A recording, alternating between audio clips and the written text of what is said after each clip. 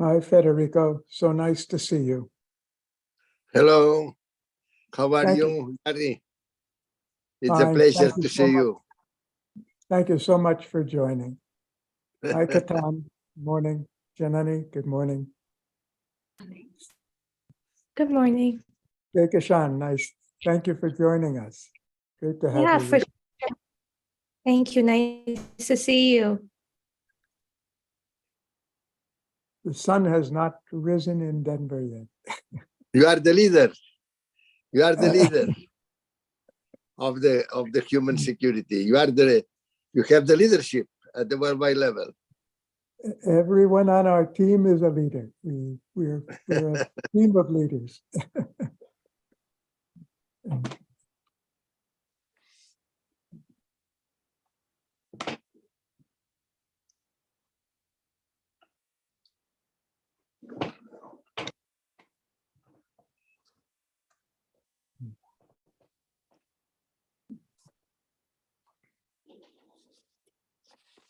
It's time and let's begin.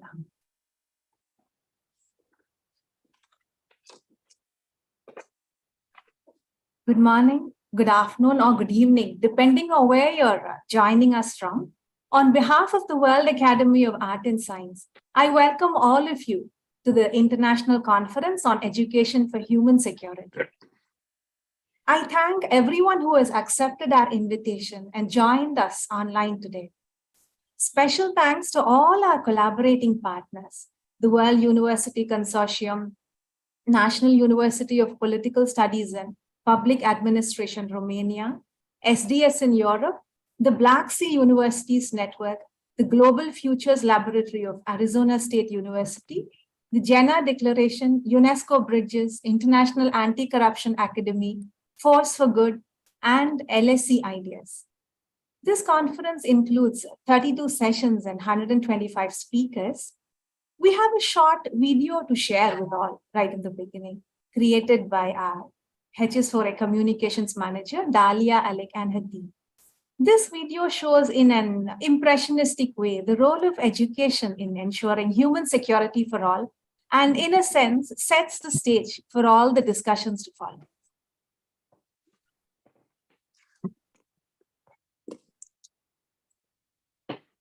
Did we have the video play? Thank you. In a rapidly changing world, we all aspire to feel safe and secure. Yet for countless people around the world, this is not a reality. Conflict, poverty, climate change, discrimination, inequality, and injustice threaten all dimensions of human security. Indeed, our sense of insecurity seems to be increasing. Today's threats cannot be solved by traditional education. We need education that focuses on preparing youth with the values and knowledge needed to understand the rapidly changing world they live in and the actions they can take both for themselves and for society to overcome threats and enhance well-being. But there is hope. Education that focuses on human security is a powerful tool that can transform communities and build a brighter future for generations to come. It empowers individuals, strengthens communities, and promotes peace and stability. It enhances freedom from fear, want, and indignity. At its core, education for human security is about creating a better future for all and leaving no one behind.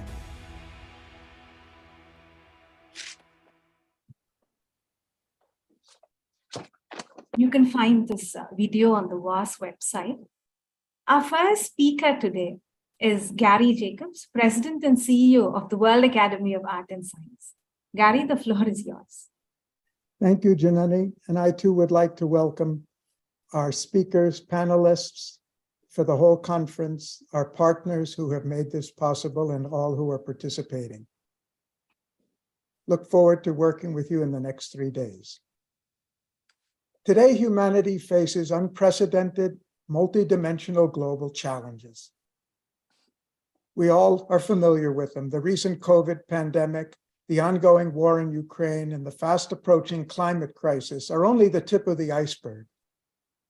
Energy, food shortages, unmet healthcare needs, drug abuse, political instability, polarization of society, cybersecurity challenges, AI, and it's a long list. And all these challenges have something in common. They're all global in nature. None of them can be effectively addressed by individual nations acting in isolation. In fact, none of them can be effectively addressed just by governments and international organizations alone, which is why we're here today. And all of them, of course, are deeply interconnected with one another.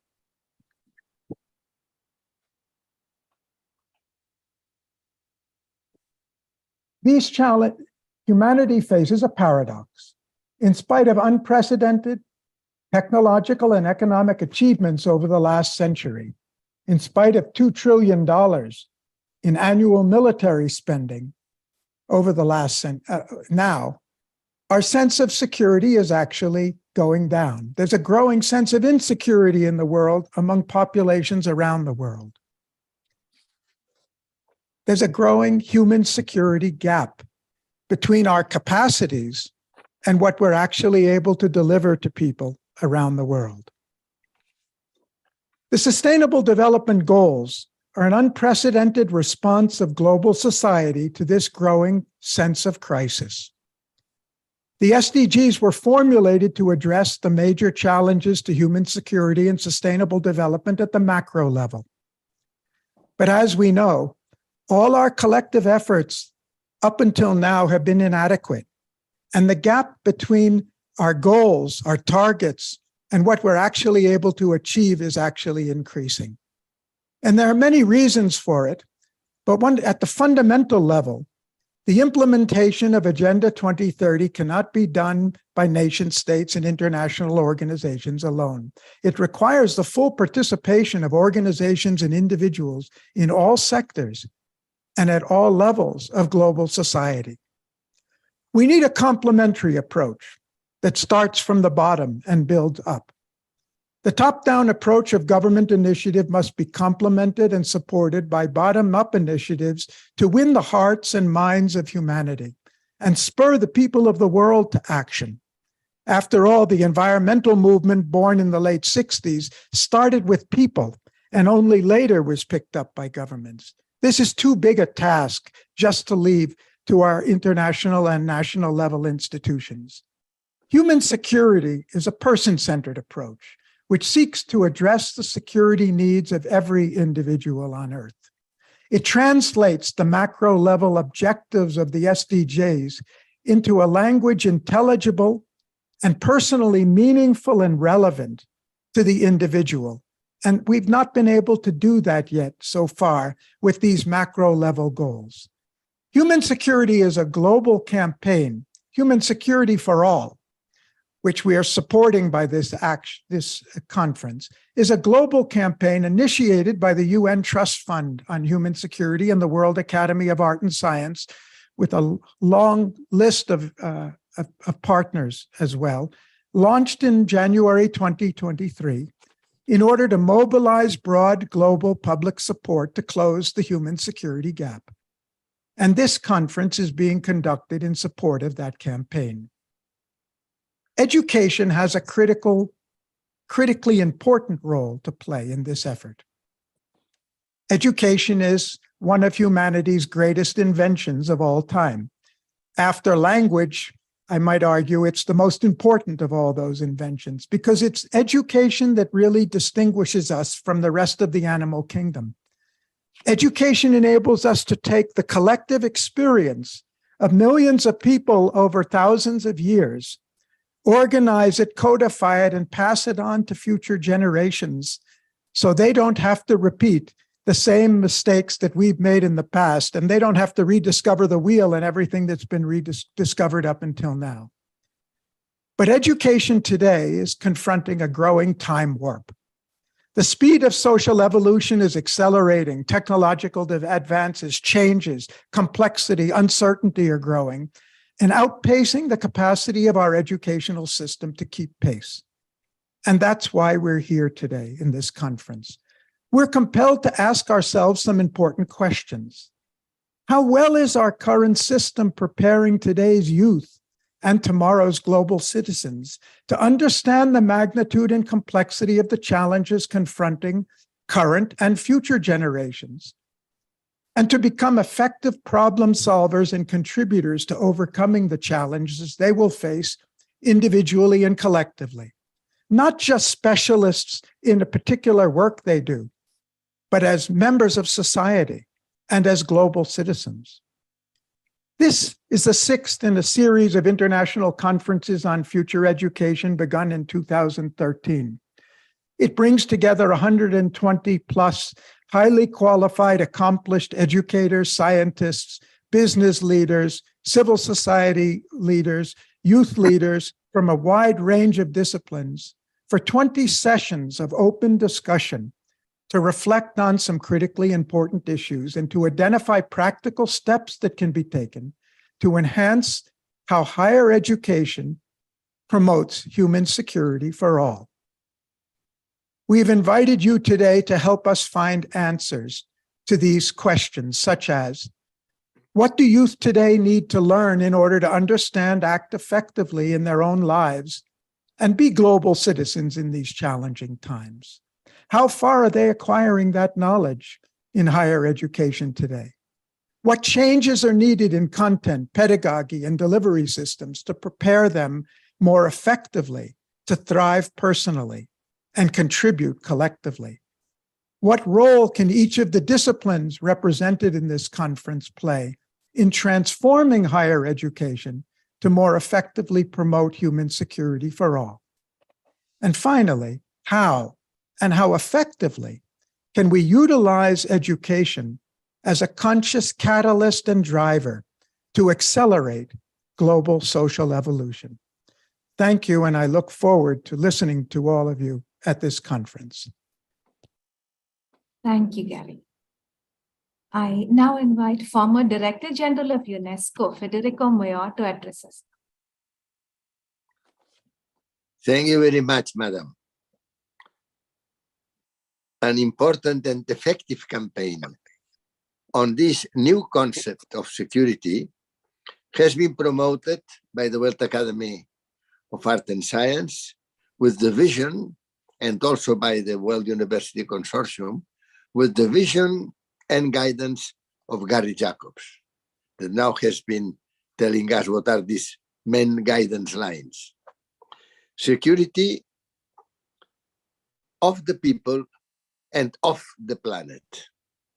Fundamental changes are needed on the concept of security and the strategies to put it into practice. To be educated, according to the article number 1 of the UNESCO's constitution, is to be free and responsible. Free and responsible. Transdisciplinary learning to generate awareness of the present situation. The present situation, I must underline, that is with irreversible threats and processes. Irreversible threats. As a biochemist, I must underline this, irreversible. With become the very difficult to put into practice this with the peoples that I like so much of the Earth Charter of the United Nations. They say, we the peoples have resolved to save the succeeding generations from the scourge of the war. It's fantastic. We the peoples, yes. But we the peoples, until very recently, did not exist. The immense majority of human beings were being born, living and dying in some square kilometers, always under an absolute male power. Now, for the first time in history, all human beings are progressively recognized with equal dignity, without any discrimination by reasons of gender, ideology, beliefs, sexual sensitivity, ethnia, etc. And they are able, because of the digital technology, of express themselves freely. Therefore, now, yes, now we are with the peoples and all equal in dignity, and we can express ourselves. Therefore, now we can all participate in the building up of democratic multilateralism that must very rapidly substitute the present governance system, a plutocratic and supremacist neoliberal system, and to put in the very center of the new governance with the peoples. Because of the, until now, you know that because of the veto, the United Nations that has this wonderful, we the peoples, they have never been able to put this into practice because of the veto.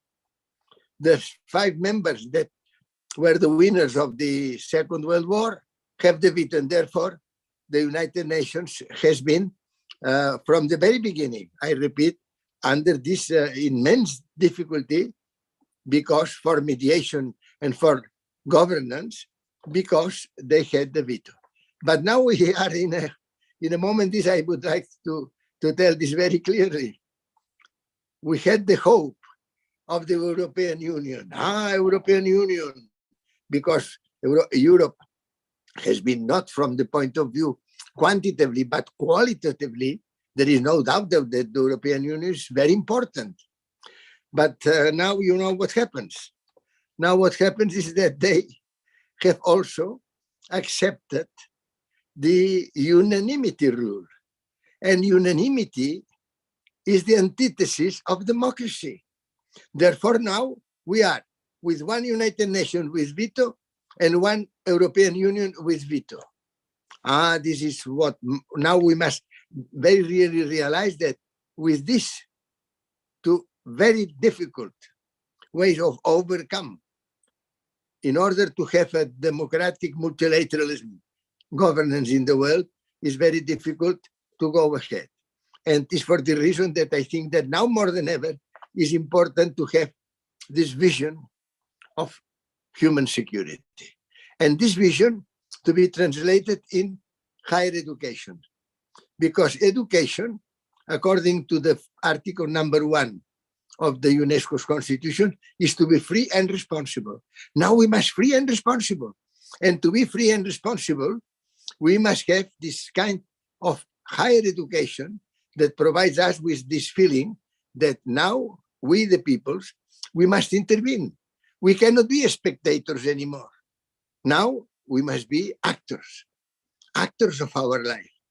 We must be really members of one community that at the worldwide level, with the young people, with all those that realize that now we are going to a change of era, now we can say, yes, now we the peoples exist because we are all equal in dignity, because we are now with the possibility of expressing ourselves.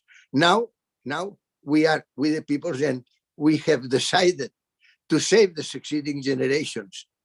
And we are decided to act on this terrible threat and process that are irreversible in nature for the environment crisis.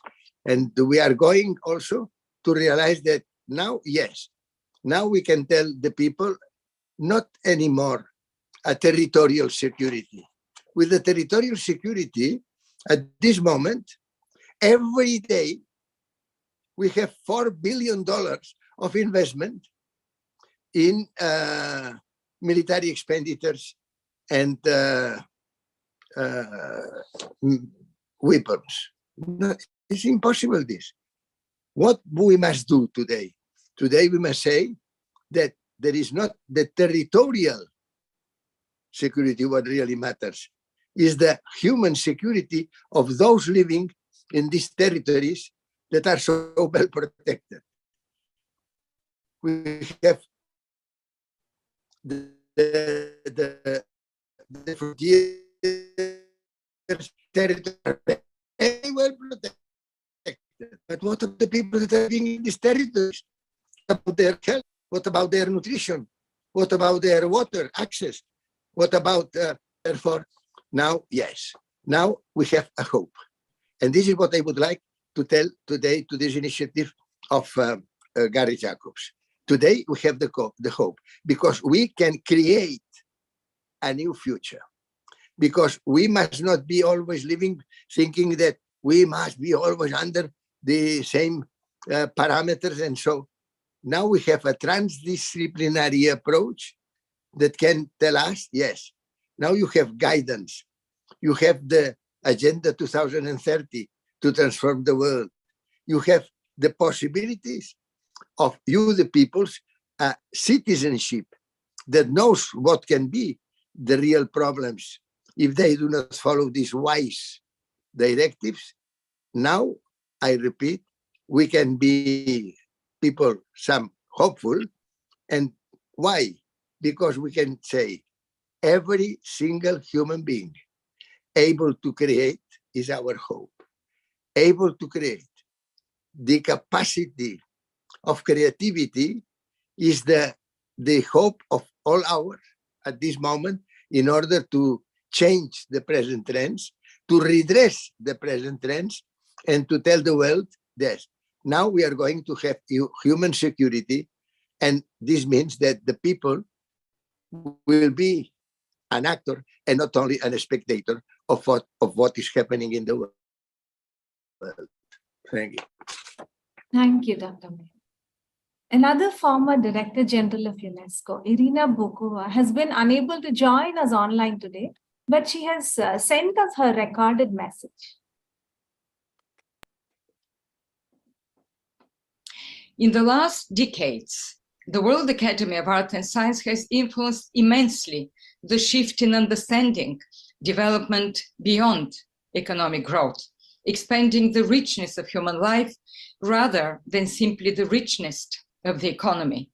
Thus, the World Academy advocacy for focusing on people, their opportunities and choices as a measurement of human progress was one of those critical and timely ideas embraced by the United Nations that resulted in the launch of the Human Development Reports starting from the 90s of the last century, and then with the Human Development Index.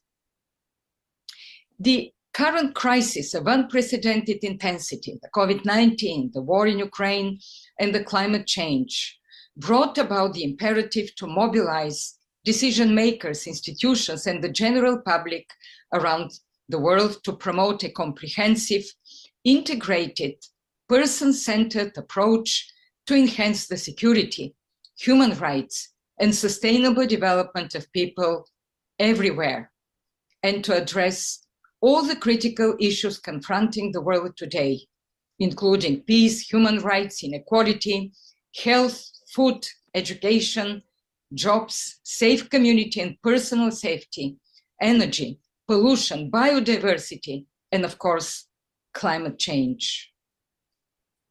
These crises and the consequences thereof has a wake-up call to putting human security and well-being to the forefront of public policies. One sure path is investing in people, and it starts with education. I do not have any doubts that within the Human Security for All campaign, education plays a critical role. We all know that education is the foundation of human development and nowadays of human security.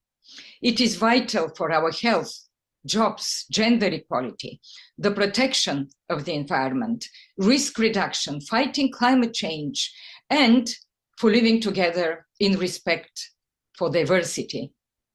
In other words, education is where our future lies, but not any education. Education that means learning, that is transformative and equitable, that embraces innovation and diversity, and that encourages creativity and possibility to make choices. Education that supports students and other learners in different areas to develop the necessary knowledge, skills, and mindsets to contribute to solving the complex sustainable development challenges and the response to the crisis our world faces. I would not pretend to exhaust all the challenges today regarding the future of education and its place in the Human Security for All campaign. I believe there will be very profound, deep, and enriching debates during this conference. But let me just mention two important points. We need to reconfirm our commitment to sustainable development and the Agenda 2030 with education and health at its heart, from the point of view of human security, and this is my starting line. If we want to promote a comprehensive, integrated, and person-centered approach to security. This is where the importance of Goal 4 of the Sustainable Development Agenda, promoting inclusive and equitable quality education and lifelong learning for all, comes with all its critical importance for the future. At present, the ways we organize education across the world do not do enough to ensure just and peaceful societies, a healthy planet, and shared progress that benefits all. In fact, some of our difficulties stem from how we educate. A new social contract for education needs to allow us to think differently about learning and the relationships between students, teachers, knowledge, and the world. Education has long played a foundational role in the transformation of human societies. It connects us with the world and to each other, exposes us to new possibilities, and strengthens our capacities for dialogue and action. But to shape peaceful, just, and sustainable futures, education itself must be transformed. Universities are not now, nor have ever been, solely focused on preparing young people for the workforce. It is about values, it is about citizenship, about preparing young people to live in a globalized world, to respond to the challenges and to the risks, to embrace intercultural competencies. From that point of view, the role of universities is critical, as their main function at the end of the day is to make significant contribution to society. And I would say, in the context of today's conference, also to give young people the competencies to work for the creation of knowledge of global common. It is inconceivable today to speak about human security without considering the deeply transformative role of education and knowledge. This is why this conference is so important. I wish you good deliberations and looking forward to the conclusions of this important event. Thank you. The complete message is available on the WAS website. Now I invite Kehkashan Basu, MSM UN Human Rights Champion, Founder, President, Green Hope Foundation, to share your thoughts with us. Kehkashan. Thank you, Janani, and hello, everyone. I am delighted to share this virtual space with all of you to speak on a topic that is very close to my heart. Now, in a world that is fraught with inequity and exploitation, as all of my previous panelists have spoken about, if there is one catalyst that can bring about change and establish parity, it is education. Its importance is often diluted and taken for granted by those who have it, almost invariably in the developed world where the state supports mandatory, mostly free education up to high school levels and sometimes even beyond. So that is probably why encouraging students to miss out on school on Fridays seems such a unique solution to draw attention to the climate crisis.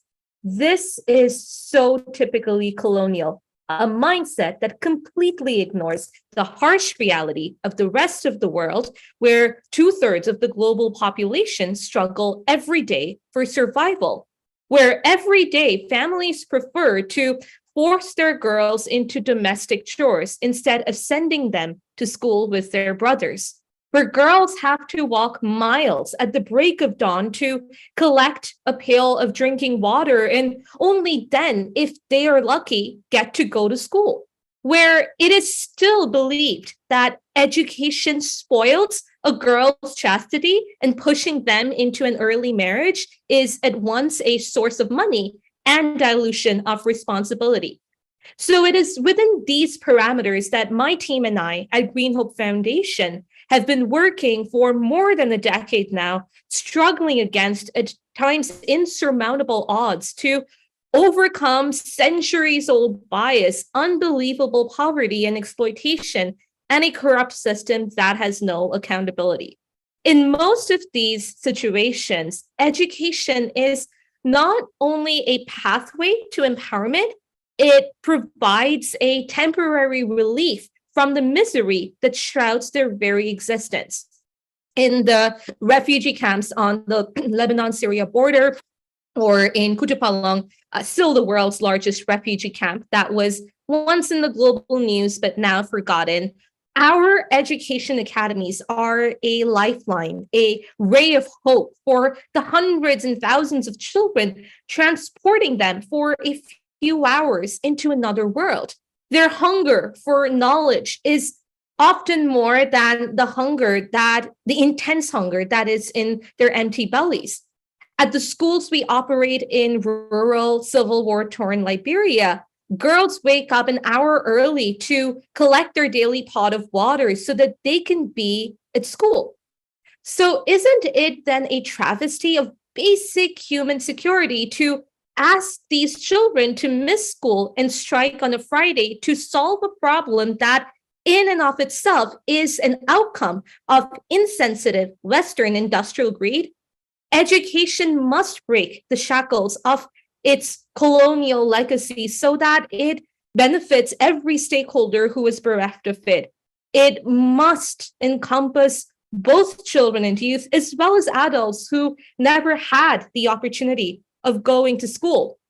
And as the old adage goes, there is no age limit for learning. This is also our mantra at Green Hope Foundation, where we use our education infrastructure to cut across age barriers, providing skills-based vocational training. We ensure that our schools, our academies of hope, are net zero. The communities we operate in still have no access to electricity.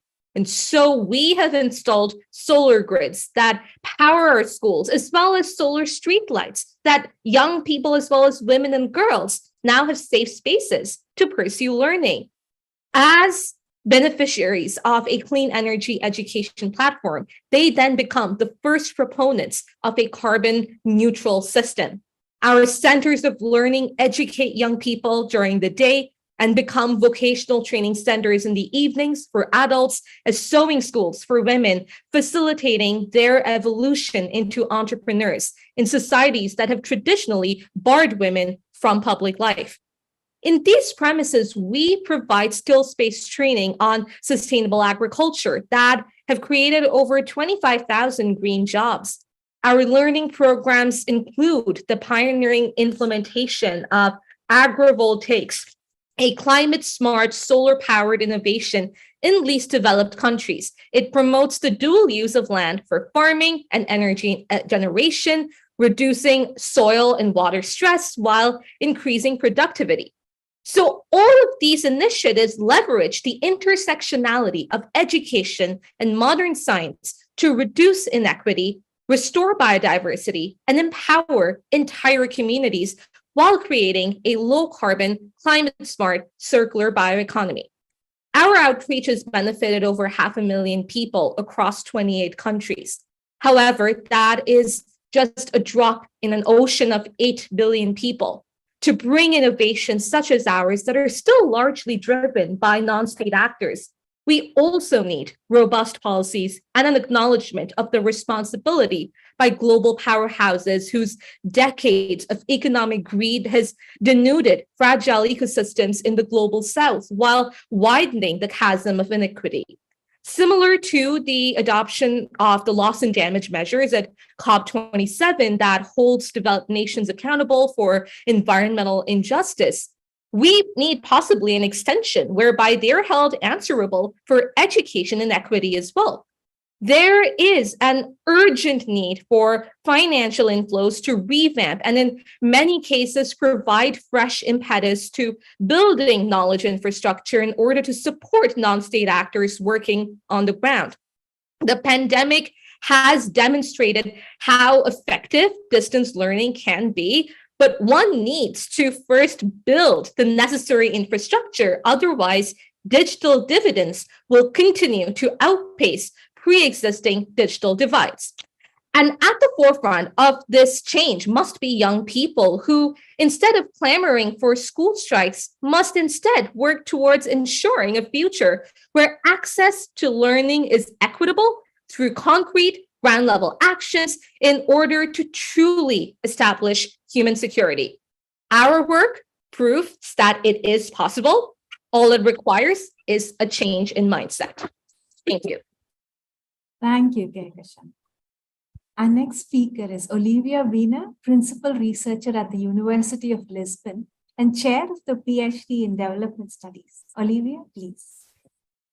Thank you, Janani. Thank you, everyone. And it's an honor to share some ideas. So I will start with the idea that academia is known for producing and contributing to new ideas for our futures, and that we must remember essentially that ideas themselves shape very powerfully the kinds of futures that we may contemplate and engage with. And already much has been said. So this is how much we matter in education. We provide the basis for ideas for futures where humans and all life security will be assured, or some other future, possibly for the planet, but without us or without life. So across the world and over centuries, most people in power have spent and keep spending time in one of our classrooms and university departments.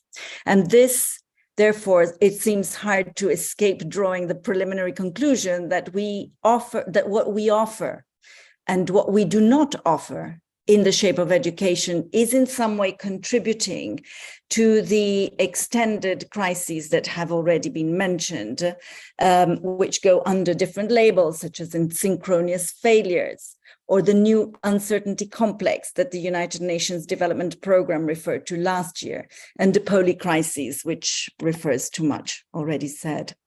So how we might move from being at least part of the problem to part of the solution has been the question I have struggled with over the last few years. And I'll try to share 3 points here.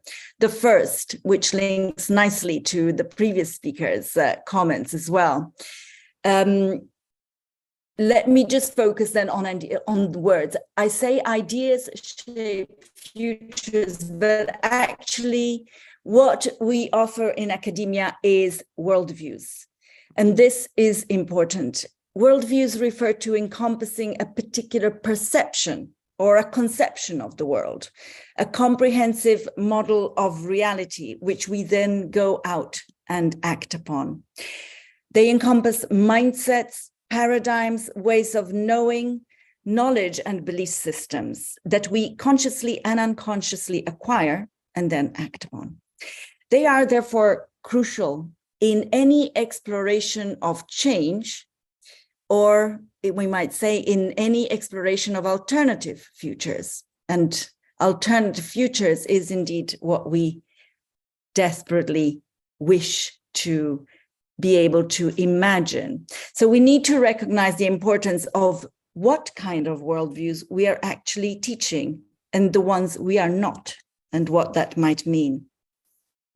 So for this reason, in our work on future of education and future of universities, we emphasize the making visible worldviews. And we took the inspiration from James Baldwin, understanding that not everything that is faced can be changed, but nothing, absolutely nothing can be changed until it is faced. Now, he was referring to the underlying causes of racial discrimination, of hatred and violence in the United States of America. But I feel that these words apply ominously to the problem that we have succinctly called the Anthropocene, or as I said earlier, the synchronous failure and the polycrisis we have. So let us make visible those worldviews. Second offering here would be the broad themes of connecting and widening in terms of what, how, and why we teach what we teach. We need to address the limits of what we might call mutilated knowledge, a very ugly word, which I think is apt, however, to describe the knowledge that dominates most of the Western-inspired education systems and our scholarship and ethos and practice. Because there are at least, let's say, 3 dimensions here that I want to touch upon. The first is that we need to reconnect those disciplinary boundaries, those disciplinary arenas that we have put so much effort in developing. And we need to face the unequal power of those disciplines across the board. Much has been said about the need to promote interdisciplinarity as a necessary way of addressing the common challenges we know about. But I just wish to share the idea that on top of everything that has been said about interdisciplinarity, it is also about freedom, an idea of freedom for having to protect a presumed superiority of one discipline or worldview above another, and enabling us, therefore, freeing us to listen, to open to hear other voices, other worldviews that have been asking to be heard for a very long time. A second dimension that needs reconnecting and widening is body and mind, because the truth is that when you enter our classrooms or walk through our corridors of knowledge, so to speak, we ask you to bring in the head and leave the body behind. And yet the human potential that we claim to be contributing to, and which is the ultimate driver of the social change we need, needs and demands to be reconnected to reconnect minds and body in a way that is urgent, and which has been abundantly discussed. But I like to cite a scholar and native of the Potawatomi Nation, Robin Wall Kimmerer, who says that science, Western science, polishes the gift of seeing, and indigenous tradition work with the gift of listening and language. In other words, connecting the head, the body, and the mind, or the head and the body. We need both, and therefore, and there has been much progress towards this, but mainly outside the conventional mainstream education. And I think this is the second point I'd like to share with you and hope it will be addressed.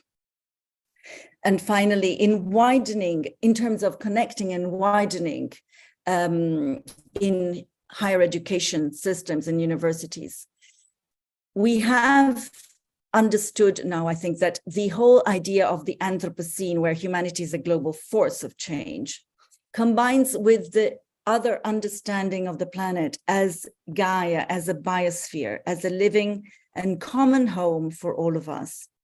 And that combining the idea of Anthropocene with Gaia means that we have one planet. It is the only planet that we have, and we need to understand how we can work with it and be part of it in a thriving community of life. The Anthropocene, the Capitalocene, and many other labelings demand, therefore, a wider lens and breadth of Earth and the depth of her diversity, the way we understand this, the way we teach this, and we don't teach this. Universities need to help us think globally, yes, feel the landscapes that we inhabit, and eventually act locally, just like the rest of nature that we belong to. So this would be a very large change of perspective, a change that we focus too little on in terms of global perspectives that are needed in many of our disciplines, including history, beyond nations, to embrace, for example, the history of our planet. And why that matters to us today has been abundantly proven by previous speakers already. We teach too little about the importance of our home itself and how these crises come to be, and how our role in it can be turned into a role that would be much more hopeful, both for security of humanity, but I would insist indeed for all life on our planet. So I will leave these 3 points then in terms of the exploration of the future of education for human security. Let us focus on the unique power and the relevance of these diverse worldviews and make them visible. Learn to practice the honesty about our diverse responsibility for the crises and the uncertainty that we are in, so that we can face and try and solve them. And let us act in terms of connecting and widening both what and how we learn and how we know the beautiful world that we have the gift of living on. So thank you. Thank you, Olivia. Now we have Ketan Patel, co-founder and CEO, Greater Pacific Capital, and chair, Force for Good Initiative. Ketan, the floor is yours. Thank you very much. I would like to begin by thanking the World Academy of Art and Science for setting up this conference, and for so many notable speakers who will be sharing their thoughts with us. Thank you very much also to Gary Jacobs, and thank you also very much for the HS4A campaign. Force for Good looks at how capitalism and technology in particular, and financial services, can fund the gap in the UN Sustainable Development Goals, and how capitalism can be changed so that these things happen. And I would say that it's an enormous challenge. And the UN Sustainable Development Goals, the noble enterprise of leveling up the world, we hear so many times now from the United Nations how difficult it will be to achieve those goals, and how man seems to have waged a war on nature, which puts us in a position where we are very precariously going forward, and the 2030 goals seem to be receding in terms of their ability to achieve them. Despite that very pessimistic outcome, perhaps it's a realistic one, HS4A, Human Security for All, is a very simple concept. And if we take 169 targets that underlie the 17 UN Sustainable Development Goals, the most sophisticated of organizations have started to grapple with how they would report against those goals, how they embrace them in their strategies, in their policies and practices, and in their funding and investments. But for the rest of the world, they remain complex and therefore very difficult to pursue and to rally people around a mission, especially because there are 17. HS4A is a very simple concept in contrast. It basically says, do we agree that we should share human security for all? And it's very difficult to disagree that one should. Underlying it are 7 pillars: food security, healthcare, economic security, environmental protection, personal safety and mobility, community security, and political freedom. It's difficult to argue that these things should be offered, yet populist governments around the world seem to find a good reason not to offer them to sections of the population that they disagree with in terms of policies, practices, sometimes basic issues of color and creed. And so one has to say that the targets are difficult, complicated by perhaps our differences as people. HS4A is this very simple concept, and this campaign that's been launched was launched earlier this year in January at the Consumer Electronics Show. which gathers technologists from all over the world to talk about the solutions they have to solve the world's problems. In most years, they talk just about the technology, how wonderful that technology is, and how much they love it. This year, because of the efforts of the HS4A campaign, the campaign of the whole theme, if you like, of CES was human security for all. And so for the first time, we saw human security for all spoken of by the technologists that lead industries, the technology industry and its subsectors across the world. It provided a framework almost for the activities, these 7 pillars, and a series of awards were given to people who were making breakthroughs. And we found very quickly that almost every major panel and every major speaker was looking for a way to relate their activities to human security. It is simple and it is intuitive, difficult to argue with. And people who have the values seem to want to move in that direction. And so it has this framework, but it also appeals intrinsically to our values. It also provides for these companies a framework for which they can galvanize their people, a mission, a purpose that is big and that is meaningful. And I think as we go through this conference, we'll be talking about that, and I think, and what that achieves. Nearly 750,000 adults are illiterate in the world, apparently, and nearly 400 million children cannot read. Most of these are women or young girls. And so, as we've heard earlier in this opening panel, there is an enormous injustice going on where even in this day and age of global communication and travel and more capital than we ever had in human history, there is inequity across the world. The positive part that we found from our study of technology and how it will help us close this gap is that 40% of the SDGs we can identify and quantify can be solved, the gap can be closed by the transfer of technology.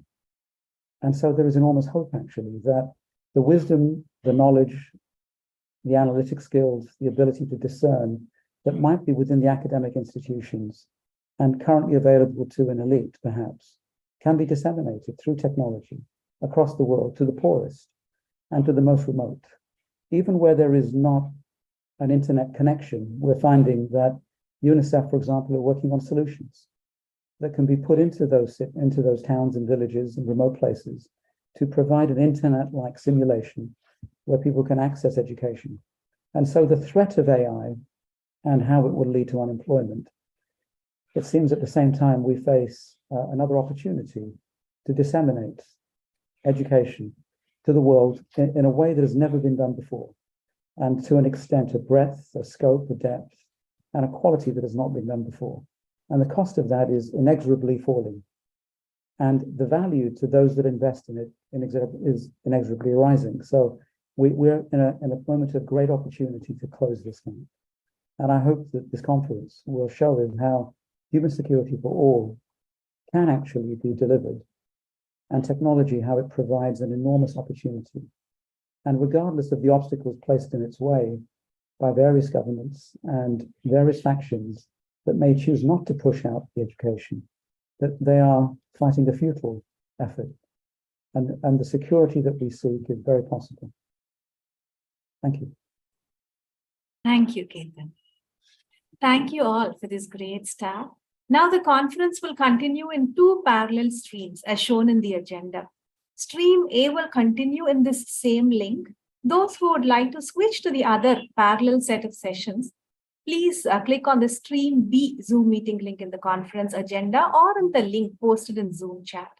And before I conclude, I once again thank our keynote speakers, all panelists, and every one of you for joining us on Zoom or for watching the proceedings live streamed on YouTube. And I welcome you to continue on one of the 2 streams today and in the following 2 days in this our collective effort to promote human security for all through education. Thank you.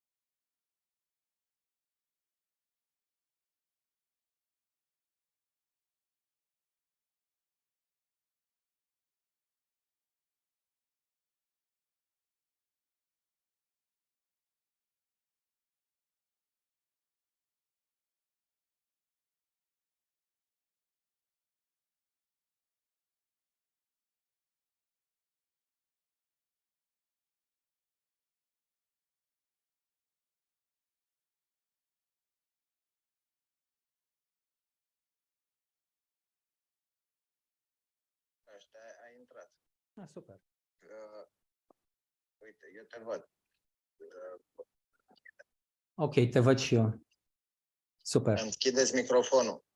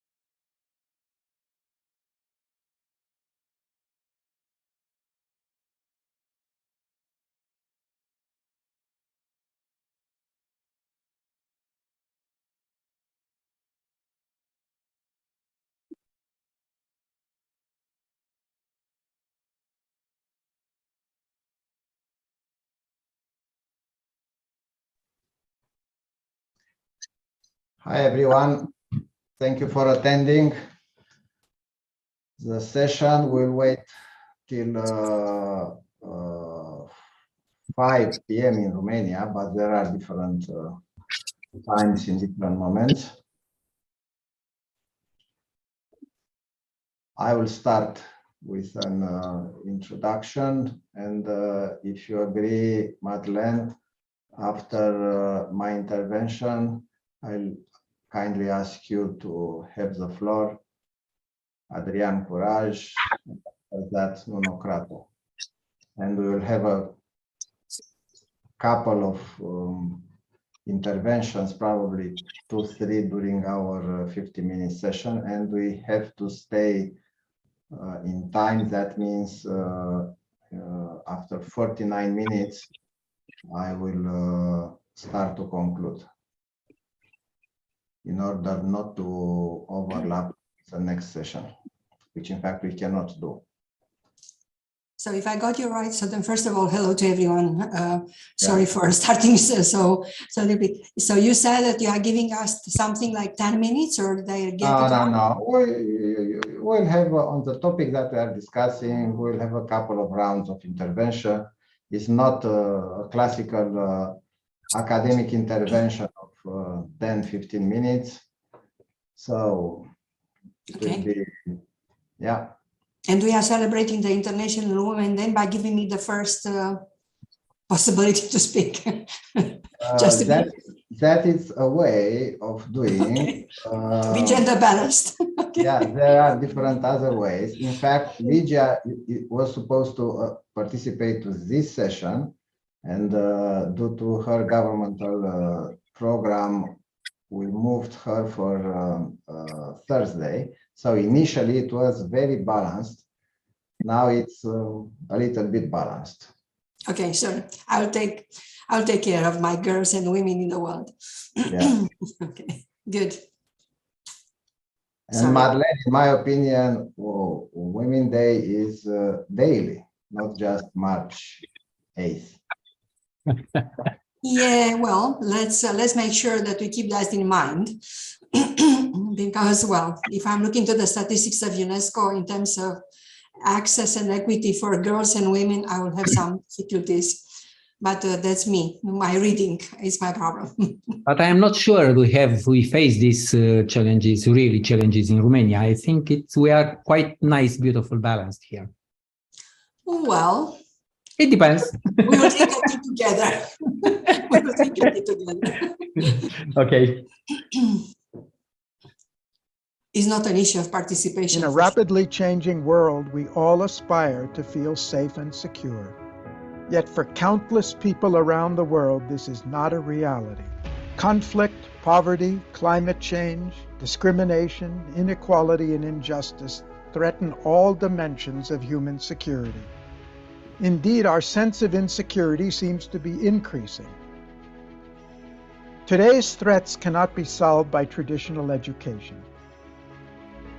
We need education that focuses on preparing youth with the values and knowledge needed to understand the rapidly changing world they live in and the actions they can take both for themselves and for society to overcome threats and enhance well-being.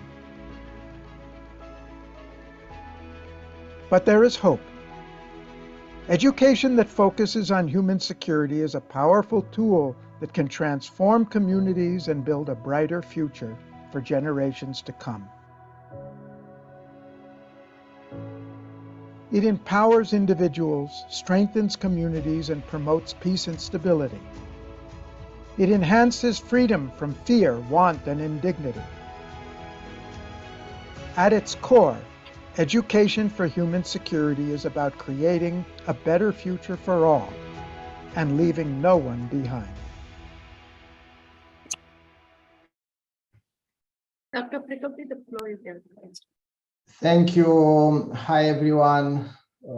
I have the privilege and the honor to moderate, to chair this session, which was introduced in the last moment, I would say, in the schedule of the 6th World Academy of Art and Science Education Conference. After discussing with Gary Jacobs and with other colleagues, we decided to add 2 sessions. One is this one on international education and human security and the value of multilateralism. And the second session will be Thursday on education, citizenship, and human security.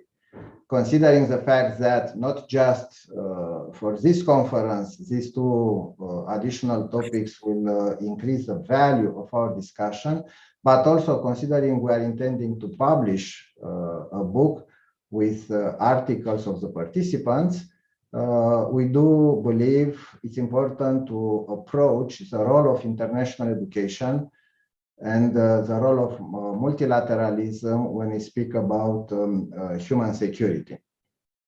But let me start with a story, a real story. As a former Minister of Education, I am a former Minister of Education, but as a Minister of Education a decade ago, naturally I attended many meetings, conferences, reunions, and in some of them, other ministers of education were participating. Nuno Crato, who is also a former Minister of Education, and Adrian Curaj, a former Minister of Education, and also Madeleine, who is not a former Minister of Education, it's a future Minister of Education, but she worked from European Training Foundation with many ministers of education in Europe and outside Europe, will recognize immediately the kind of discussion that I will share with you in the next minutes. At one moment, I was sitting in a reunion with other 20, 30 ministers, and someone was telling us the fact that the objective, the purpose of education is to serve the market, labor market. And at this first meeting, I didn't say anything. It was, I think, in my first month as a Minister of Education. But 2 weeks later, in another meeting, also with other ministers of education, but in a different format, I heard exactly the same statement. The objective of educational systems is to serve the labor market. And as a graduate of teacher training, immediately I asked the floor and I said, you know, maybe something is wrong. I was taught during my student period, education is something more. It's about personal development. It's about citizenship and our responsibility as citizens. And it's about labor market. So I don't think we have to cut the 2 other pillars, for example, responsibility towards society, and to focus just on one pillar related to labor market. And practically, somehow, this is a discussion of today's conference, education and human security, because education is sure for many things, that we have many objectives, but in fact, we have to serve our societies, and I put the S for plural, because it's not just an issue related to the way we live in Portugal or in Romania or in an African country. The way we live might influence, and in fact will influence, I don't know what's, just a second, I have a technical problem.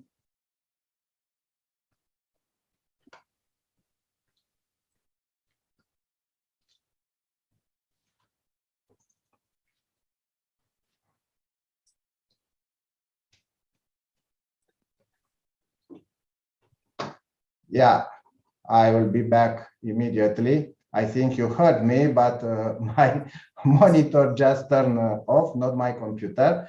So that will have an impact on everyone, and the responsibility of education to approach these topics. That means in an international context, that means international education among others. And also we have to count, and I'll conclude here, my first intervention, we have to count on the value of multilateralism. There are topics which are very important to be, it's useful to be discussed in a bilateral way, but there are topics that we have to discuss in a larger context.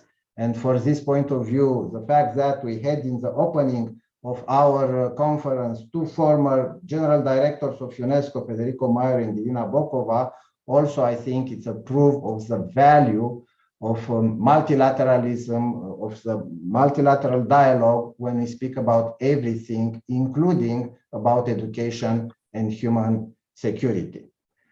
As I mentioned, I invited in this panel friends with a lot of experience in the education, research sector, in national and European global context. But I would like, as I mentioned in the beginning, to ask Madeleine Șerban, who used to be for many years General Director in the Romanian Ministry of Education, but also she's played a very important role in the educational policies in Western Balkans, where she chaired for many years the Committee on Education.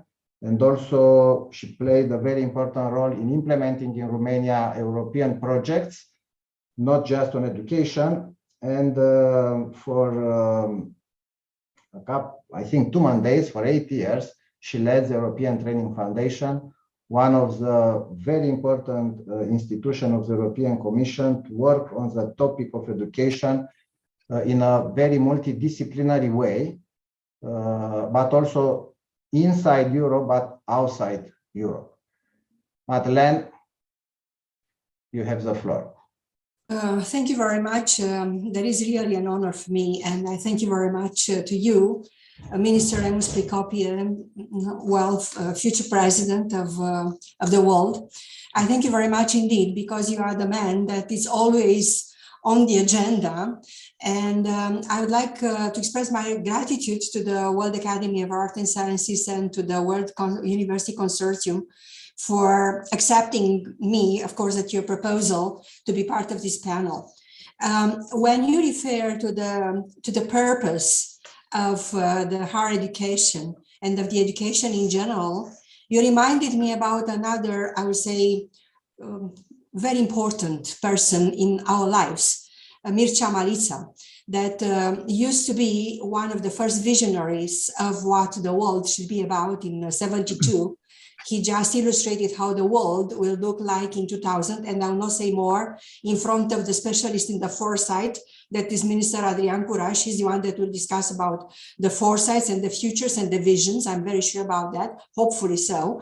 But what I wanted to say, the reason it came to my mind, Mircea Malița, was because he was the one that when referring to the purpose of education, he said, what are you saying there, labor market? But we are not in the market. We are not selling vegetables. So we are discussing about human beings. So, and this was at the anniversary that you organized, Remus Plecopie, so on the occasion of his 90 years anniversary.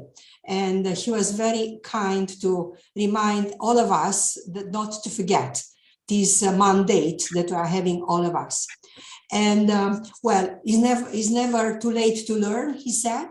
And therefore, we are also here to discuss what to learn, what is the purpose of higher education, for making sure that we are serving the communities and we are serving the people. And in this panel, you also suggested to reflect upon the topic of what the higher education is capable to do for human security in terms of putting a focus, a better focus maybe, on laws, institutions, and policies. And for my humble experience as a young woman as I am, but working in the Western Balkans and on a number of countries, I have to say that when referring to policies, I will say from my experience, as I said, that first of all, we have to ask ourselves why the policies did not pay off, why we continue to have all these issues that we continue to have on the planet. Why is not yet there the equity? What is not yet there the poverty alleviation?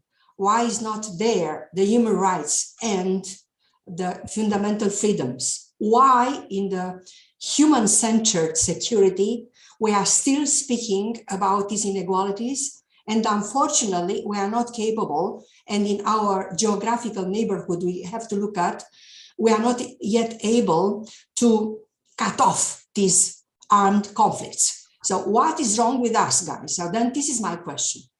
And I'm not capable to answer immediately, but I'm capable to share with you my thoughts. And I think that most probably, even if we are speaking about global issues, we are still treating them in a patching way, not at a system-wide manner.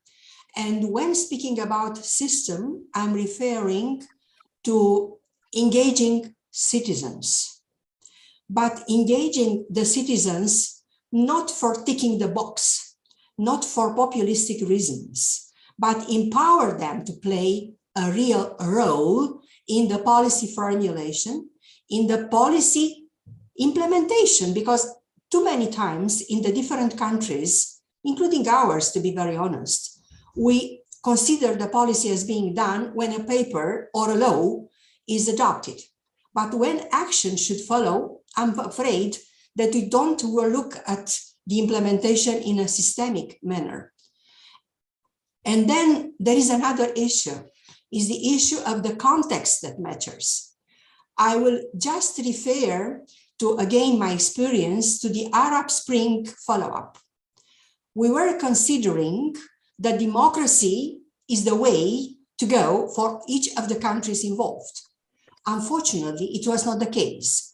And therefore, when looking to the policies and having them empowered to enter into the dialogue, we have to make sure that we know which are the values that count for the people in the respective community, in the respective society, and to make sure that we are capable to listen and to put in place those policy measures that make a difference for them and not for us, for the so-called consultants, because you know that in the policy typology we have as well this approach of the consultancy-based policy advices. So then let's advise and empower people to make sure that we are solving their problems and we don't go there with our solutions that don't fit to each other. So if we will move away from this, I would say, donor-driven approaches, and we will make sure that we are creating the islands of normality, of course, that we have to make sure as well the next steps will go for the scaling up,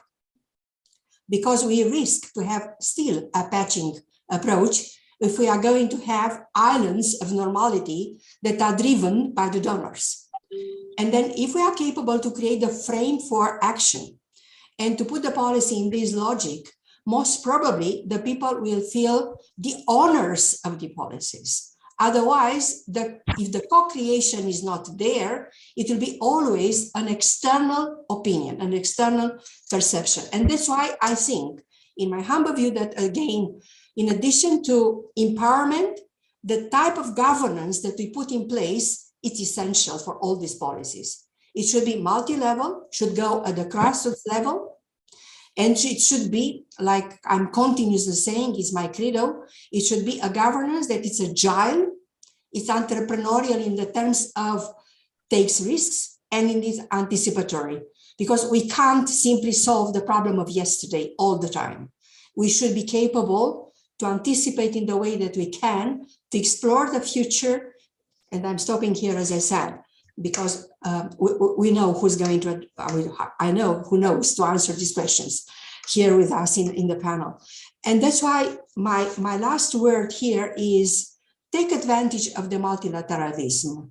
Because in the policy making, we have the policy networks. And in UNESCO, we have the university twinnings, the network of universities. We have the UNESCO chairs, and I'm extremely grateful to have here not only a person that knows, but a person that, and persons that are already capable to share the knowledge of how should look like the future of our higher education, and not only, but science included as well. So let's take advantage of the networks. Let's make sure that we give the possibility to the events of the year of 2023, when we are revising the recommendation on education for peace, international cooperation, and sustainable development, then human security is in and is not coming like a hobby of someone, but is taken seriously by all the actors that are involved. And I'm counting very much on that. I'm ready to cooperate with all the national commissions for UNESCO that are ready to stay active in that. And I'm sure that as we are speaking, all the chairs that are, the UNESCO chairs that are involved in this topic will again are ready to go hand in hand for making sure that at the end of the day, we will have something to report. My last word is about accountability. Unless we are not becoming accountable for what we have to do, I'm afraid nothing will move. So that's why I'm going for citizens' engagement, an agile, entrepreneurial, and anticipatory governance, multi-level, grassroots with a frame for action, and let's be accountable, each of us, for whatever we do. I was so impressed in the opening by the example that has been offered by the Green Hope Foundation. And I said to myself, if they can, then all the higher education institutions are capable too. So then let's shake hands and let's go together. And I thank you for this first intervention very much, for listening to me. Thank you. Thank you very much, Madeleine. It's true, sometimes it's better to identify the correct questions than to try to give an individual answers. And you underline a couple of very sensitive topics. For example, the one with public policies, which are very clear because we know what's the situation. We have research, not just in our countries, but transversal research. The issue of access and equity, we know exactly technically how to approach this, what's the situation, but unfortunately, access and equity, it's still a topic in 2023, even though 2015 was considered a couple of decades ago, the year when we have to address this. And we have not. And now we postpone for another year, 2030, and so on. So why all of this happens? I don't have a clear answer. What I know, and I just realized now in our discussion and looking to the screen, Nuno Crato was a technocrat minister, not a classical politician. Adrian Curaj was a technocrat minister. I was a technocrat minister. I have nothing against political ministers, but there are a huge difference in the behavior of a specialist and the behavior of a politician. A politician has to deliver tomorrow because during the weekend they have elections. technocrats have the luxury to look to some topics beyond the mandate, because they don't do something that just to, you know, to make up the situation and to get the votes from the citizens. They are trying to approach in a way that will be sustainable. And public policies generally, especially in education and also in human security, if we go further, are public policies which have to be implemented and followed and assessed in more than 4 or 5 years. So probably this is a topic, probably we don't have the instruments to control how we can correctly implement policies beyond the 4 years mandate of some politicians. Again, it's just an opinion. I'm not saying I am right, but maybe we have to look at this and also connect with the idea of accountability. And let me give you another example. In Romania, we have more or less 200,000 kids on a cohort. And when we speak about access and equity, our first approach in an international context is the following. We don't really have a problem. So comparing with other countries, very poor countries, Romania is very good. We have a rate of dropout of 0.5% for primary, very small. But when you have 200,000 kids, that means each year, kids between 6 to 10,000 kids between 6 to 10 years old are out of the school. They are in a risky situation, and the concept of human security doesn't apply any longer for them because we are not capable to keep them in school. 0.5. This is a kind of approach which Romania has to have today. And even though we have a good position in statistics if we speak globally. But I'm sure I asked Adrian Curaj to be the second one. I'm sure Adrian has also a lot of things to share with us from his experience, not just as a Minister of Education or advisor of the Prime Minister or different other positions that he has had, but as an educator for 40 years. Adrian? Much, Remus. Good morning, good afternoon, good evening, depending on where you are. I'm so pleased to be together with you. Pity I missed a few of meetings, but now I am here. And coming to the session, I ask a question: who carries the responsibility for human security? And if you allow me, I will go step by step for, let's say, at the end of the story to reach the very core of our session.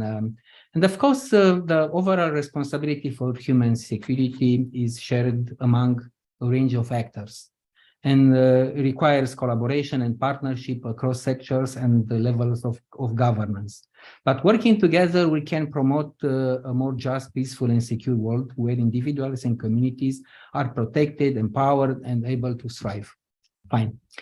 If we look a little bit and we start with government, government is the first on my level. In a way, is linked with what Madeleine said and what you said, Remus.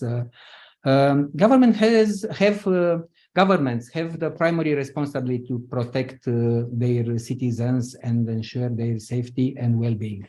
I will not go into details here. International organizations as United Nations, but not only United Nations and their agencies, including the World Academy of Art and Science in our case, have a responsibility to promote human security by providing different kinds of assistance. Later on, the next stage is about civil society organizations, NGOs and community-based organizations and grassroots organizations also playing a critical role in promoting human security. And last but not least, individuals also have a responsibility to promote human security by respecting the rights and dignity of others, participating in democratic processes, and advocating for policies and practices that promote human security. Now, the second question immediately coming after this was what kind of capabilities the government needs, and what kind of skills and competencies individuals needs for being actors in this subject. And I will start saying something about government. And already Madeleine said something about the need of the anticipatory capability in the governments. And anticipatory innovation governance, not from the point of view of technology, and because anticipatory innovation governance is coming from years from the technology, but from the point of view of Observatory of Public Sector Innovation, OECD, where the future literacy people behind the organization are so important because anticipatory innovation is the ability of organization to consistently perceive, understand, and act on the future as it emerges in the present. From my point of view, it's about being prepared. Being prepared meaning understanding trends, and there are a lot of trends affecting the human security, but also weak signals. It's about co-creation and citizen participation in approaching different subjects. It's about black swan and having scenario for avoiding critical moments and being prepared for different options. And scenarios for understanding again the options for the future, but also helping to act today in being capable to understand and move forward. If I move next, it's about people, and it's about skills and competencies people need to take an active role as citizens. And why not to play a significant role when we talk about human security, understanding and discussing and acting on the subject. But here I have a subsequent questions, and my question is, at what educational level, when to start preparing, educating for human security? And it's important because, again, if you allow me to say something, to come from the end to the beginning, it is a long life learning process in understanding and being active around such a dynamic subject.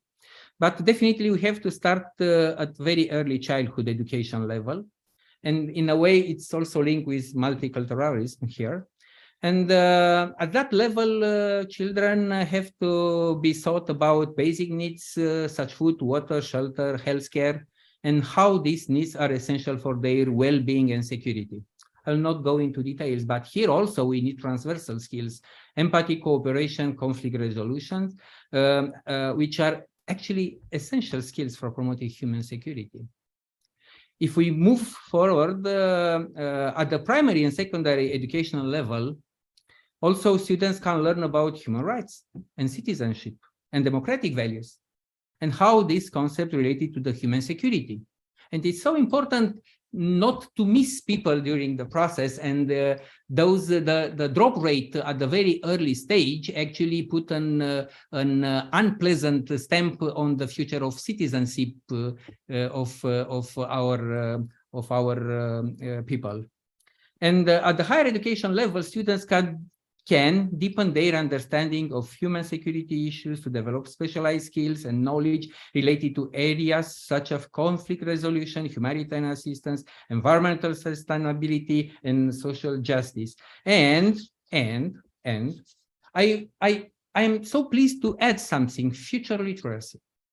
Future literacy, because if you look at the skills you need in in preparing your students, now I'm coming to higher education, in preparing your students, it is not usual to see future literacy here, but future literacy is an important aspect of human security, as it involves the ability to anticipate and navigate future challenges and opportunities. Overall future literacy is essential component of promoting human security, as it allows us to anticipate and navigate, again, futures, challenges and opportunities. By fostering future literacy, we can build more resilience and secure worlds that promotes well-being and prosperity for all individuals and community. And last but not least, a part of these skills and competencies, when we talk about preparing and investing in our students, it's also about the nice, beautiful universe of knowledges of political sciences.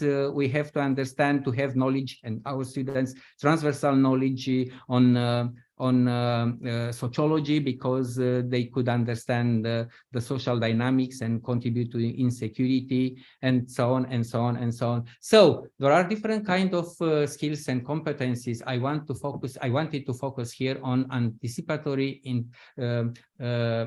future literacy skills. From my personal point of view, and also coming from the experience I have, are very important to deal with the complex world we are living in. Thank you. Adrian, I listened to you very carefully, and I understand you are proposing a kind of general curriculum. But let's consider I am a politician in a country where my vision as a politician would be my country first.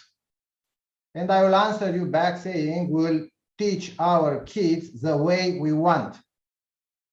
So how do you answer to such politicians? Because yes, I agree, there are some topics, and UNESCO here has played a very important role on some not sensitive topics to try to guide different countries how to build their national curriculum. There is a specialized institute of UNESCO in Geneva focused on curriculum. I'm sure you have worked with them. But you know, these solutions, in fact, is a question of Madeleine in her intervention. We have the solution, but they are accepted, but not necessarily correctly implemented, or you have the situation where they are not accepted. So how you persuade people to do what you said? It's a question for me, yes, sorry. Yeah, because I wanted to okay, provoke fine. you. It's not about persuading to do what I said. It's about knowledge we have as professional, but also skills we need as citizens. So it's something transversal. And also in every area we are working in, and we develop our competencies and skills. I think understanding the challenges, the systemic view, and understanding the challenges is something cross-cutting our existence. So it's not about imposing, it's about the need to be prepared in your profession, to understand what is happening around, for understanding what is happening in the society, and contribute as citizen for the citizen dialogue at the whole levels of society. Co-creation process, in a way, it's part of the future literacy, if you allow me. And it's just being an active citizen, a part of being a professional in a certain area. Thank you very much, Adrian. As usually, a very optimistic person. Nuno, what do you think? I'm a very pessimistic person. So no, So I'm balance just with Adrian, yeah. I'm just kidding. Well, first of all, thank you, Ramos, for inviting me. Thank you, everybody. Thank you, my panel friends, to be here as well for this discussion. I'm going to take a slightly different point of view. I'm going to consider the education and the basics of education as a possible source of inequality and unrest and problems in the world? Well, first of all, nothing stands by itself. What I mean is this: you can look, if you look at the beginning of the 21st century, or in 1925, around that period, we look at the most advanced country in the world culturally, and that's Germany. And Germany started a war. So we can't say that just because they are educated, they will be pacifists and they will be solidary with the rest of the world. And that's what happened there, unfortunately, and as everybody knows. So as everybody knows, education is not synonym with being nice to other people. It's not a synonym with being solidarity with other people. It's not a synonym of being civil, just in a word. So, but we should, that means that we should take care of education, and we shouldn't think that from education everything derives automatically. It's not true. We should help people to understand other cultures. So Erasmus, for instance, I think it's one of the main most important things that is happening in Europe, because it brings youth from all around Europe to understand other people, understand other cultures, understand things that they had no idea that were possible, understand their difficulties, understand that when they go to their countries, they will have the same difficulties. And so this is really something very promising, Erasmus, and other things that are being done. But we should discuss in schools lots of things that in a very active way. So what happened with dictatorships?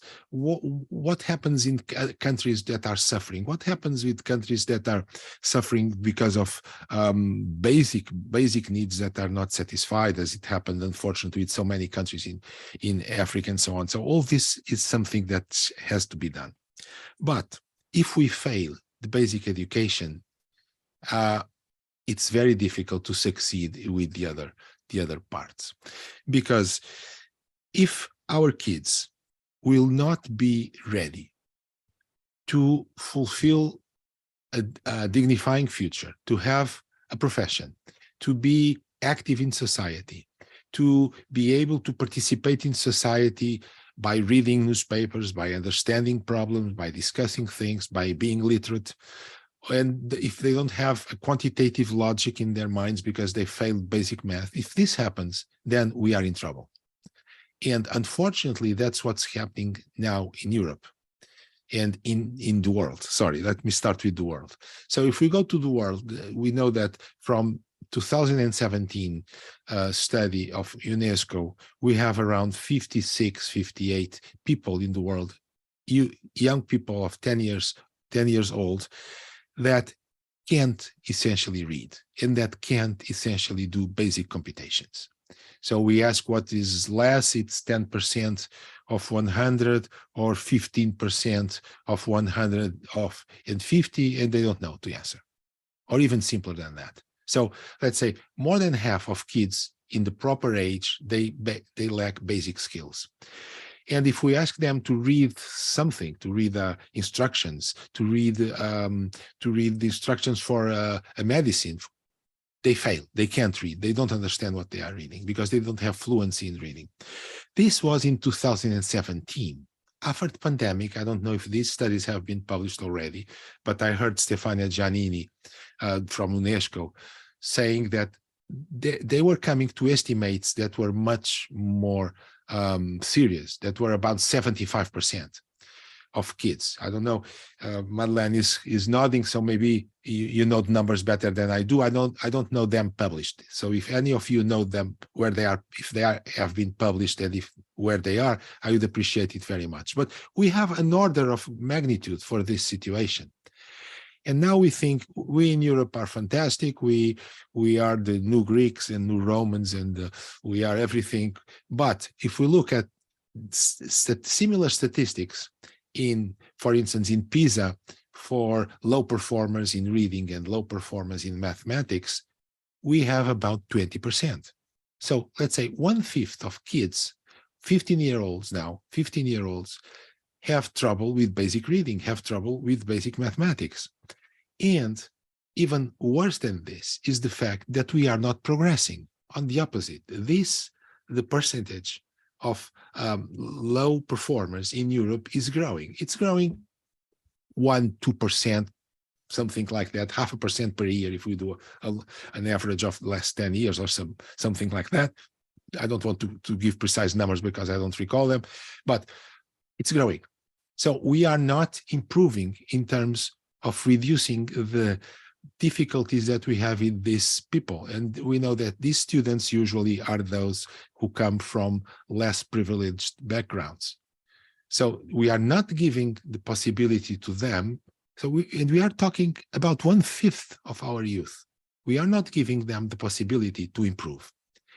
And I'm not saying this is going to start a war between countries, or this is starting unrest, or this is going to start criminality, but this is grounds, this is a foundation for trouble.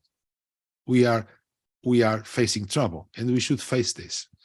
And so this is essentially my point of view, is that we should everywhere, all the time, address the question of education quality, our failures, and how we are going to succeed to improve them.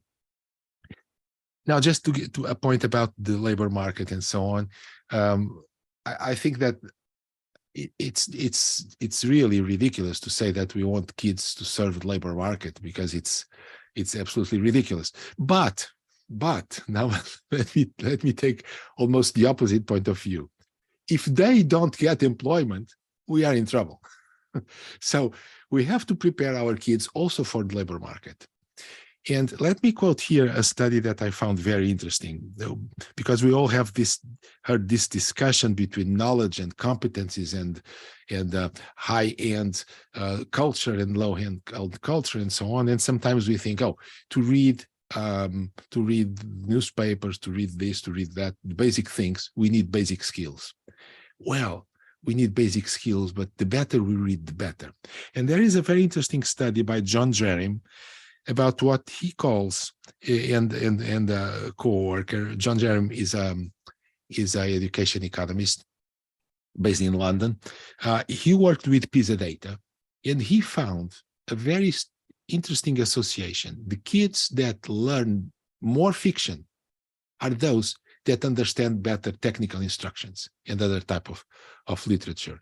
So I think this is very, for us who love knowledge and who love history and who love literature and so on, this is very reassuring, because this is telling us we should teach kids the important things that our civilization has attained, because if they read poems, if they read literature, they will be able then to act better in their professional lives.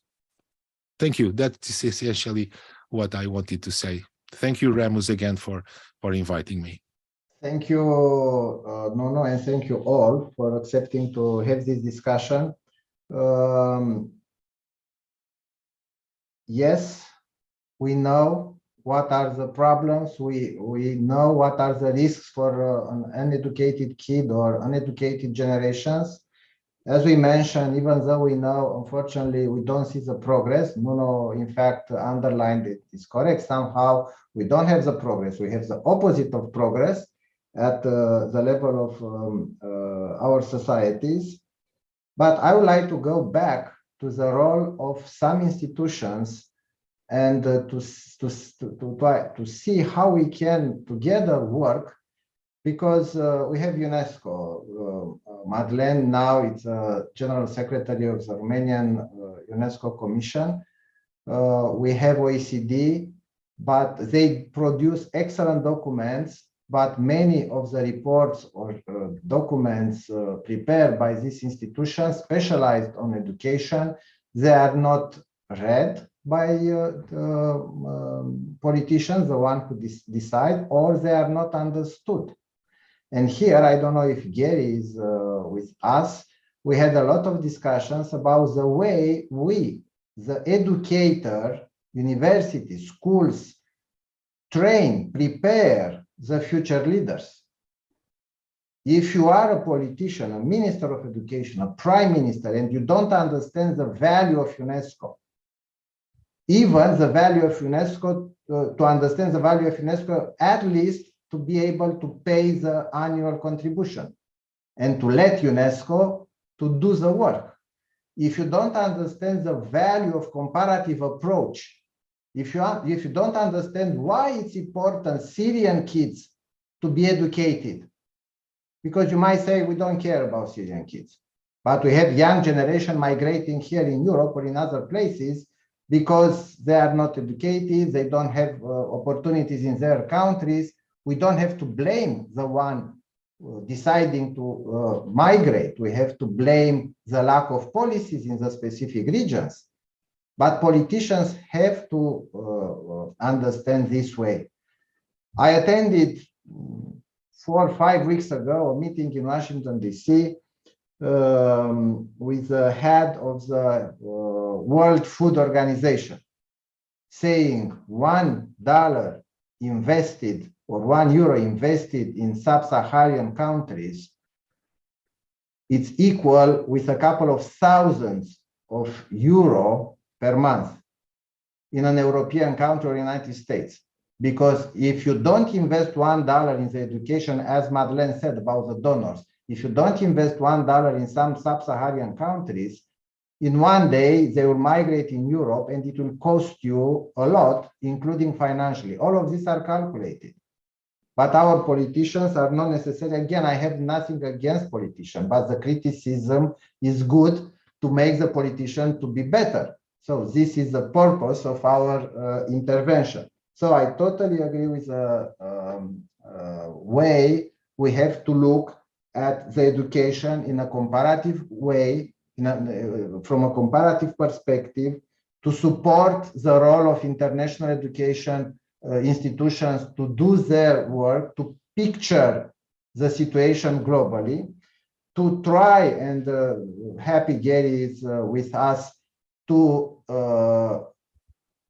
preach for a kind of model of preparing the leaders, the leadership classes. Some leader, we say, okay, what is important for a leader? Economy, law. No, it's important also to understand the impact of lack of policies on access and equity. Education generally, we know, as former members of the government, is the last topic on the agenda. No, should be the first. Because as Nuno said, we in fact build not solutions for the future, but the problems for the future, just because we don't know to approach educational policy appropriately. Gary, if you'd like to contribute to our discussion, especially, and I think it's a good moment to speak about the initiative of the World Academy of Art and Science to try to look at the leadership programs globally. Someone not being able to understand the concept of human security will never serve or implement policies associated with human security. Thank you, Remus.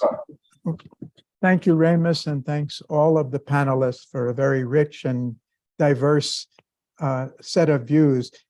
Nuno, I was particularly intrigued by your comments about reading literature, because it's my own experience that we can provide, I've gotten more insight into life and social change and processes through literature than I did through many of the academic studies. So it's very interesting.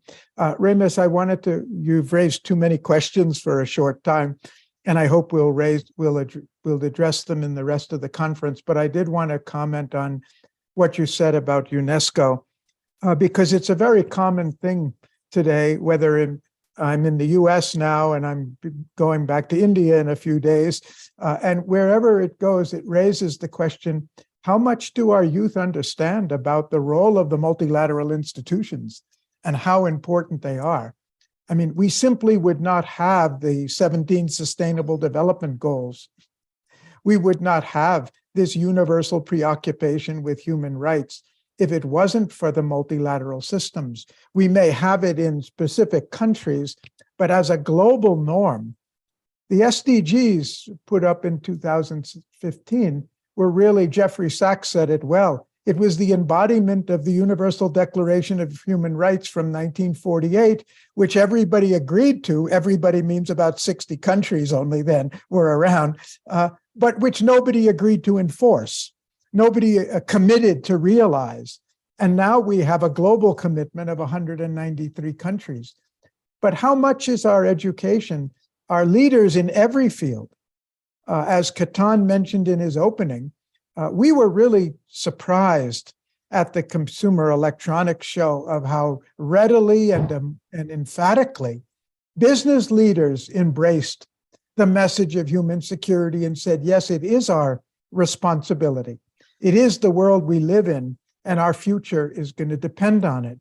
And that's the same thing, the message that we're trying to take to the finance industry. The future of economic development depends on managing threats and risks and creating a stable environment for the social development of the world. And unless we are investing in human security needs, we're simply not going to have the environment that's going to support. Even now we see how fragile even the peace is after how many decades of stability and peace and a relative sense of security in the world. So I'm glad you raised this because it's the beginning of a much larger discussion. It's not only for specialists who are going to be political leaders or business leaders or in finance, but what every citizen needs to understand about the important role of the SDGs, of the multilateral system, of international law. And I think we're at a very, it's somewhat depressing when I talk to very educated young generations in India and here who've never heard of the SDGs, and in America particularly, who don't understand the value of the multilateral institutions. How are we going to get it the buy-in we need, the support we need from the future generations to take up and build on what's been created and take it much further if we don't do that through the educational system. So you have started a very important discussion on many fronts, which need to be pursued, and I hope that we'll be exploring them much more in the rest of this conference, and also in the papers that we're looking for from you and other speakers to be published afterwards, which will really, we're trying to send an agenda for how this topic has to be pursued in future in greater depth than we have the time to do today. So thank you all. Thank you, Gary, for your intervention. I know Adrian is in a hurry because he has to move to another session, but let me share with you what we did in Romania and together with the colleagues from other European countries on education and on the Bologna process. Bologna process is a large discussion about higher education across Europe, outside the European Union, so including European Union, but also there are 46 countries. And at one moment we realized we need to increase the dynamic of discussion. And it was the idea of Adrian Curaj to organize researchers conference on Bologna, to write academic papers, to write a book, as we intend to do after this conference, but this book to be introduced by someone on a general language to ministers of education once they meet. And it happened almost all time since 2011, when the first time was organized this conference of researchers. Maybe our book, and for this reason, we have to ask the support of the participants to this conference, should be presented to leaders across the world with a short introduction, simple introduction, to understand the value of education when we speak about very sensitive, even critical topics like human security.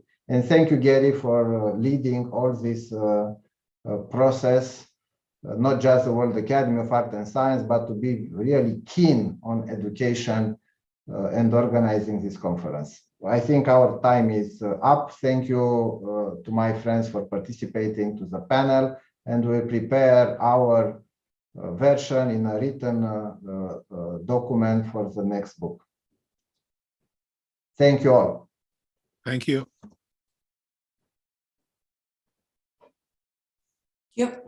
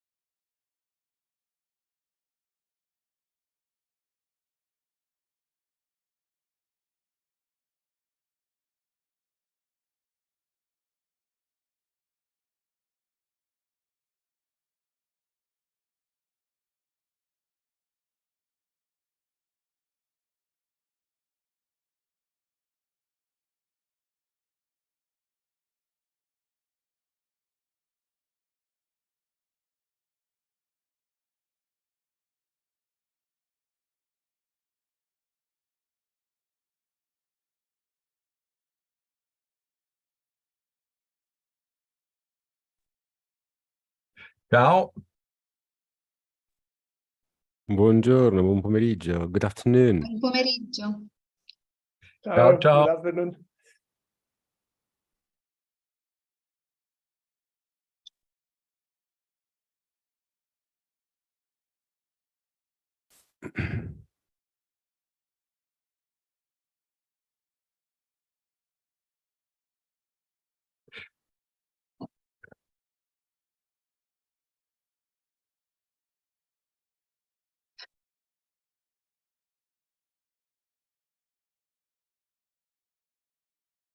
Ciao a tutti.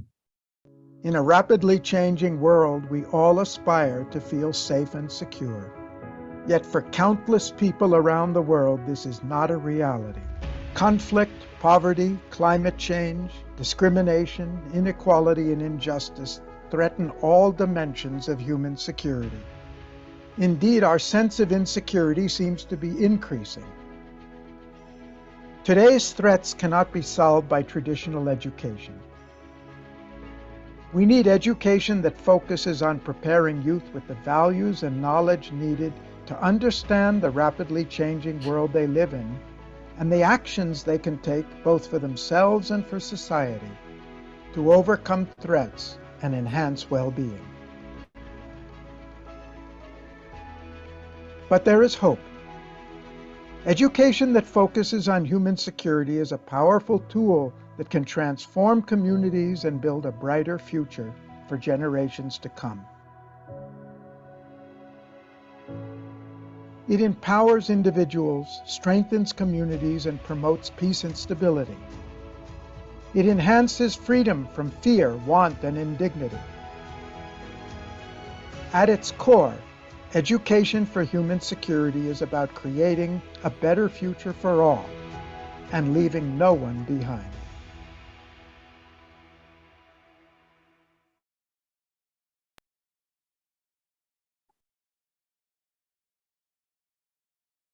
Professor Zipuri, you can start the session. Thank you.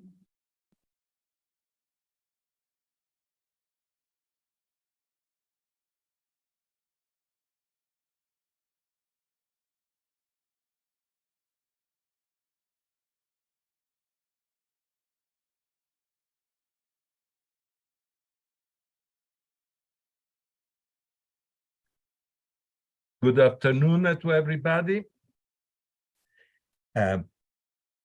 And thank you to the participant to this panel, and especially for the people that I contacted at the last moment. So double thanks, because I had invited two friends and colleagues from the World Health Organization, Deborah Kestel from the director of the WHO Mental Health Department, and Chris Brown of the Department of Health and Prosperity, but they had to drop out because they had a very urgent task to organize another big conference. So they send their hello and their regrets.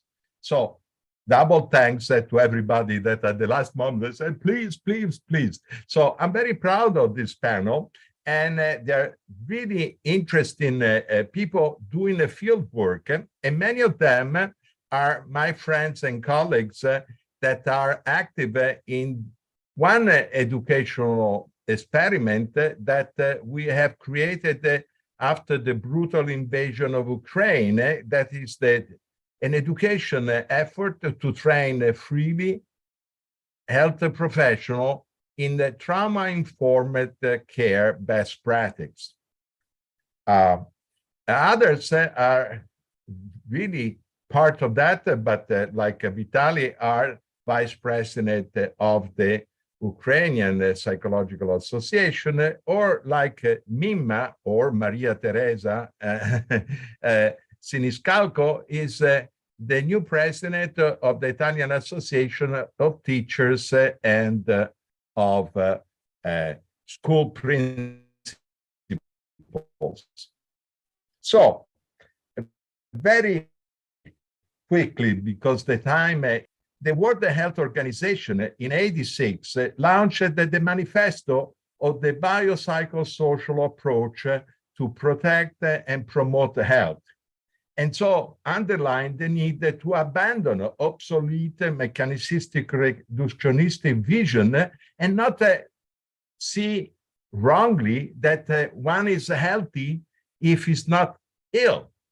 But health, the World Health Organization, show that not only is the full development of human potentialities, if the environmental situation allow. So health has to be defended, promoted in everyday life by all of us, the citizen, helped by the professional in the health field. And not only that, we cannot just concentrate on personal health that without seeing that health is socially construed. So social health is an important determinant. But more than anything, if you read again, very, very important even today, is that the prerequisite for health and well-being are peace. How not to underestimate that? There is not really healthy, not helping well-being to have missile bombarding your apartment, people invading your country, people raping your children. and not only health, peace, but also shelter, to have a roof under your head. And third, the WHO says education, food, income, stable ecosystem, sustainable resources, social justice and equity, equal opportunities, in other words, gender equity, non-discrimination. So the effective promotion of health and well-being is carried, the World Health Organization teaches that, by action that are person and people-centered, action of empowerment. The same thing the United Nations says that there has to be in defending and promoting human security, people-centered action of empowerment. And the same thing is about education. In Europe, we have been for more than a quarter of a century trying to reach a knowledge society. Well, the Bologna process, as you well know. Well, the Bologna process published a bulletin, and one of the last bulletins say, we're not doing it good enough. We need to involve, to be more student-centered, to involve the students and be more active to design their curriculum. Not only that, to self-evaluate their accomplishment. We have tons of research and show what Dewey, long time ago, at the end of the 1800s, said. The problem with school, there are too many teachers and too few facilitators of learning. We need to see things, not education, human security, health. They are all the aspects of the same reality of us in relation with other human beings, with the universe in which we live, which is full of living things. And we've been at war with each other, with ourselves often, and even with plants and animals. We badly need peace, and the school system, it doesn't teach peace actively by behavior, not just by word, it will continue to be part of the problem and not of the solution. Now, let's hear the first panelist, Professor Luca Rollet. Luca, please. Thank you so much. Hello, everyone. Good afternoon to everyone. I'm really happy to be here with you. Thank you, Alberto, for your introduction. And it's a pleasure to be here. And I say hello to everyone, also online, YouTube channel, and everywhere. I think this is a very important conference, this one. And listening the talk of Alberto, immediately I wanted to change again my presentation, but I can't because 7 minutes in 7 minutes. So I will be very strict, and I will ask the help for Alberto to give me a sign if I go too long. And also I will use very, very organized. Okay, the anxiety is coming up. Okay, I will run. I will use a PowerPoint presentation just to not talk too much, and I will share my text with you immediately. So thank you so much. Here we are. You should see in a sec. Okay, now you should see my PowerPoint presentation probably. First of all, I really wish to say again, thank you to Alberto, and you just already mentioned some words that are very close to me, and Alberto know that, is peace. When we talk about peace and we talk about education, we talk about the new generation, and we talk also about the opportunity to stay together and work together, trying to create a word that can be inclusive, respectful, and also when we talk about respect and we talk about inclusion, we talk about diversity. And sometimes Alberto talk about peace, and peace is something that I do not recognize your diversity. You are different from me, and in this case, when your diversity is just make my art explode, doesn't give me the opportunity to continue to stay in our relation. When we talk about a relation that can be centered person, it means definitely to work one-to-one and one-to-many people to create more consciousness. Here we are. I really wish to introduce you in this project that try to fight in some way some stigma, discrimination, and inequalities against and minorities. In this case, I will talk to you very fast about sexual minorities. So we are talking about LGBTQI people, and this is a European project funded by European Commission.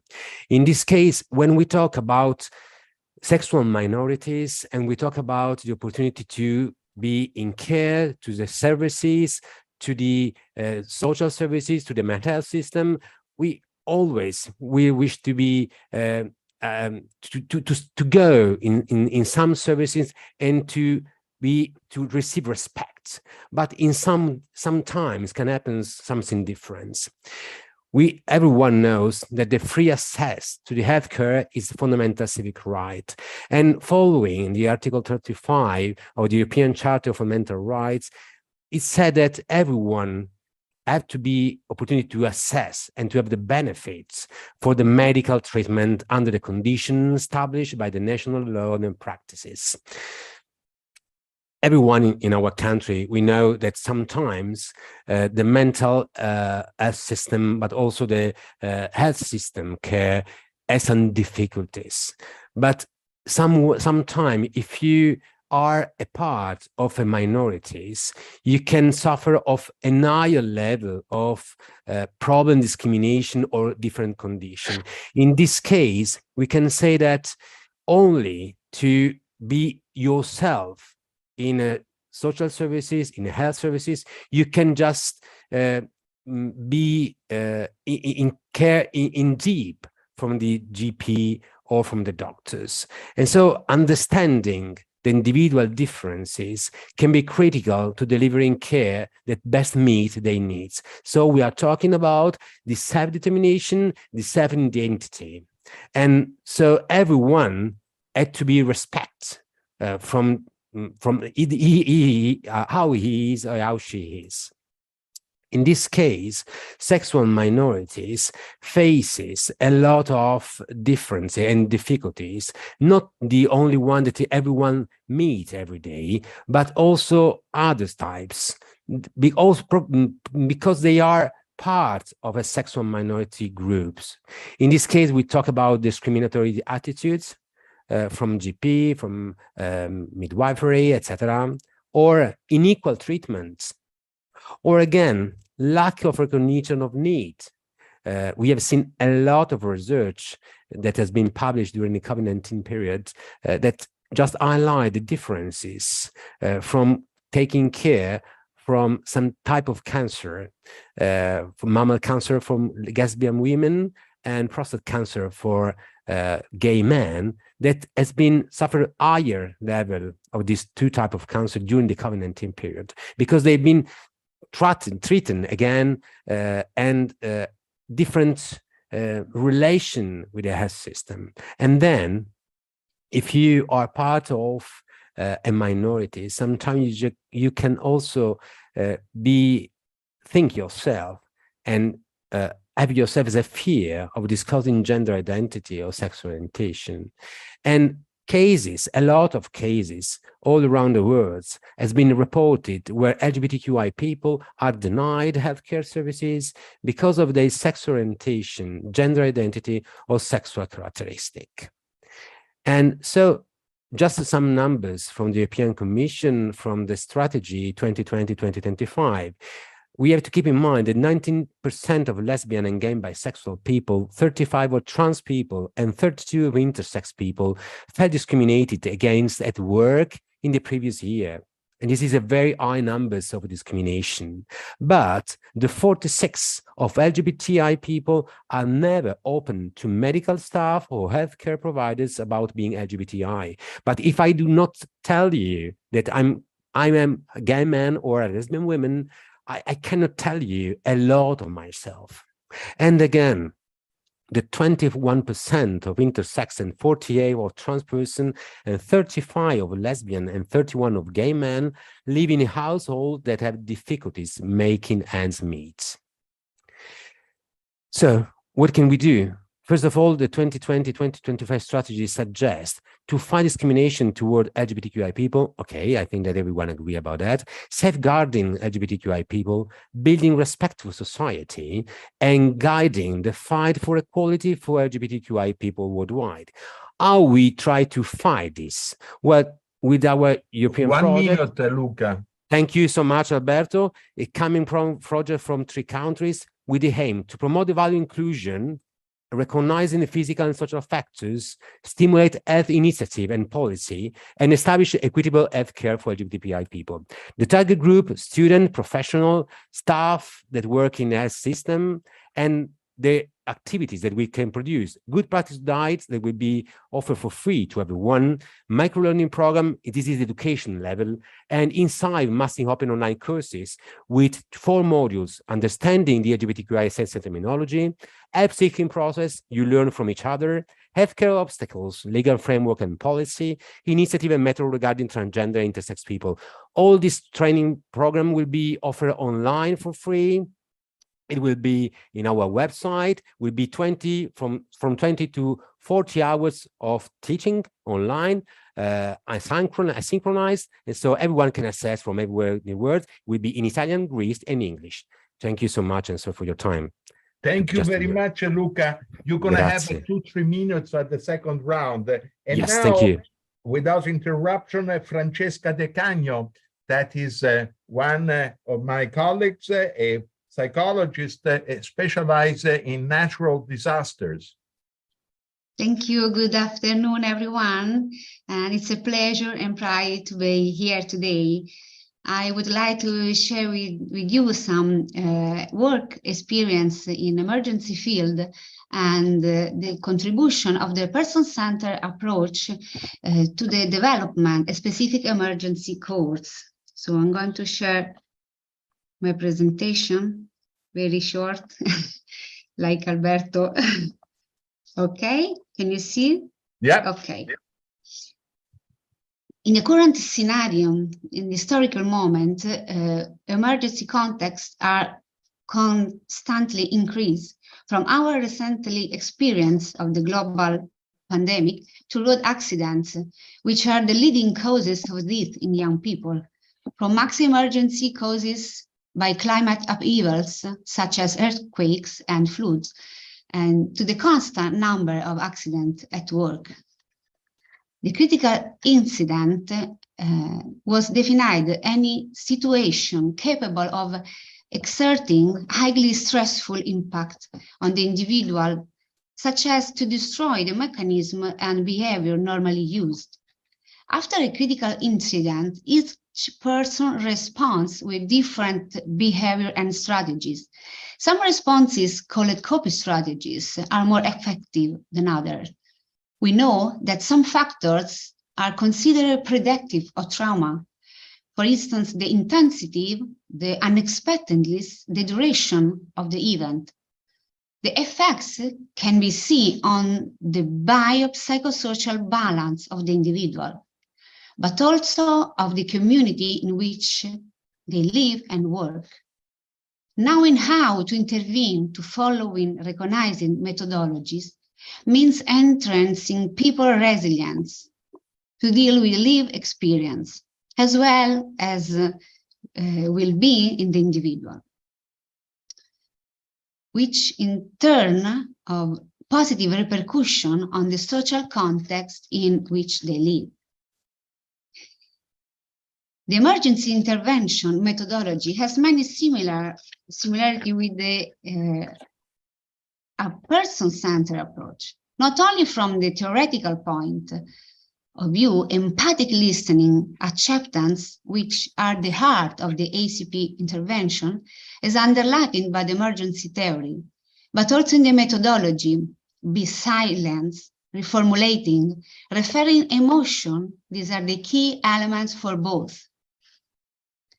Once we observed this common ground, we decided to create a training course that could help acquire and develop skills and methodologies useful for training personal working in a number of settings. For example, on the front line in emergency, or in health or psychological situation of trauma, with family members of people directly involved in the critical event, or with association work in prevention. The training deals with the management of trauma in a practical and experiential way, adapting different contexts, emergency intervention, kids trauma, for working with children, and trauma-informed care. It is structured in modules that can be also taken individually and is suitable for teachers, social workers who work in relationship-based context. Because as we have seen in the presentation of this scenario, it is common as professionals to meet people who have been exposed to the traumatic events. Part of my work encompasses training in the public sector, such as with the firefighter or Red Cross worker, where the use of these skills has been crucial. Let me share an example of how they can be used. When a facilitating climate is created in the class, there is always a moment during the training when an individual starts to share a traumatic experience. At the moment, the strange silence descends upon the class, a space in which painful memories are activated. Through empathic contact, all the participants often come in contact with their traumatic memories. As a facilitator, having the tools to contain and manage this precious moment for the participation has made me more effective in the work. We can predict when people will experience a moment of difficulty regarding their traumatic or painful experience. However, knowing how to relate and what to say makes me feel confident and more complete, like a professional. We are convinced that the training and education in the emergency sector is fundamental. Carl Rogers says, everyone has within themselves their own resources that through a facilitated climate can be best expressed and developed. These principles are the basis of our approach on the pedagogy that we apply in the training.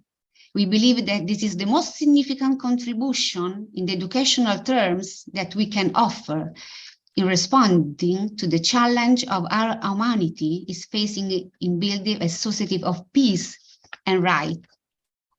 Thank you. Thank you very much, Francesca, and a double thanks because you've been very, very, very kind to be so strict with the time. Now, Giulio Ammannato, that is I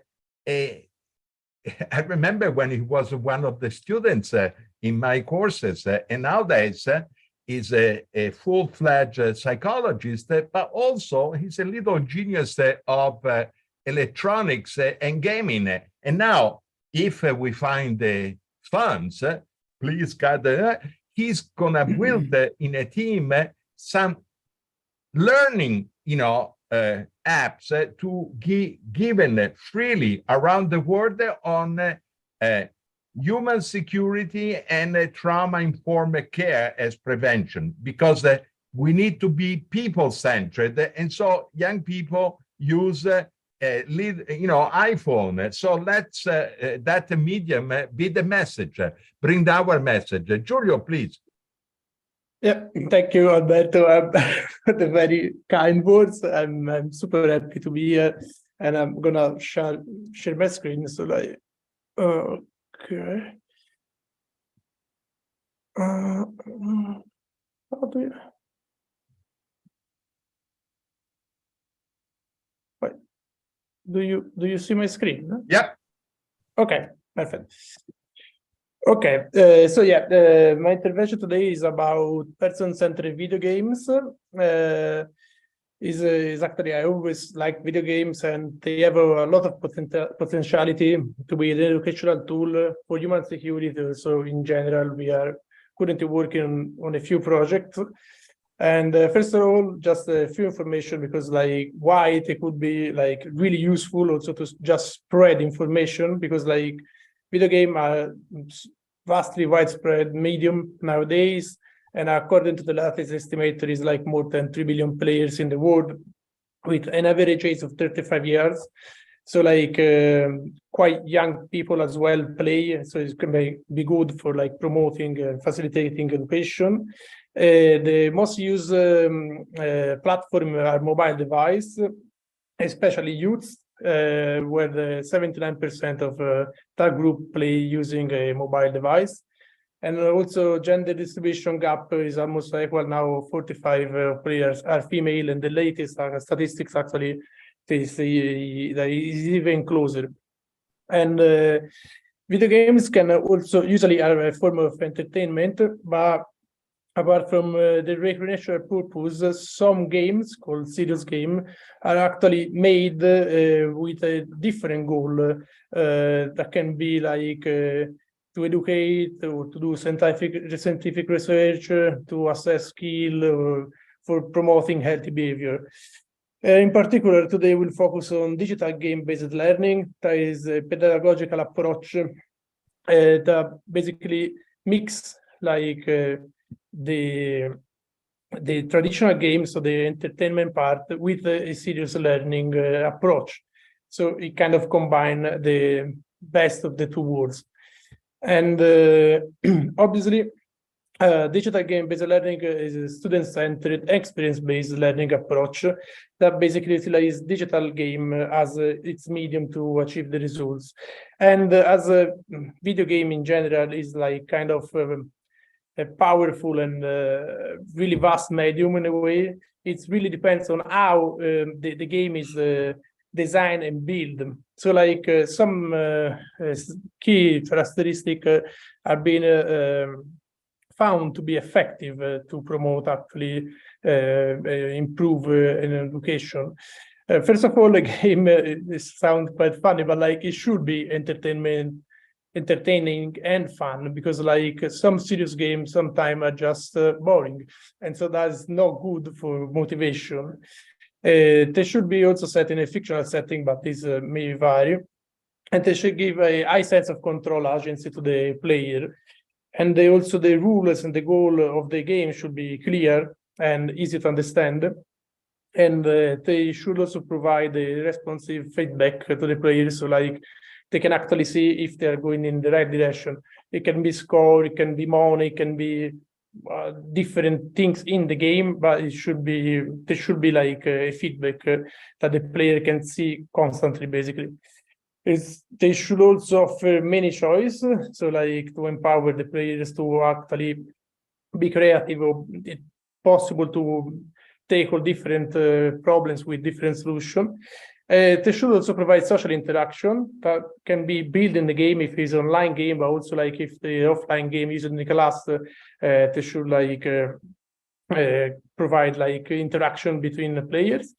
They should be accessible, and they should be like with progressive difficulties. So it's like they are not too hard at the beginning, and they are quite easy, and then they step up in difficulties. Like this game actually was SimHealth in 1994. That is the same year, if I'm correct, that human security paradigm was first introduced. And this is not a good example actually, because it was too complicated and like too serious in a way, and too less of a game. It's a simulation of the American health system. It's quite complex, but it was like one of the first game to actually go in that direction. And then, if those like characteristics are put in action in the gameplay of the actual game, it has been shown to be like the outcome to be more positive than like non-game based learning. There are a lot of positive effects actually, like linked to digital games based learning. Some of the effects are in improving self-esteem and autonomy, and improving decision-making and learning motivation, because it activates more like intrinsic motivation and extrinsic. But like usually if it's a good game, like players want to play it because they have fun. to improve also well-being. They can improve emotional growth, they can improve problem solving, collaboration between students, conceptual understanding, so like linking together different concepts, and also innovative, creative, and critical thinking. In this case, like Minecraft, for example, the education edition is really good at achieving these results. There are like, you can explore a cell, you can explore a factory, you can interact with a factory, with a cell. And so you actually kind of see from inside and learn through doing. So, yeah. And digital game for learning could be possible to create a digital game actually based on the 7 types of insecurity identified by the human security paradigm, and also maybe with a research action approach, so like involving people also in the making of the game, could be really effective to let players directly experience in a virtual world the effect of insecurity, and also help them come up with a creative solution to the causes, the root causes of the problems. So it could be really good to spread in a way like what is human security, and reach a lot of people, and also like let them learn through play. And also apart from this project, now I didn't put in the slide because like I wanted to focus on human security, but we are also trying to make because we are looking for funding, but like a game about trauma and trauma-informed care, and that can also be good for health promotion and health education in general, and to inform about the best practice of trauma-informed care. And this is it. I just wanted to be super brief. But thank you. Yeah, thank you. Thank you for the time and the attention. Thank you, Giulio, also for respecting the time frame. Now, Vitaly, that is also a partner, the Ukrainian Psychological Association, a partner in the trauma-informed care best practice, and he has 2 doctorates. He's a researcher in Brussels. To you to say whatever you want, and you are driving. Where you, Vitaly? Hello. I hope you can hear me well. Yeah. Yes, I'm driving from school to actually education, topic of our conference, driving from school to home.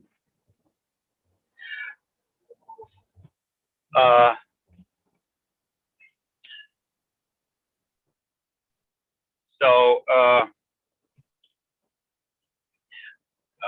I'm not sure that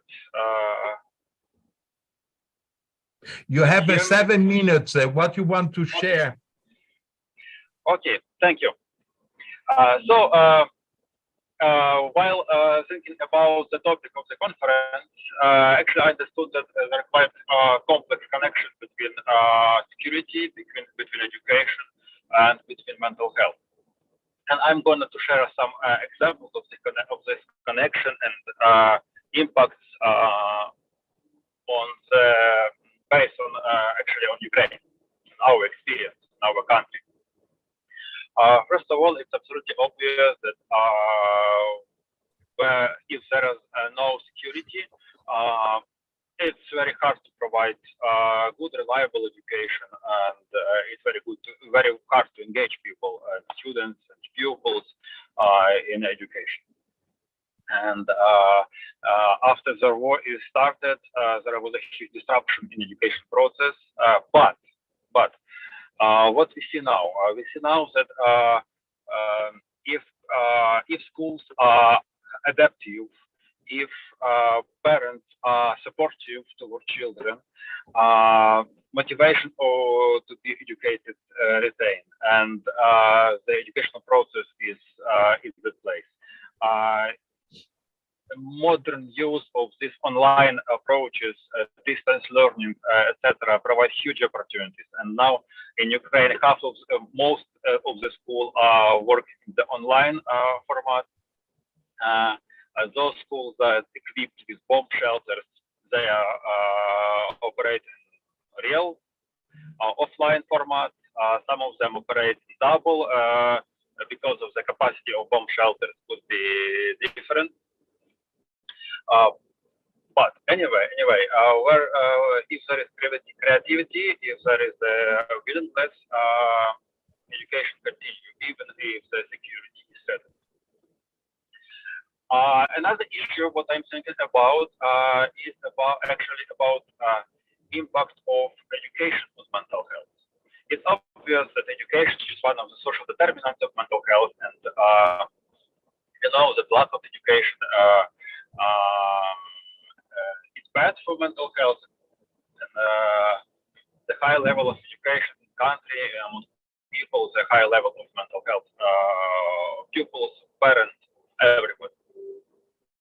But I'm thinking also about another, sometimes, and I'm thinking it happened, there is what we call bad education. Education in which actually the mental health is under the threat. It's an education where pupils, where students are overwhelmed, underestimated, developing actually not useful for life skills regarding overworking, doing a huge amount of tasks at the same, the very small amount of time. Education systems that forced to cheat on and to use different things that actually undermine the idea of good education. And actually, it also is the case of a lot of Ukrainians, unfortunately. Unfortunately, Ukrainian education system, school system, is not very well equipped to be trauma-informed, to be sensitive toward mental health, to be giving these policies against suicide, against bullying, and other things. It's a huge area for development. Another issue which facing now our students that are pupils, children that are abroad, is that they are forced by parents to be educated in two schools at the same time, in Ukrainian school online and in a local school in their host country. It's for most of the new pupils, students, it's absolutely disastrous for their mental health. They're overwhelmed, they're anxious, they're depressed. It's another issue with which we should deal. Another point which I'm thinking about is actually about impact of mental health on education, and I'm thinking about impact of mental health of teachers on the education process. And what we see now also in Ukraine, when teachers are depressed, when teachers are anxious, when teachers are don't know, do not aware, not aware, but don't know what happened in the future. It also it can lead actually to very bad results. It can lead to absolutely disastrous in terms of education, in terms of mental health. So that's my point. That these things are absolutely interconnected, and we should be aware of them when we think about enhancement, about development in mental health, education, and security altogether. Thank you. Thank you. Thank you very much. And all the best for a free Ukraine. Now we have our last speaker, Dr. Maria Teresa Siniscalco, that is the new president of the Italian Association of Teachers and School Directors, an expert of INVALSI, the Italian Institute for Evaluation of the School System. Basically, it's 2 days ago that I asked my friend Mima to help me, and I'm so glad that people didn't come out so we can have you. Come 7 minutes, Mima. Thank you, Alberto. I'm honored to be here, and thank you to each of you who spoke, because I learned so much, and it was so precious to listen to you. I will look at this topic from the perspective of the global competence that education should and can focus on in order to look at health, not just, as you said, as the lack of illness, Alberto, but to look at health as the full development and actualization of our human potentiality. And so in order to have this, we need what has been called a globally conscious education. Conscious is the word that you also used, Luca. Now, the international organization, United Nations, the OECD, the World Academy of Art and Sciences, I think that they have contributed in different ways to draw the lines of an education which is globally conscious. So we can think of some documents. We have, for example, the UNESCO 1974 recommendation concerning education for international understanding, cooperation, and peace, which was an important document because it called member states to ensure that their education policies are guided by a global perspective and have a commitment to international solidarity. Another, of course, the documents to which we all think now is the Agenda 2030 with the social development goal, sustainable development goals, and in particularly the goal 4, quality education. And in this goal, target 4, which states clearly that quality education is not limited to academic knowledge and skills, but includes learning to live together in a sustainable way. Now, what is difficult is to move from this statement of intent to reality. What you do, what Francesca, you were talking, goes in that direction. And one of the difficulties, for example, UNESCO, while trying to monitor the progress towards the goal 4.7, they examine more than 200 frameworks, and they analyzed the curriculum of 78 countries. And what they saw is that the issues of global citizenship, sustainable development, are addressed very differently from one culture to the other. And even the same terms have a different meaning.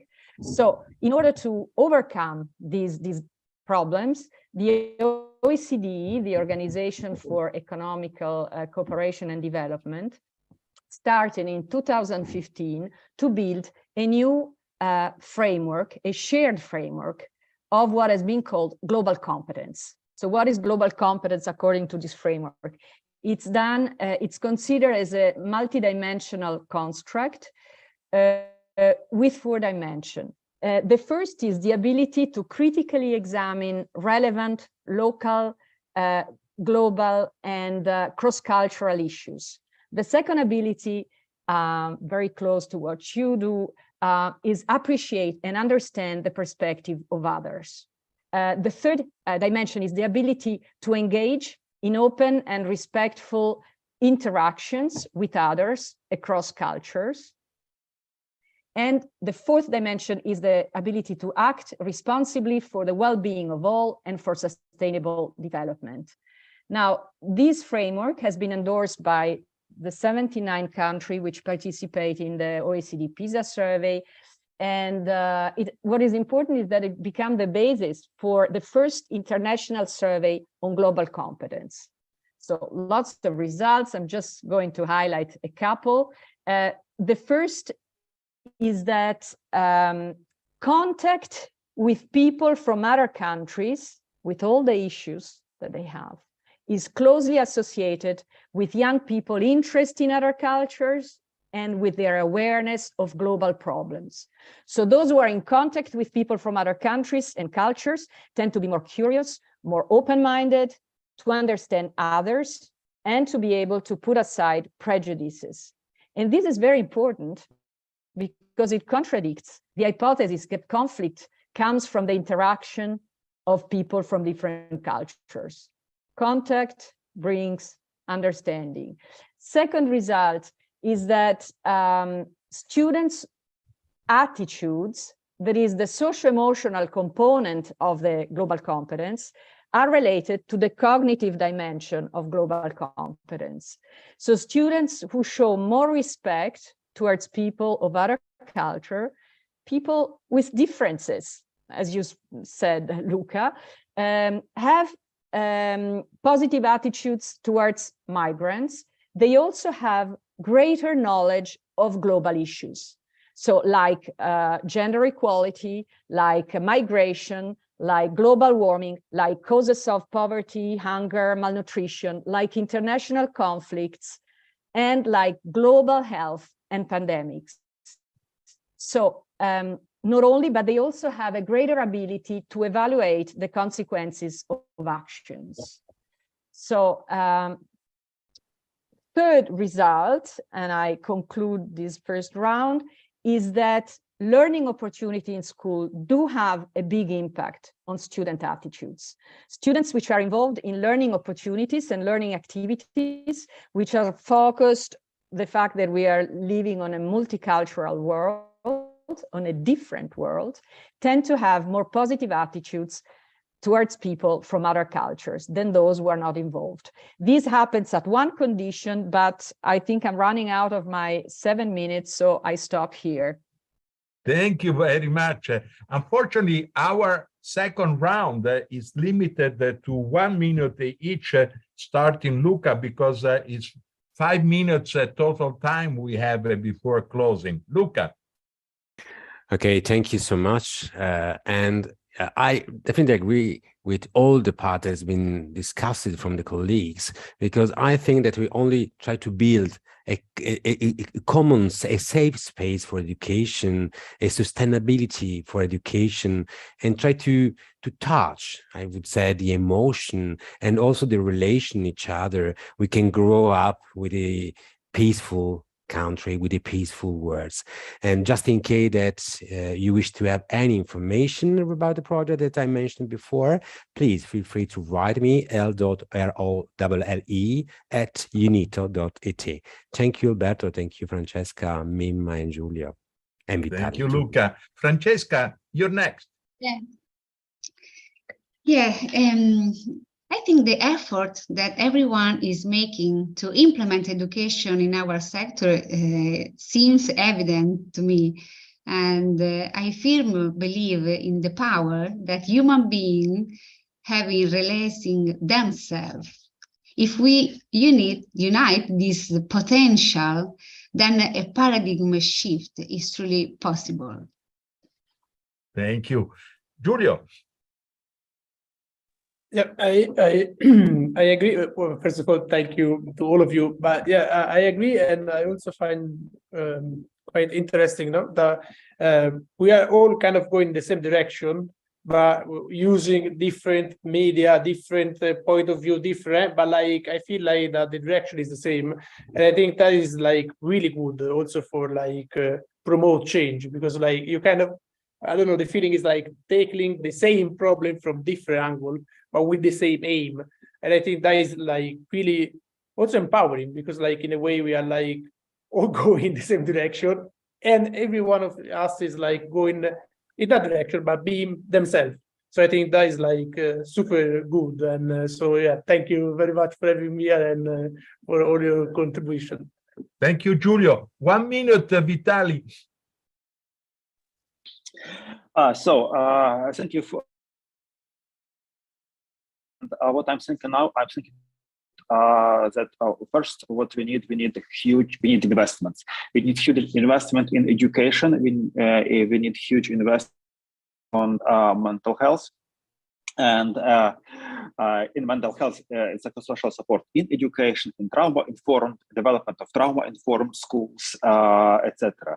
And also, second thing, what I think is, I'm thinking about that we need to believe and trust in human potential, and that we all can manage to achieve all these tasks and accomplish very good education and mental health system globally. Thank you. Thank you, Vitali. Mimma. There. No, just to finish the last result, I think, Alberto, you will like it, is that the impact of learning activity on student attitudes depends on one factor. I mean, depends on many factors, but also on one, which is the teacher inner condition. So on the consistency between what the teacher says and what she does and reveals through her behavior. So the students were asked a number of questions, and those who perceive that their teacher have attitudes of discrimination also tend to have less respect for people from other culture. And this means that the attitude and behavior of us as educators count more than we verbally say in forming globally competent people, people that care for human health and human security. Finished. Very good point. Actually, each of us that is a teacher knows very well that what we can teach really is not just a dry notion, but is with example. And we need to keep our mind open, but as well our heart and belly. And teach by example, not preaching, but being, walking your talk, as they say in the States. I want to thank you all that are really doing a tremendous field work. And allow me to thank also institutions that have created this trauma-informed care best practice project that, by the way, you can donate through the World Health Organization, World Academy of Art and Science, if you go to human security, you find any support is welcome. And so, who are the institution? The Person Central Approach Institute, also said the EICP, the World Academy of Art and Science, the World University Consortium, the Department of Psychology of the University of Torino, where Luca is a professor and also the new director of the Health Psychology Postgraduate Specialization, the University of Sustainability in Santa Fe, New Mexico, the World Sustainability Forum, the Black Sea University Network, the Planet, the Protect Our Planet movement, and the Psychological Association of Ukraine, where Vitaly is the vice president and is also on the board of directors of this. We all work free to help it. First of all, Ukrainian, and we want to, with the help of Torino University, train the trainers. But also we accepted now the request of Syria and Turkey, wasted by this terrible earthquake. And if you sustain us, we will give to anybody in needs free training, free materials, because giving is actually the only way to becoming more rich and being part of the solution and not of the problem. Thank you, everybody, and everybody that worked for peace. God bless you.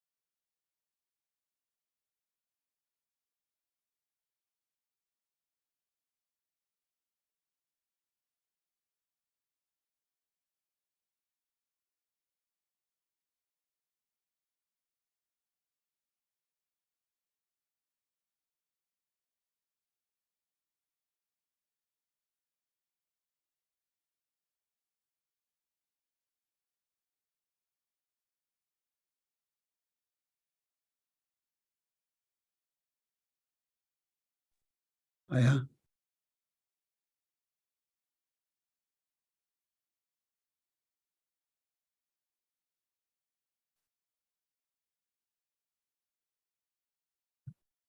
Kia ora.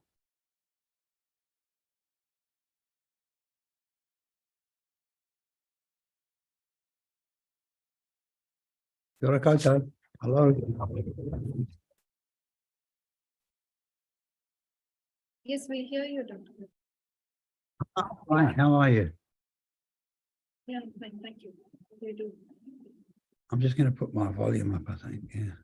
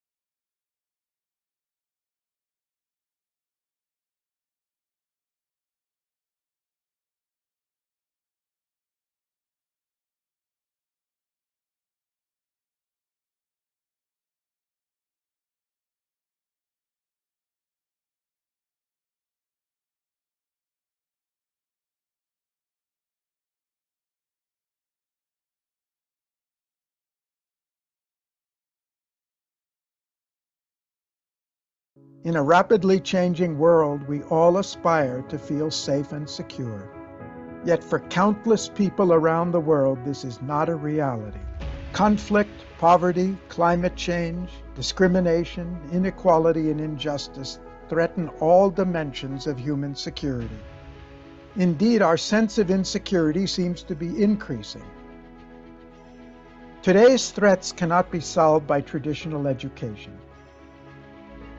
We need education that focuses on preparing youth with the values and knowledge needed to understand the rapidly changing world they live in and the actions they can take both for themselves and for society to overcome threats and enhance well-being.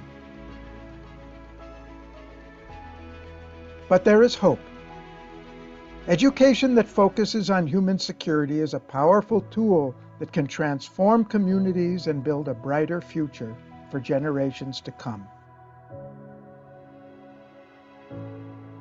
It empowers individuals, strengthens communities, and promotes peace and stability.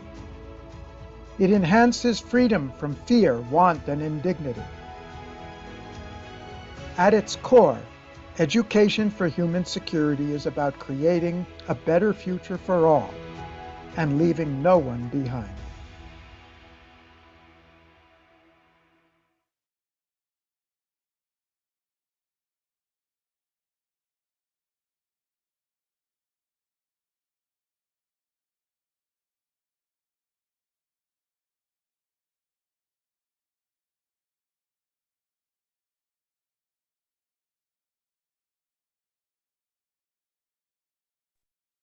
Hi all, Chantaline Carpentier has not joined yet. Perhaps you can start the session.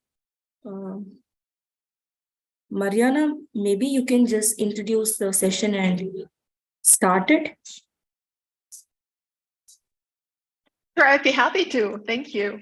Well, it's a great pleasure to be here today and share with you my thinking around how education is the single most important factor in addressing human security, because it's at the foundation of the society, the economy, our governance structures, and our institutions. So even this is even more important today as we are embarking on the further great disruption that has just begun. And so my talk today is about the new economics for the Great Disruption. And I'd like to talk about what is that great disruption that we could leverage to increase human security through education. So we're all familiar with the climate crisis, the financial crisis, the energy crisis, and in short, the meta crisis that we need to understand if we hope to begin to address any of the great challenges that we have today, because they're all manifestations of the Anthropocene, which underlies our failing economic systems. So the great disruption that I'm referring to comes from the technology in general. I'm a computer scientist myself, and more so the technology convergence, which should give us a lot of hope and which needs to be an intrinsic part of education. Because if it's driven in the smart way, it can lead to carbon neutrality. And I will talk about three major sectors of the society that can together address or reduce 90% of the current CO2 emissions by 2035, if it's done properly. So let's take this step by step. So for one, the current system, as I said, the current economic system is dealing with a failing situation. And there are many researchers who have focused on this. One of them is Joseph Tainter, who in his book, The Collapse of Complex Societies, argued that evolved societies like the Mayan, the Sumerian, and the Romans collapsed because the societies could no longer finance, and this is an important factor, the ever-growing complexity. And economists call that the law of diminishing returns. And we have experienced that in our societies, now in the 21st century, in the form of the financial crisis of 2008, the current energy crisis triggered and enhanced by the war in Ukraine. So the law of diminishing returns is marked by increasing inflationary results. There is more money being printed and put into failing systems that are not being changed. And so that's the current predicament of humanity. And that cannot continue. But for the first time in human history, we are encountering something that education can bring to the forefront to ensure human security. And that is the great disruption that is caused by technology and convergence of technology. And that's called by Ray Kurzweil the law of diminishing return, of accelerated returns, as opposite to the law of diminishing returns. And the law of accelerated returns is marked by the speed, the cost effectiveness, the power of evolutionary process that actually brings more results at lower cost and grows exponentially over time. And we see that manifested in several technology sectors of the society, like the technology convergence, and we all have the smartphone that is a manifestation of that. And before 2007, that would have not been possible because the computing, the network capacity, the data imaging, lithium ion batteries, GPS, and all the goodies that we have in there did not converge. And so that's different today, and that gives us hope. Particularly since we can see from an economic perspective that the incumbents, like in that case, in the phone case, Nokia and Siemens, they didn't see it coming, but the newcomers, the entrepreneurs, so that's where the hope lies. See that and leverage it. And if you look at the abundance created since 1995, they were all created by the incumbents like Apple and Google and Skype and Alibaba and so on. So that's a huge, huge opportunity that we have. And so the great disruption created by within the energy sector shows us that the future energy will no longer come from fossil fuels, but from photons and solar technologies and wind technologies and batteries, and they all converge. And for the first time in human history, actually, in 2022, the investments in clean energy technologies were the same. We're matching the investments in fossil fuel and power generation for the first time. Another sector that of the great disruption is the sector of transportation. And that's, for instance, due to the convergence of electric vehicles, of autonomous driving vehicles, of batteries again. And the future is transportation as a service called TaaS, T-A-A-S, because people will sign up for the transport, not for the car, to sit here and be parked. And so that's another extreme reduction in CO2 emissions and many, many, many others. And the third sector that I wanted to refer to, particularly, Mariana, I really appreciate that you could start this stepping in as I was fixing my computer stuff. But if you could conclude, please. Thank you. Yes, of course. Well, the food disruption is the third sector that is extremely important and that needs to be brought and part of the education because it's going to be coming from cells and from synthetic biology, precision protein, instead of killing animals, which will result eventually in significant reductions, not also in land use, but also in animals. We won't be killing animals to eat them any longer because the technology is there to provide food for the world. So that's my contribution to this panel. Thank you so much. Thank you, Mariana, and deep apologies for everyone for coming in late. We've been having some computer issues here, but talking about disruption, I was happy to have my dear friend Mariana step in for me. So I'm Chantaline Carpentier. I'm very happy to be with you. Let me just start by saying we've been teaching pretty much one system of economics, maybe two, ecological economics, natural resource economics, but mostly one system, as Mariana said. And prior to the COVID-19, we saw that basically we were making some progress on SDG 1 to SDG 9. at the expense of the SDG 10 to SDG 16. What does that mean? We advance economic issues and poverty issues at the expense of the environment and social justice and social cohesion. And therefore, our economic system clearly did not deliver for people and planet.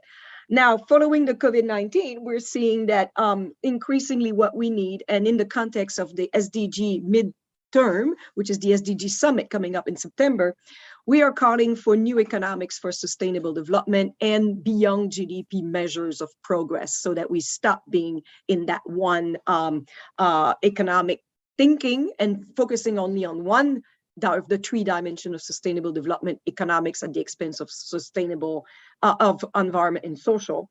And so we need to start teaching a plurality of economics and of financial system as well. And Mariana, you set the table pretty well, because we have 2 people now. We're going to go to Ayman, who will be speaking about entrepreneurship for human security. And so how do we teach that? Then, so Ayman, maybe you just introduce yourself quickly. Ayman is a good friend, CEO, president of the International Council on Small Business, but also deputy chair of the department at George Washington University. So Ayman.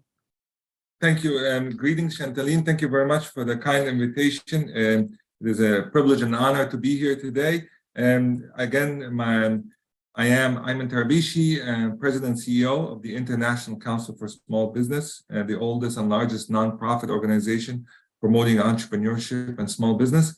I'm also Deputy Chair at George Washington University, Department of Management. I teach entrepreneurship.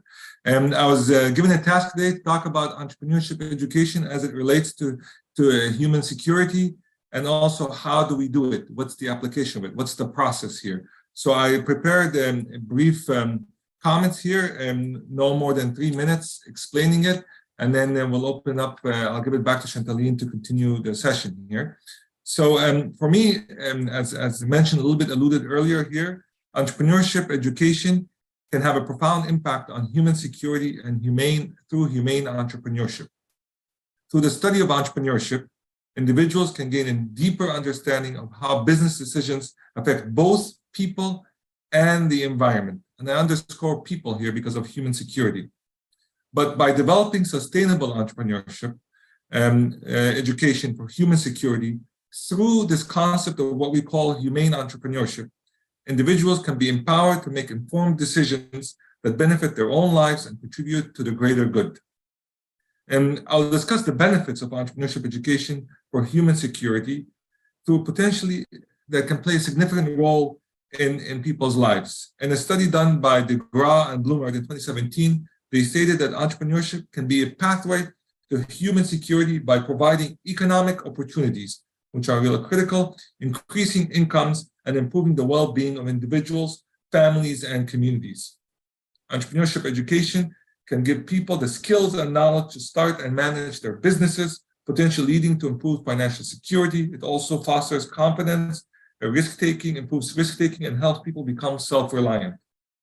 The potential for entrepreneurship education can also be improving the human security is clear. It's evident here. In a research that I have done with colleagues here, we identified a concept called humane entrepreneurship as a means to improve human security. And a paper that we have published in 2018 that we argue that a form of entrepreneurial activity focused on the human and ethical development of individuals and communities can create economic security and sustainability in developing countries. We examined the impact of this and found the presence of humane entrepreneurship in countries that are really focused on the human aspect, which is economic safety, health security, and food security. Furthermore, we found that it contributes to the creating jobs and income, and the ability of increased health services and the production of better food. Humane entrepreneurship was also found to contribute to the development of social and environmental sustainability, which is essential for long-term human security. It is clear, therefore, that humane entrepreneurship can play a critical role in improving human security in developing countries. But how? The question is how? How do we do this? We proposed 3 strategies for this. The first one is creating awareness for the need for sustainable entrepreneurship. Also, secondly, we also proposed developing entrepreneurial skills, and 3, providing support for entrepreneurs. And by doing so, we said that this can be done for these methods here, such as developing seminars, trainings, providing grants, providing workshops, and also engaging the community at many levels, right? It is not just about talking about it, but it's actually putting it into practice, the concept of humane entrepreneurship. And human security, we believe, ensures people can have access to necessities such as food, shelter, which we saw in the video, healthcare, and education. It also promotes economic development, protects human rights, and prevents conflict. Entrepreneurship education through humane entrepreneurship can contribute to human security by creating jobs at all levels, increasing economic growth as well. Moreover, human entrepreneurship is about building businesses that prioritize society first and the environment well-being. It is about creating value for the business owner, the community, and the planet. Entrepreneurship education can also teach individuals how to build socially and environmentally responsible businesses that contribute positively to society. But it is clear also that humane entrepreneurship, and in particular entrepreneurship education, can also promote gender equality and empower women, Chantaline. Women entrepreneurs face unique challenges, including limited access to finance, networks, and markets. Entrepreneurship education can give women the skills and knowledge to overcome these barriers and start their businesses. So is there a correlation between both? Absolutely there is. Is there a straight path? Not necessarily, but it takes an ecosystem to bring it together. Thank you, Chantaline. Thank you so much, Ayman, and thank you for sticking to time. I'm not sure now who would be more, so I'm trying to put these logically, and maybe we go to Stuart. Stuart, you've been, your team is Sustainable Livelihood for Human Security. I think I'll keep Natalia for last because she's gonna come with a bigger picture. So why don't you come in, Stu? Kia ora. Hi, everybody. Kia ora, Chantaline. Thank you for inviting me, and thank you, everybody, for having me on the panel. Kia ora koutou. It's an honor to be here. I'm a humanitarian work psychologist, so my discipline, the world of work has been radically changed since the pandemic and the great disruptions, and the world of work has changed, and my discipline and profession has had to change with it. And I think what I'm going to talk about, sustainable livelihoods as an alternative to the job. My discipline put a lot of stock and faith, like the rest of the world, in the job as a means of delivering sustainable livelihoods, and thereby all of the SDGs and all of the facets of UN human security. And I think we've had to change our thinking and our way of teaching in our curriculum. Just very quickly, what makes a livelihood sustainable? If we go back to the Brundtland Report, although it's arguably an ancient concept, it's been around since people have been around. But according to the Brundtland Report, it includes things like maintaining and enhancing human capabilities, so valued functioning, so not only maintaining, but enhancing, and the same for assets, maintaining and enhancing assets. And those assets can help people, for example, to cope and recover from stress and shocks, and the world has certainly had enough of those lately. Recover from stress and shocks, also support other sustainable livelihoods. So it's an inherently social concept, both today and tomorrow, at the global and the local level, in the short and longer term. And we might also add, if we go back to ancient history and farming occupations, the idea of cereal mixing. And what I'm saying there, what the definition is saying is that sustainable livelihoods are braided together, one person to the other, one group to the next. But they can also be braided in terms of activities that any one individual will perform. And in cereal mixing in ancient times, farmers would plant multiple seeds at the one time, not rely on multi-cropping. So if the drought knocked out one or two, there'd be a third and a fourth one. And in a way, the job, the amount of faith we placed in the job is a bit like that monocropping.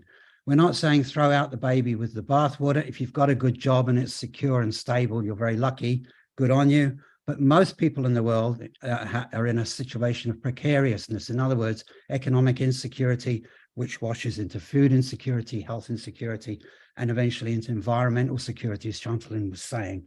If we look at the job very quickly, it's a bit of a broken promise. If we look to the baseline, the last time we had stable statistics, 3.3 billion people in work, 172 million unemployed. That's a scourge, but many more people, a scourge on humanity, but many more people in work.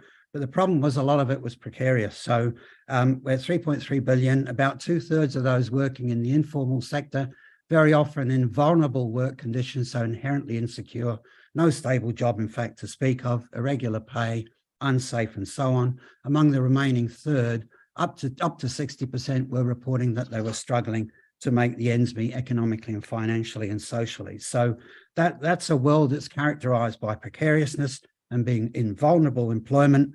And the World Bank, no less, the World Bank Group at the end of 2019 was saying we need to protect people, not jobs.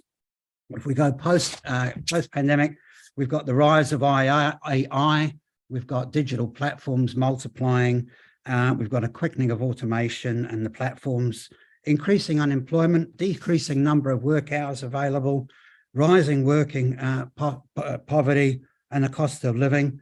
And we've got the director of the ILO, Guy Ryder, saying we cannot afford to go back to pre-crisis levels. So we've got, in effect, a precarious world of work. Sustainable livelihoods are the opposite of that. And, they speak to the sustainable livelihood is not individual, it's much more social, it's less single, it's more plural. It's not present focused as the job is, it's more future focused. It's less controlling and more emancipating.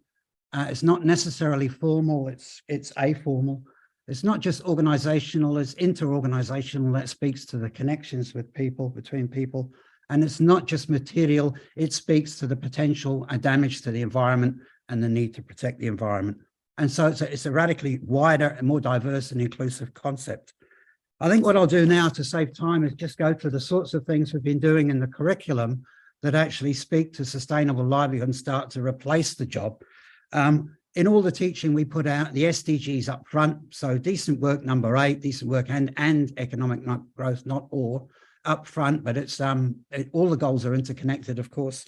In terms of work security, which the ILO talks about, and its decent work agenda, we talk about the equivalent of serial mixing. So how do you braid a livelihood individually from different forms of economic activity?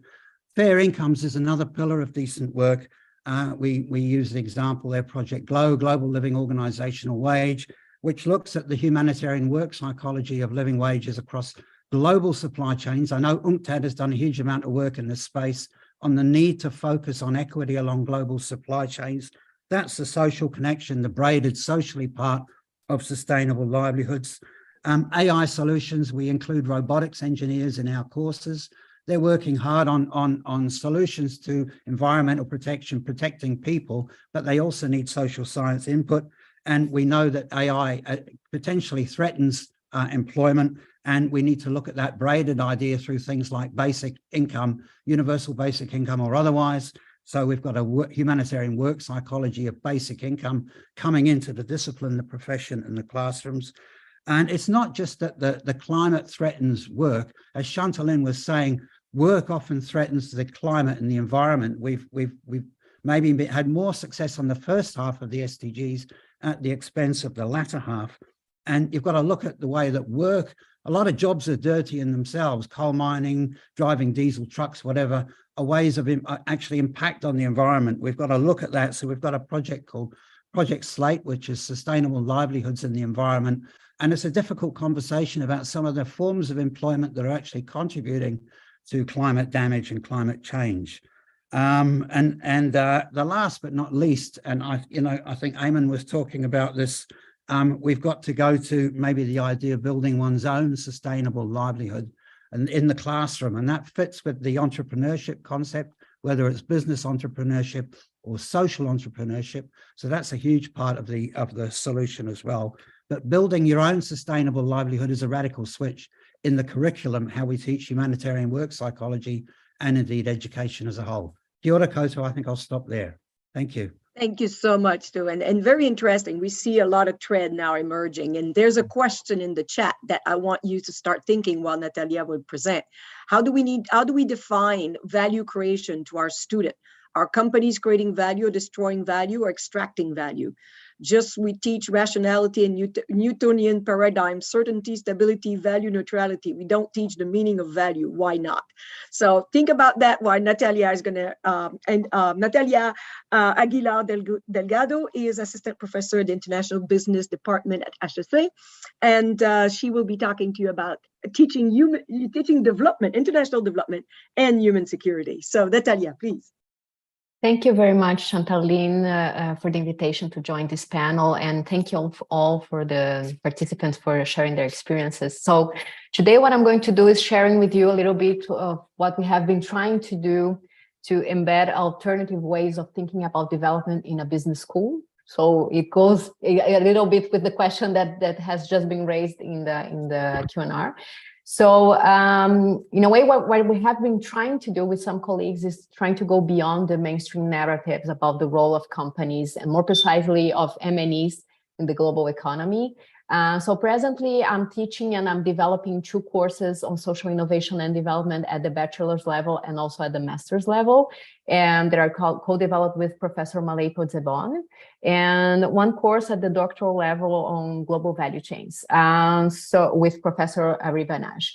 So what I'm trying to do here in my 5 minutes is to try to illustrate a little bit how we incorporate certain principles within these courses that in fact we try to embrace what we call transformative learning by adopting 3 main interconnected principles. So I'm going to try to give you examples as we go out because we don't have a lot of time. So the first principle that we really try to nurture with students is empathy and social awareness. Okay, so in a business school you may think that this is something that it's not it has become more and more important as a soft skill, as they call it.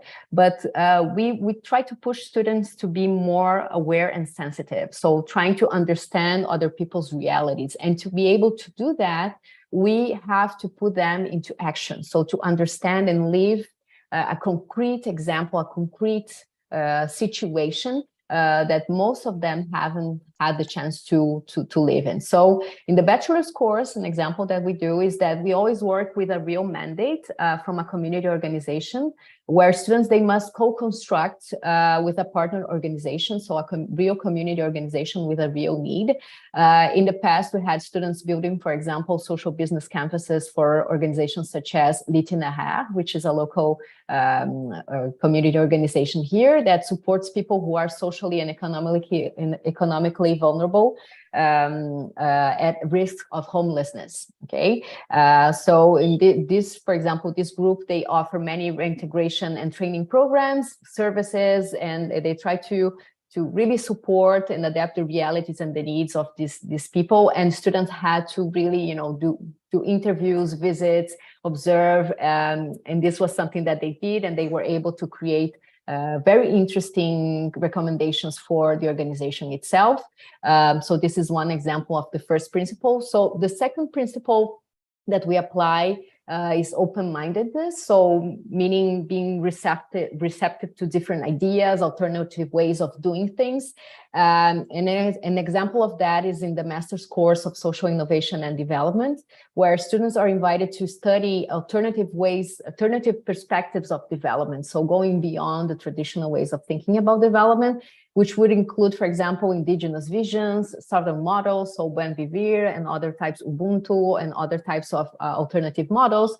And we invite them to critically analyze traditional interventions for development using these models. And we also partner with international development consultants, and we try as well to provide real recommendations that are based in these concrete examples, concrete cases, for them to be able to think about alternatives, right? So think about different ways in which we could do these things.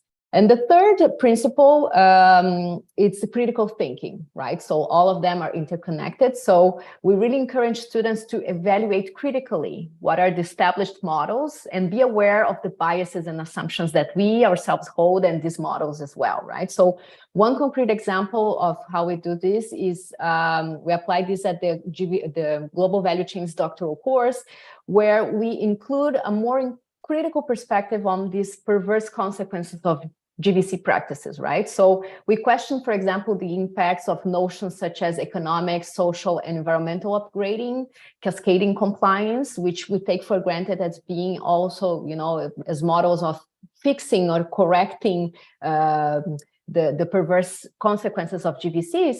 But we also invite students to unveil the political nature behind the big push, you know, for GVCs as a key model for development. Are there other ways of doing things, right? So we push students to do that. So the goal in all these different interventions is really to promote a shift in the mindsets of students, hopefully enabling them to integrate in their actions and their choices and their lifestyle ways to nurture a more inclusive and just world. So this is what I had prepared. I believe this is the time next hand, but I'm open for more questions. Thank you so much, Natalia. And what's interesting is with Ayman, we've been working on the idea of a fourth principle, I would think, which is entrepreneurial mindset.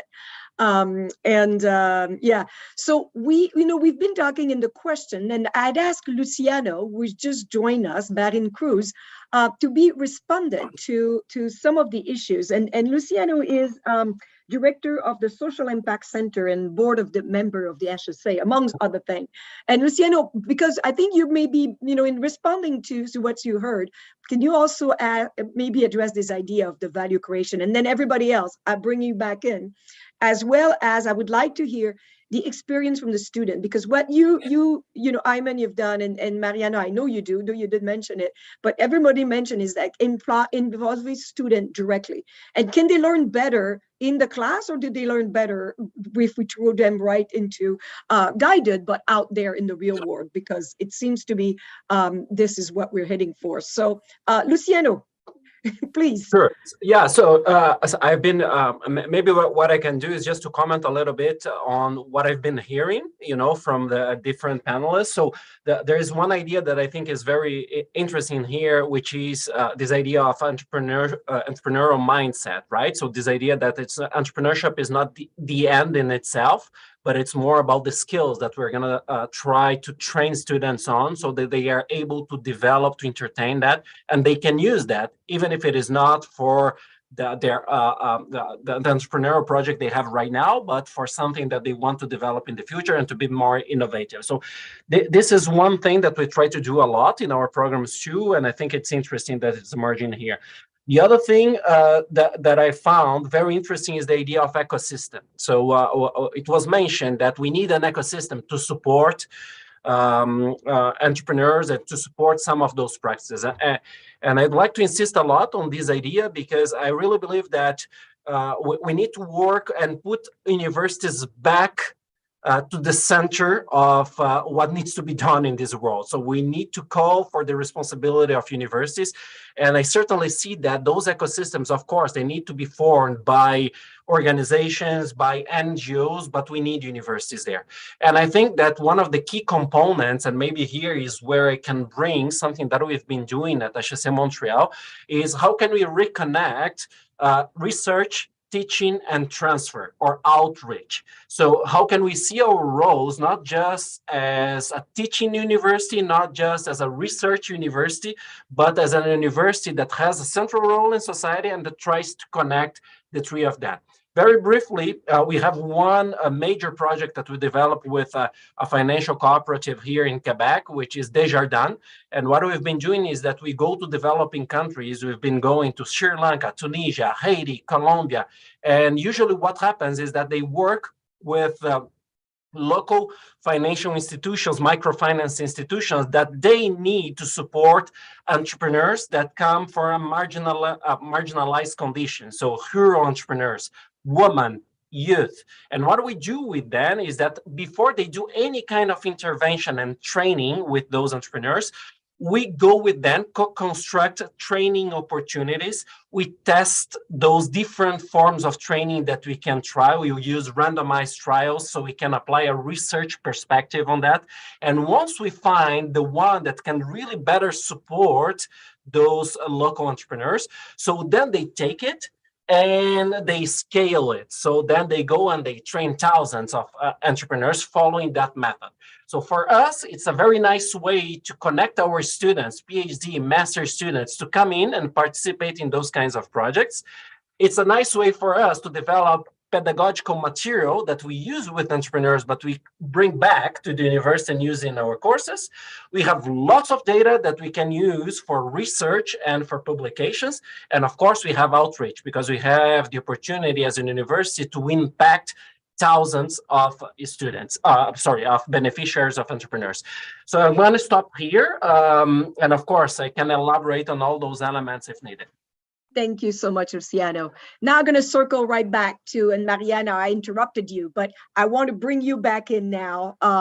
And you come in on the financial side, so definitely this value creation, I think you can answer that question. And you did answer that question in your book, actually. So maybe you give us the short version here. Well, yeah, thank you. I think it's extremely important that, we do what we do to accelerate the implementation of UN SDGs within planetary boundaries. So this is the bigger context that we need to keep in mind. So when it comes to entrepreneurship, that needs to be narrowed down to whatever the entrepreneur does and where the money goes, so that together we contribute to that. So from a due diligence perspective, and that's true for both the entrepreneurs, the team, but also from the investor, because we all belong to the same ecosystem. I've developed a 5-step due diligence process. Number 1 is the business plan and the traditional financial view and so on. Number 2, but this is in no particular order. They're all important at the same time. Step number 2 is how the idea of the enterprise fits within the UN SDGs and the global crisis that we are currently having, and how does that contribute? And we all know the strategies that are needed in order to implement the UN SDGs within the time that we have left. Number 3, which is what most of my previous speakers have spoken to, is the individual entrepreneur. Number 4 is the team. How do they fit together, to address the goal of the enterprise? And then the decision, to invest or not, or to pursue that. So that's an extremely important thing. And of course, all the factors that have been mentioned, open-mindedness and so on, are extremely important, and compassion and so on. I think one thing that is extremely important that was part of my presentation is the mindset that needs to shift from a reductionistic mindset, mechanistic mindset, to a holistic, from the linear thinking to exponential thinking, because technology develops exponentially. And if we as humans are not able to follow suit, we will fall prey to ourselves. Thank you. Thank you so much, Mariana. Very good point. May I ask, and we have to finish exactly at 50. So may I ask Ayman and Stuart to come in, please? Thank you, Chantaline. And all the comments made by my colleagues are fantastic here. And I want to operationalize it by giving an example of what we do at George Washington University. 2 years ago, we have something called the New Venture Competition, which many schools have, which is student-led initiatives or businesses here.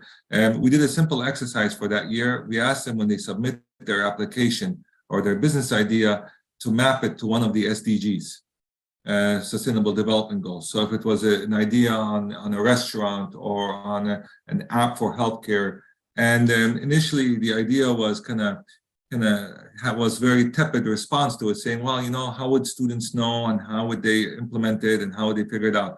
What we realized is that these students are very innovative, right? And they're both innovative and creative, and more in tune with connecting the SDGs to business propositions. And what we were shocked also to see as a side that we didn't expect is that we got more sponsorship funds from organizations supporting the students because of the SDGs, right? So you can see that there's a goal path, there's a path forward in which we can, it's not onto us, but we can give it to the new generation, to the younger entrepreneurs, to give us ideas of creative solutions, especially in human security and health security and so forth. So this is an example of something simple as just asking them to map their business propositions to an SDG and then come back and realize after the fact that they pretty much tackled a lot of the 17 SDGs and as an opportunity, as an entrepreneurial opportunity, not just a solution, but something that is triple bottom line. They generate revenue, they help the world, and they also have a social impact. Thank you. Thank you so much, Ayman. And I must say that we had a special issue of the Journal of International Council of Small Business where we documented the impact. And Stuart, I will jump again, sorry, but because Natalia and I actually talked about that, maybe Natalia can give us an impact. You mentioned of students, how it changed their mentality, how it changed their approach, and even their career, the classes that the way you're teaching them as well. Sure. So yeah, so the idea with the transformative learning is in fact this type of, we have been and we should be better in documenting that because we witness a shift in trajectories, right? So I had in the past many students in the finance major that took the course and decided to really shift gears and do other things. So just to give you a few examples, right, of how these things come up. So for example, I had students that they decided to create, so going back to the entrepreneurial type of thing. So they in fact were very, like financial consultants, they were in the finance world, and then they decided to shift gears and really open their own entrepreneurial activity, and basically using many of the things that we had discussed in class. So the idea of inclusion, right? So of shared values. So going back to the concept that we have been talking about that was raised by one of the people that were listening to our panel. So how do you create an entrepreneurial activity that really tries to share value, right? That really tries to include people and not leave people behind. So they created this energy bar company that it's a social enterprise that try to give back to communities in Senegal. They work with women cooperatives, and they also have lots of concern with the environment as well. So including biodegradable packaging that has been an award-winning initiative here in Canada. So really trying to go beyond this idea of sustainability as compliance, right? Or as something that, we are going to do it, we have to incorporate because it's a regulation and we have to respond to that. It's a threat, but not really, the sustainability is at the center of the concern. We're trying to build new companies, new ways. And I believe, and we have talked about that, Chantaline, that this new generation is it's wired differently, right? So they have already, a different way of looking at things. It is up to us, to really nurture that and help them to go in this direction. So much, Natalia. And I must say, and I invite everybody else, Natalia has been kind enough to help us, as I mentioned, in New Economics for Sustainable Development, which include, of course, the green economy, but the blue, the purple, the orange, the social solidarity economy. In our class, she's going to invite her student to document business model in support of those new economics. So inviting everyone on this webinar that want to join. But Stuart, please, from the sustainable livelihood point of view, I'm curious to hear you. Yeah, I agree with the panelists that the students are ready for a big change, right? So they want to see the change happen. They're into the SDGs. It resonates with their own experience. Many of them are in precarious work themselves as they're trying to fund their studies and they're looking to the future. One of the big criticisms of disciplines and professions like mine in the past has been that we've been servants of power, and in particular, servants of economic power. And that means that we've defined value in terms of things like efficiency and, business efficiency, organizational efficiency. And then we've kind of, in work psychology, we've kind of tacked on human well-being at the end and said, yeah, of course, it's about human well-being as well. I think that the value creation equation is really shifting, and we want students want a figure ground reversal. So bring well-being to the front, push it. Don't lose efficiency. It's, SDG 8 is decent work and economic development or economic growth, whatever, but bring well-being to the foreground. And that's where you'll add the value. And we focus a lot on various aspects of well-being, from physical to mental to social, environmental, and out to the ecosystem's well-being as well. I've mentioned Project GLOW and Project SLATE. We've also got another major project called SAFE, which is security assessment for everybody. And this is bringing us back to human security. So looking at the way that interventions, activities, changes, focusing on well-being can actually improve human security, not only economic, but out towards all 7 and more, including, for example, global and cyber security. And you know, those, we've developed a measure for that, which shows that they are actually interlinked. So well-being would be my answer to that very good question about value creation. Kia ora. Thank you so much, Stuart. It's a perfect fit for the Secretary General's asked us, UNCTAD, DESA, and UNDP to work on Beyond GDP, a measure of progress beyond GDP. We're starting the consultation with the regional groups now. And I think, you know, in addition to new economics and new business model, what we need is a new measure of progress that will minimize the trade-offs and maximize the synergies. And I think everything that we've said so far go in that direction. I would like each one of you, so you all know the World Academy of Art and Science is a partner of the UN on the Human Security for All. And this conference is about, you know, setting the stage and asking the questions, the right question for better teaching economics, in this case, for human security. So I'm going to go a quick round. We have 5 minutes. So that means 1 minute each. What is it that we need to do in the next step to actually teach economics for human security? So let's see. Natalia, can I start with you? You're my up queen. You didn't give me time. Okay. Who But is it's ready? okay. Well, it's okay. I can, you know, Go but ahead. I think we can, you know, like for me, it's I always try to think about how can we make things more inclusive, right? And I think that from a perspective, you know, like being a woman myself, but also, you know, in terms of other types of EDI concepts that we can think about, and also in terms of North and South, you know, like how can we make the world more inclusive? And I think in teaching, this is also something that it's a reality that it's hard, it's difficult also to include students with their own, you know, vulnerabilities, their own aspects. So I would say, you know, how to think about inclusion, you know, like sometimes we talk about it, but we don't actually put that into practice as well. So yeah, I would say, you know, more inclusion it's something that I'm you know, struggling with that, and I'm striving for that in my courses. Thank you, Natalia. And indeed, I think you can't have an efficient or appropriate policy if the people that the policy is addressing are not at the table defining that policy. And that's the problem we're having with women, refugees, youth, and everybody else for that matter. Ayman. Yeah, and very difficult question, but a very important question. You know, people don't remember words, to be honest with you. You know, words come and go, but people remember numbers more. So like the 17 SDGs is a guiding way of doing it. So I propose that we put together the 3 or the 5 guiding principles, right? And make sure that it's identifiable and they're very clear at flag posts for everybody. Is it integration? Is it ecosystem? Is it value creation?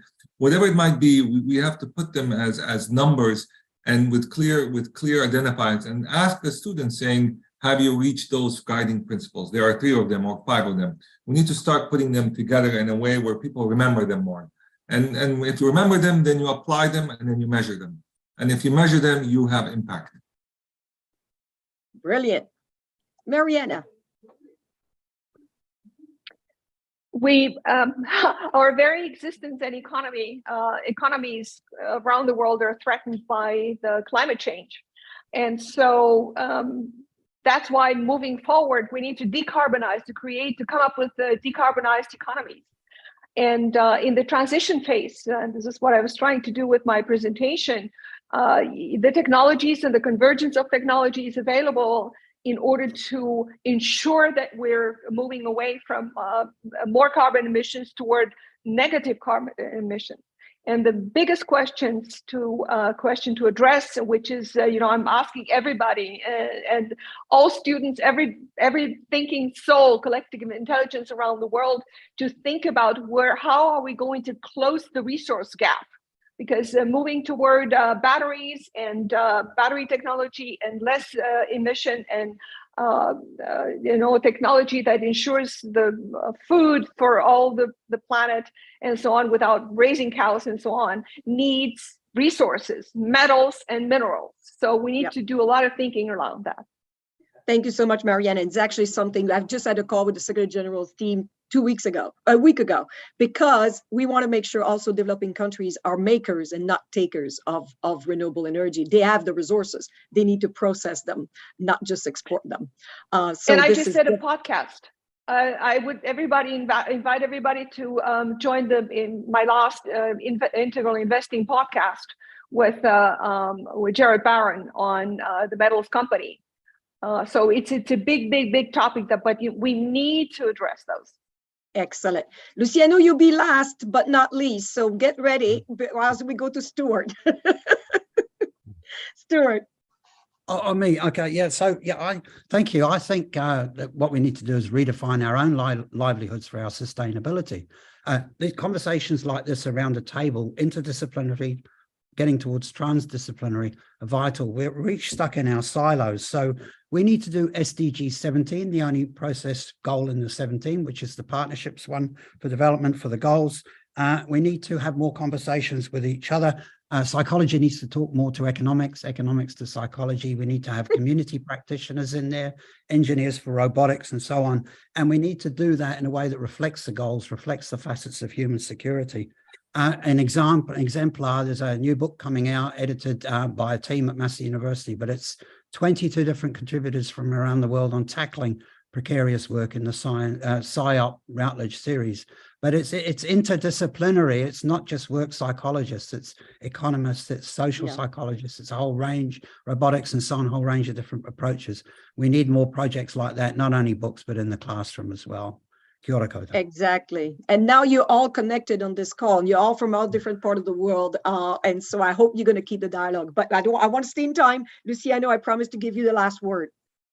Okay, thank you very much. So I'm taking a very pragmatic approach here at HSA. And one of the things we are doing is that we already have the framework. We have the SDGs, the 17 goals, the 17 major issues. And what we are doing is that it's not enough for us anymore just to have one mandatory course on this topic in every program. What we need to do now is to make sure that we have in every course, in every mandatory course, we have a kind of an integration of those issues and how those different areas, they can address those issues. So this is what we are trying to do right now to really make sure that students, they are not gonna hear something in one class and something completely different in another one.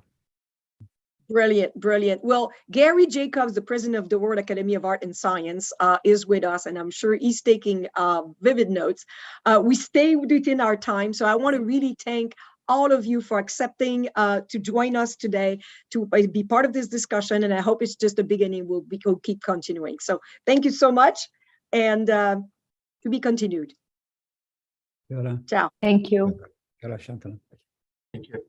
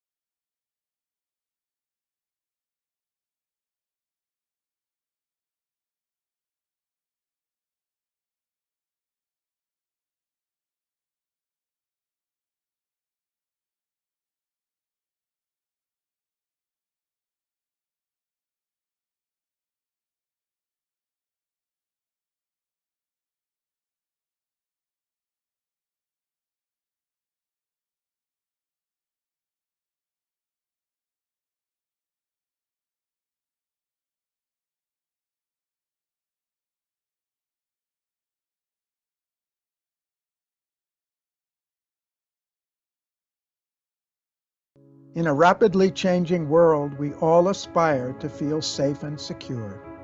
Yet for countless people around the world, this is not a reality.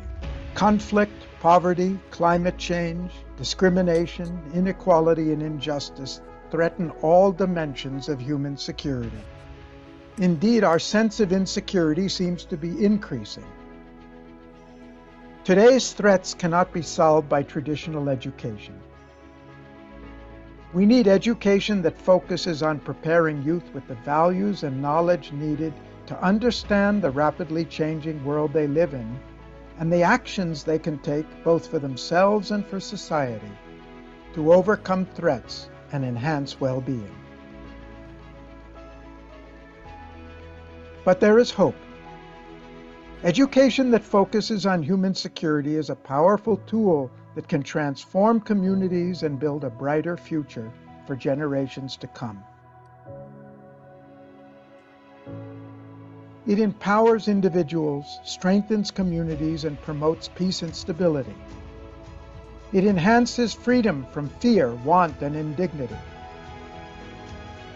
At its core, education for human security is about creating a better future for all and leaving no one behind.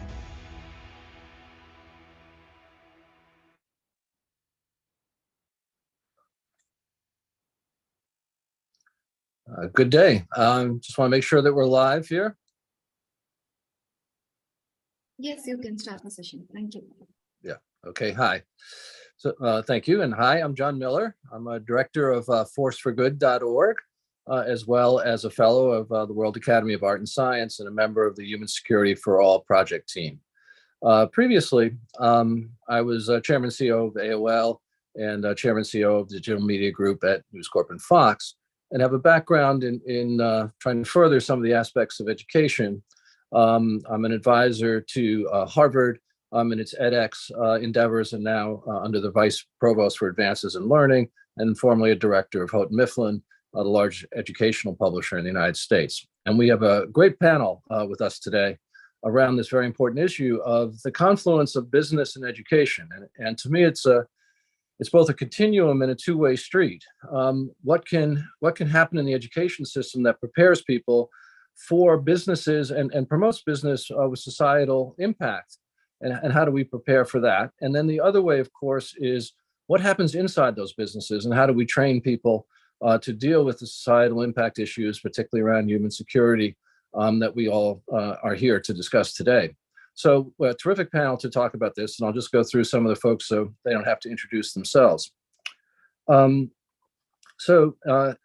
We have Channing Martin, who is the Global Chief Diversity Officer and Social Impact Officer for Interpublic Group. Interpublic Group is one of the world's largest marketing services companies, has over 50,000 employees that are divided into many divisions, so a lot to sort through there for Channing. And previously, she's been the diversity lead and strategic planner for the U.S. State Department for these areas, as well as the U.S. Office of Personnel Management, so has both business and government experience.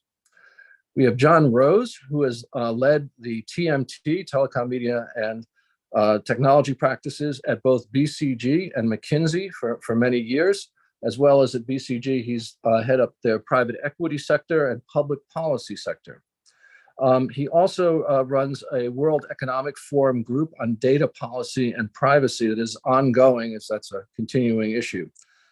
John also has some very interesting experience that we'll get to in a few minutes around what the COVID outbreak here in the United States, where he led the team for BCG that worked on a 7-state commission group that included New York State around the worst time of the pandemic and the response team to that. And that'll get us into any number of issues. We then have Mary Martin, who is a senior research fellow at the London School of Economics and director of the UN Business and Human Security Initiative. This is approximately her third career. She was a journalist where she was the European business editor for The Telegraph and The Guardian, worked in strategic communications, is also the author of the book, The Corporate Peace, which we should talk about, and has training with a PhD from Cambridge in International Relations. Ben Verwaayen is formerly CEO of British Telecom, of Alcatel-Lucent, of KPN, the Dutch Telecom. And he's a foundational board member of the World Economic Forum.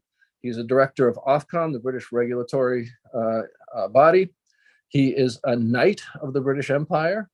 And I'm going to get this wrong, so I'll apologize to him in advance. He's an officer of the Orange, and I'm not going to get the next name, but an award from his native Netherlands. And he is chairman of Renewi, a company that focuses on turning waste product into products. So it's really a great group to talk about this. And what I might do, Mary, if you're there, is start with you and just explain, if you would, because I think people would want to hear about it. What is the UN Business and Human Security Initiative? And then we can sort of get into cross dialogue with all the folks. Yeah, thanks, John. Very glad to be here on this very esteemed panel. So the UN Business and Human Security Initiative is a research program that we set up at London School of Economics with the support of the UN Trust Fund for Human Security. And the idea is to work with companies and investors to encourage their engagement with societal challenges, whether it's the SDGs, COVID, climate change, peace building, digital tech revolution. As we know, there are many. And of course, these changes can pose a threat to business, but they are also moments of opportunity for new markets, for products and services. And the idea behind our program is that actually human security is a really good mobilizing concept and methodology for that engagement between business and society and its challenges. If business thinks in terms of human security, the human experience, the lived experience of everyday people, and how challenges, but also business itself affects individuals and their communities, that provides for interesting new connections between business and the outside world, business and society. And often I think political scientists like me have tended to think in terms of the negative consequences of business, particularly in conflict zones and fragile settings. And I think we also want to highlight the potential and the opportunities if you have more constructive dialogue around this idea and methodology of human security. So that in a snapshot is kind of what we're about. Yeah, thank you, Mary. And we'll return to a number of the themes that you mentioned there. Particularly, I like one of those last ones that you mentioned, which is, I'll use, since I'm a director of the organization, business as a force for good. So we'll return to that. Channing, you've been obviously in the private sector and the public sector. You've seen both.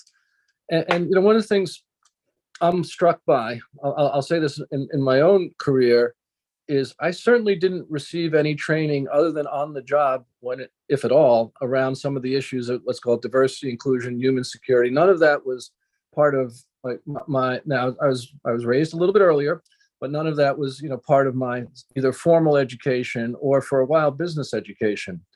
We know that is changing, but do you feel people come out of school, business school, prepared to understand these issues in the workplace?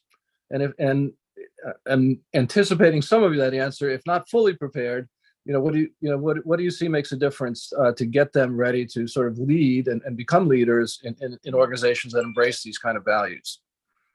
That's a great question. Thank you, John, for having me. It's great to be here.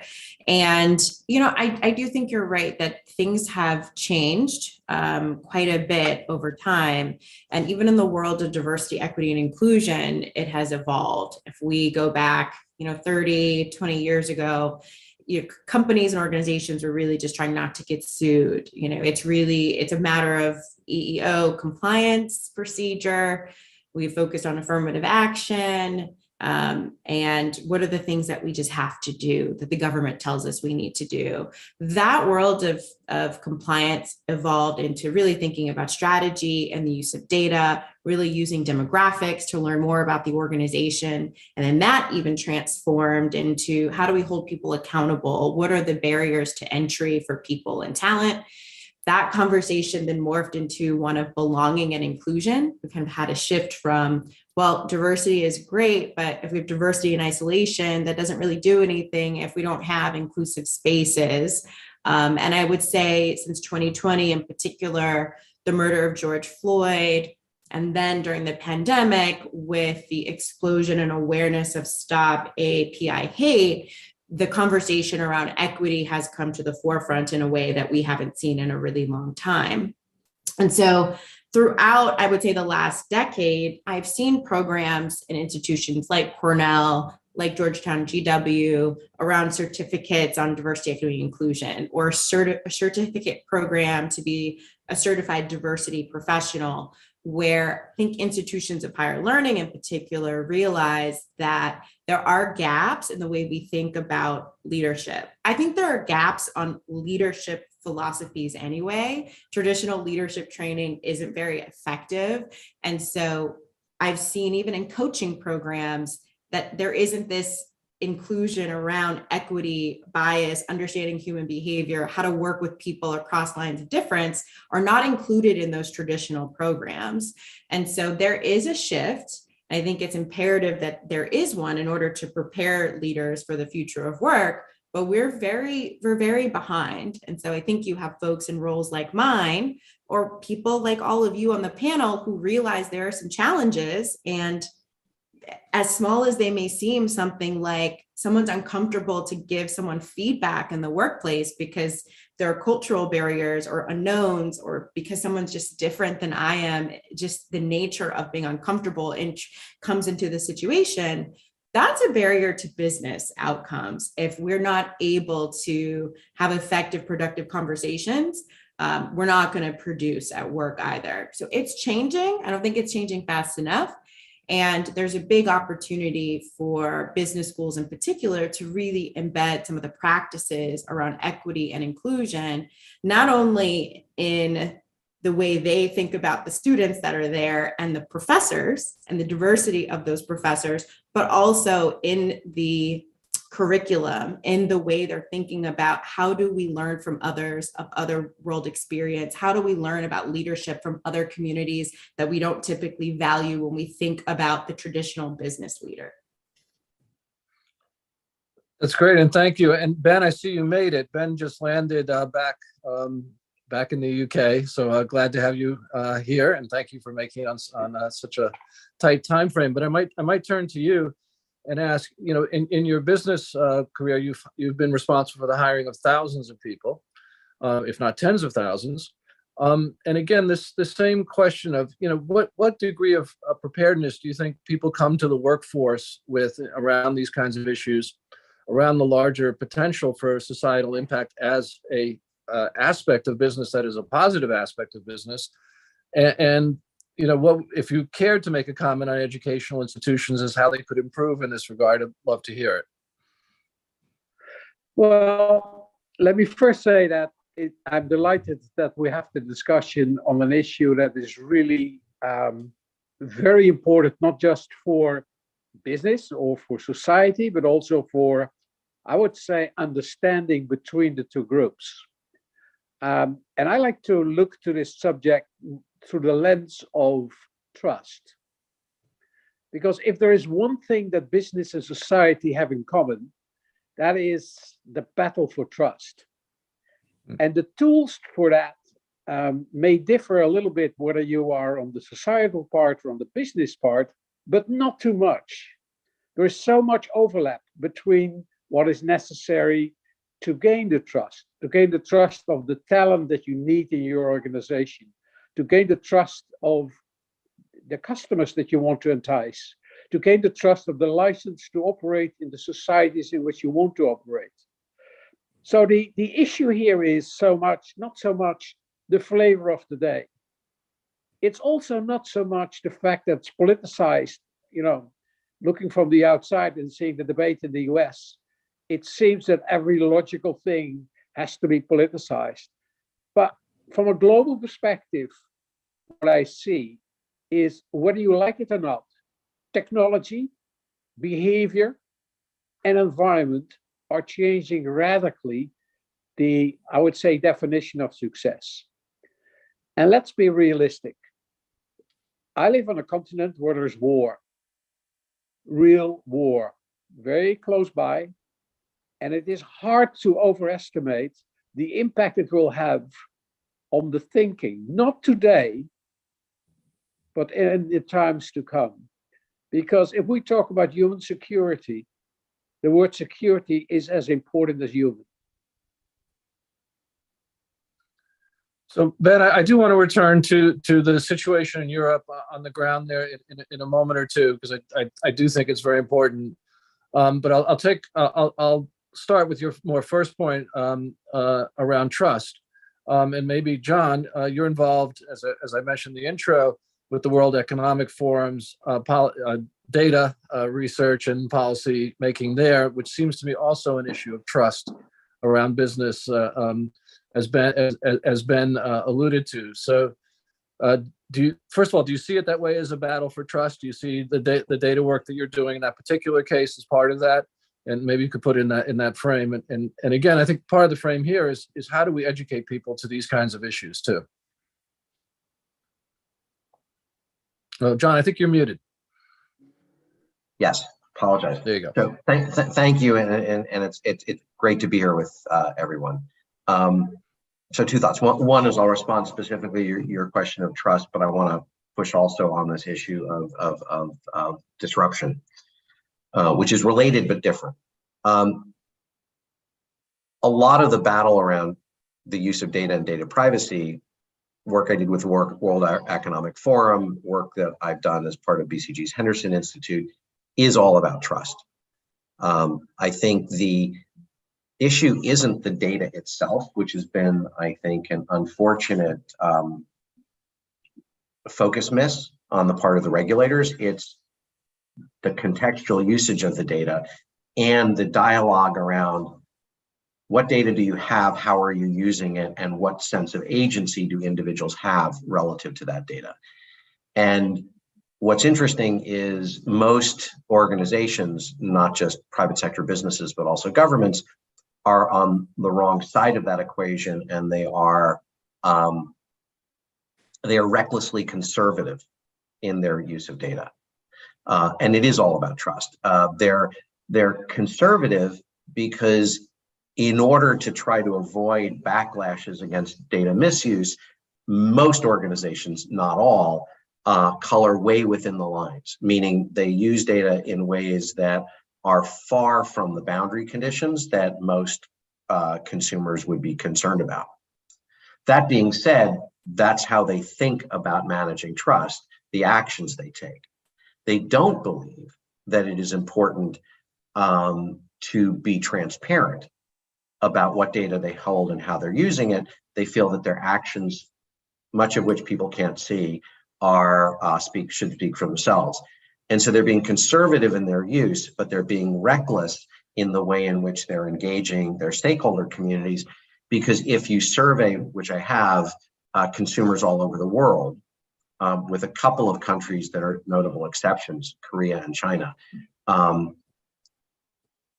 consumers have a much greater tolerance for use cases of their data than organizations are pursuing, but they have almost no tolerance for not knowing.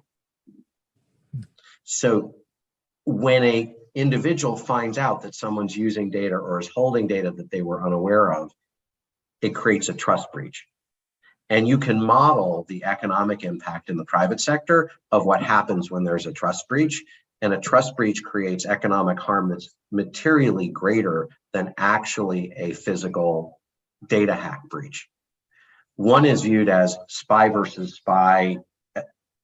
It happens. The other is viewed as an intentional stepping on rights. So trust is, I couldn't agree with Ben more. Trust is at the center of it. But I think there's another concept I want to put into the conversation, which is there's a skill set that business schools and universities should and could be focusing on that they're not. And that is the skill of strategy and operations in the face of uncertainty and disruption. And it leads to a different mindset, a different set of skills, and a different set of tools.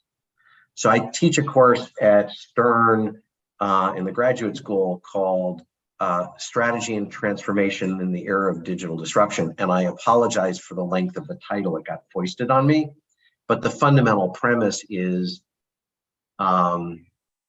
most business thinking, whether it's strategy thinking or operational or organizational thinking, is based on static models, not based on fluid and uncertain models. And the tools and mindsets that you have to take to a fluid and disruptive universe, and our world is disrupting on so many different levels. We can talk about the war that no one anticipated that's occurring in Europe and other terrorist-like events. We can talk about climate change and sustainability as another disruption. We can talk about COVID as an from nowhere pandemic. The characteristic of the last couple of decades is more and more severe and frequent uncertain disruptions that have fundamentally changed the game. And I would argue that COVID, and I had the opportunity to sort of quarterback New York State's COVID response, not just the medical response, but the how do you shut down, open, reopen society in the face of that degree of disruption and uncertainty. What I would suggest is COVID has created, and I'll leverage Ben's comment about years to come, COVID has created the largest degree of social change, and it changes in values, changes in working norms, changes in behavioral norms since World War II. It has taken a group of people around the world out of their normal day-to-day lives for a long enough period of time for attitudes, values, and behaviors to permanently change. And we're only beginning to see the impacts of that. So I will pass it back to you, but I think trust matters. But universities need to start and business schools need to start building in a different dynamic as they think about strategy and economics and operations and org, because the underlying toolkit has to be modified to incorporate this notion of agility, uncertainty, disruption. Okay, so I do want to return to trust, because we all touched upon it one way or the other. I think, Channing, I think it's a little bit behind what you were saying too about trusting the environment that people are in, and being able to trust that, one's viewpoint, and as they say, you can bring your whole self to work as part of that trust too in business. But so I want to return to trust if we have time, but we did get into what I was thinking about as these kind of discontinuous changes like COVID, like the war in Europe, and how I'll speak for myself, how I think we and myself were unprepared for that kind of activity. So Mary, as our resident academic on this panel, how does business take up the challenge that John just threw down, which is to somehow train people for events no one can anticipate, and particularly as these events seem to increasingly relate to what we are calling human security, such as a war, a land war, or a global pandemic. So, many other things we can't anticipate. We can anticipate, some of the larger, trends around poverty and things like that, perhaps. But I would cite those two as things we could not have anticipated. So how does one take up the challenge, John said, of having I'm looking at my notes, train the skill around that kind of uncertainty?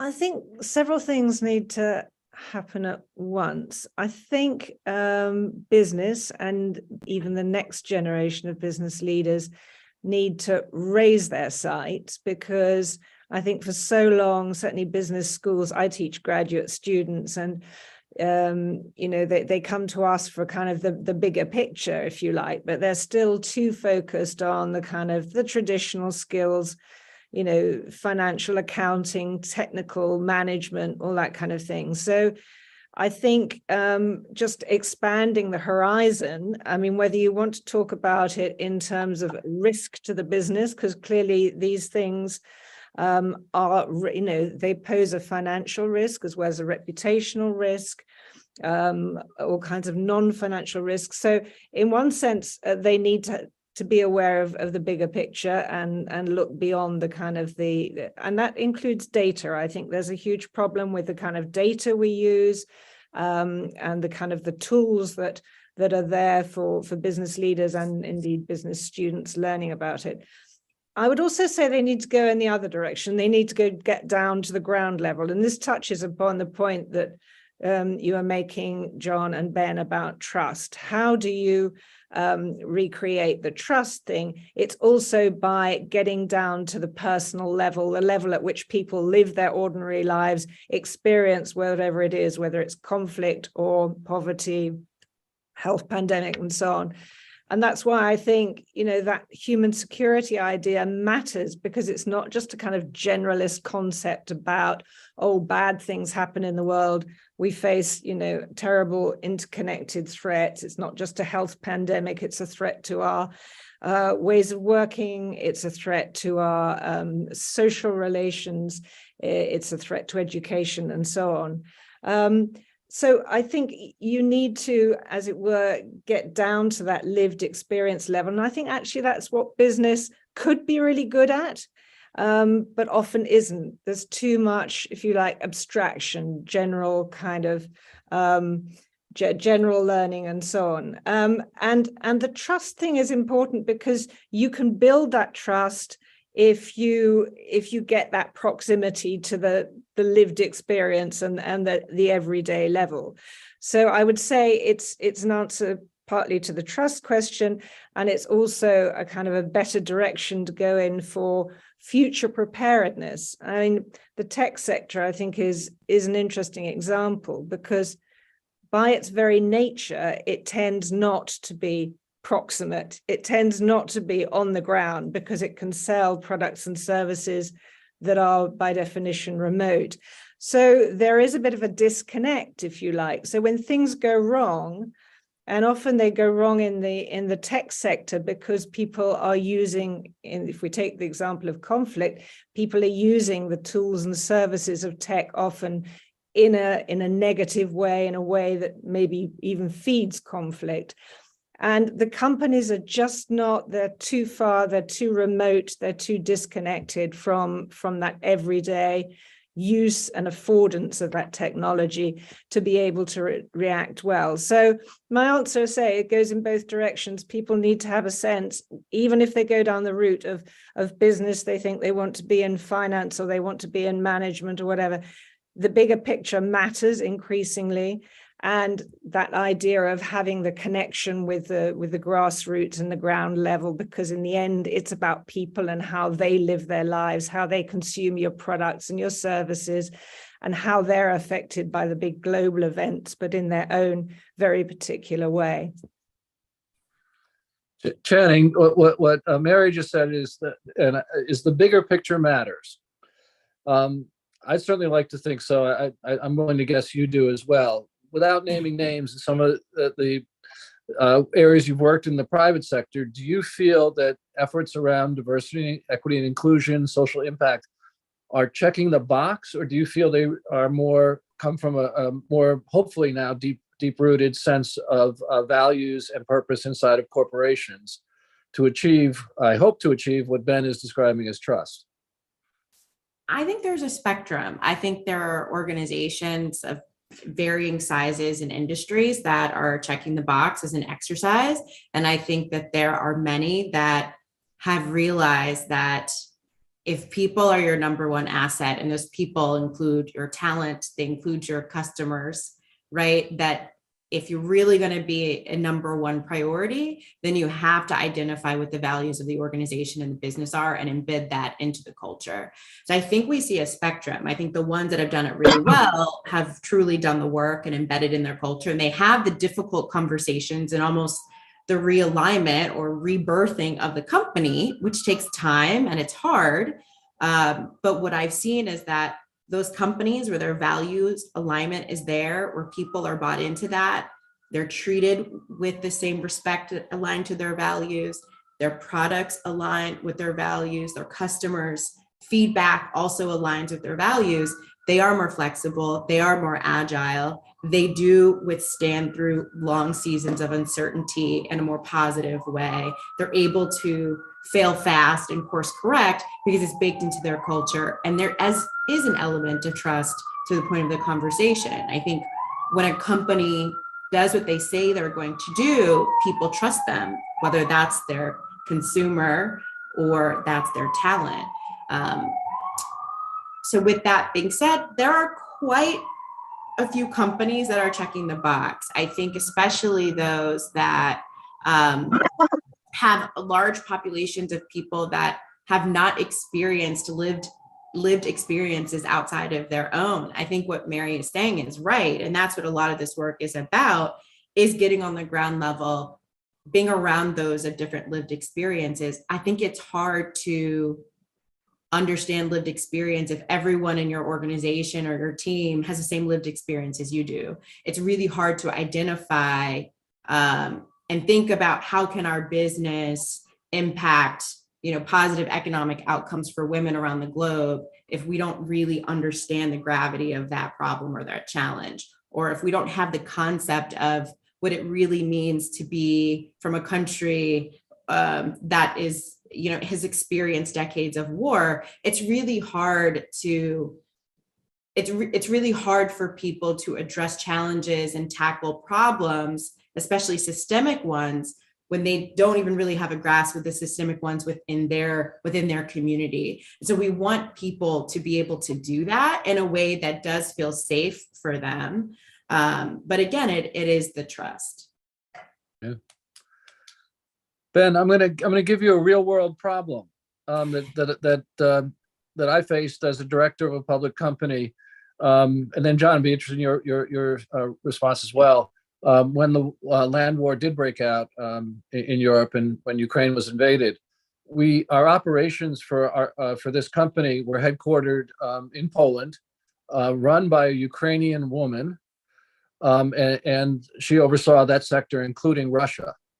And our initial reaction was we should stop our operations in Russia. We should pull out of Russia.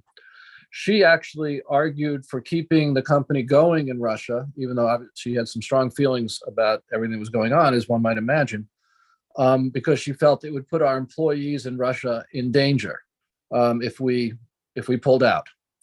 So we did keep going in Russia. We took a little bit of public, a little bit of a hit publicly, I guess, for lack of a better way to say it, because we didn't pull out of Russia, but we did so for the reasons I just described. So you could argue we might have created an environment a little bit less trust in with our business stakeholders, because we also couldn't fully articulate all of the reasons for their safety. So my question is not what would you have done, but how do you train for this? Because this is a real world, human security question. How could because it just becomes a judgment question, I think.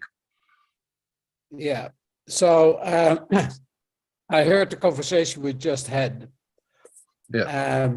The real world is slightly different.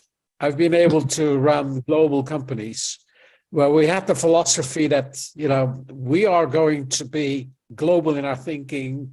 We are going to do the values that are important around the globe and all the rest of it.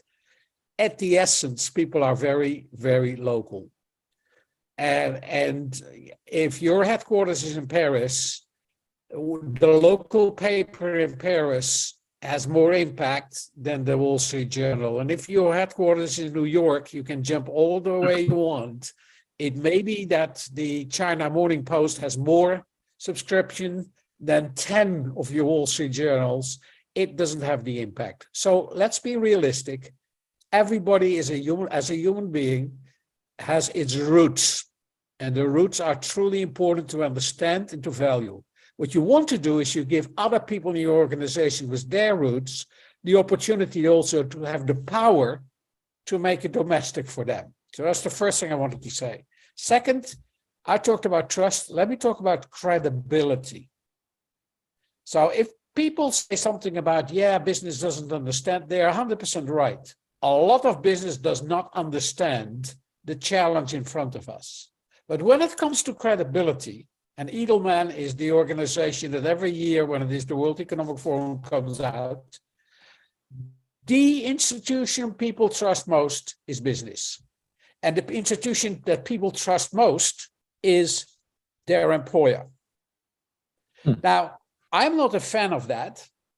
And because, you know, I'm passionate about politics, I think politics has dropped the ball in a big way because some of the tools that are around in politics, like dealing with truth, has been eroded by data, technology, and the opportunity that others see to make it into a full contact sport. And people don't like that. So why do I say all of those things? And then I'm going to answer your question, John. It's local. It is very personal. There is no other thing to do than to weigh the values. If you would be having your headquarters in Europe, and you know that Russia is not an average war, you will have a different outcome than if your headquarters is in Brazil, and you look to it in a geopolitical sense, as we looked to the wars in Chechnya or in Syria or the other things. So the answer is sensitivity. You need to be sensitive. Is there a training for that? No, but there's one thing you can do. You can select on it. And we have been poor in having the diversity in the selection of leadership because lookalikes were always preferred over something different. I think we have now entered the phase where I would not say boards because boards are mainly old men like me, but organizations have the ability to select, have a better feel for difference. And that's what needed. Yeah, Ben, I think that's such an excellent answer, if I may say. But I also think it goes to, I'm going to throw it to John, but I think Channing, you would agree with this, that it also goes to making sure that you have people to select from. They have to come up from somewhere to be in the consideration set. And that does relate, I think, to how do we educate the right kinds of people and get them the training that puts them in the consideration set so that they can be selected for roles that can have the kind of impact that you describe. Actually, John, I'll go to you in a second. Channing, I think you would agree with that, but I don't want to put words in your mouth. I'll add after John goes. Okay. Well, I'm going to go ahead because I'm going to switch a little bit for John, but please go ahead. Well, me, right? Yes, Channing. Yes. Okay. Well, it's just one thing that Ben mentioned that I really loved is this notion that people are local. And I think that's so brilliant. And it's a concept that we often overlook, and we're expecting things sometimes from people that they've never been socialized, taught, or told how to do, right? And so we are talking about systemic and global challenges and thought processes and values that we kind of want to undo that people have had for generations. So I will just say, like, it's not easy what we're talking about doing. Even the concept of bringing in someone different or learning or seeking something different to learn from is not what most of us were taught how to do and how to live our lives and how to survive and and from an American context, achieve this American dream was not to go outside of your comfort zone to achieve that. So I'll just put that out there because I think that was a really good point that Ben made. I think there's a little bit of a myth that the talent doesn't exist in certain areas and spaces. And that is something I think that corporations have been working on trying to, in the beginning, that was kind of the reason why there was a lack of, let's just say, kind of demographic diversity across companies, was because the talent didn't exist. Now we've seen spaces and organizations and groups and people who are saying, no, the talent does exist. We're not meeting people where they are. So I think there's this notion that if we want something different, we also have to act differently, which means you have to recruit talent differently. It means you have to do something internal to attract multiple types of people, whether it's the global majority, people from around the world, people that don't take a linear path of, business school, this company, whatever that looks like.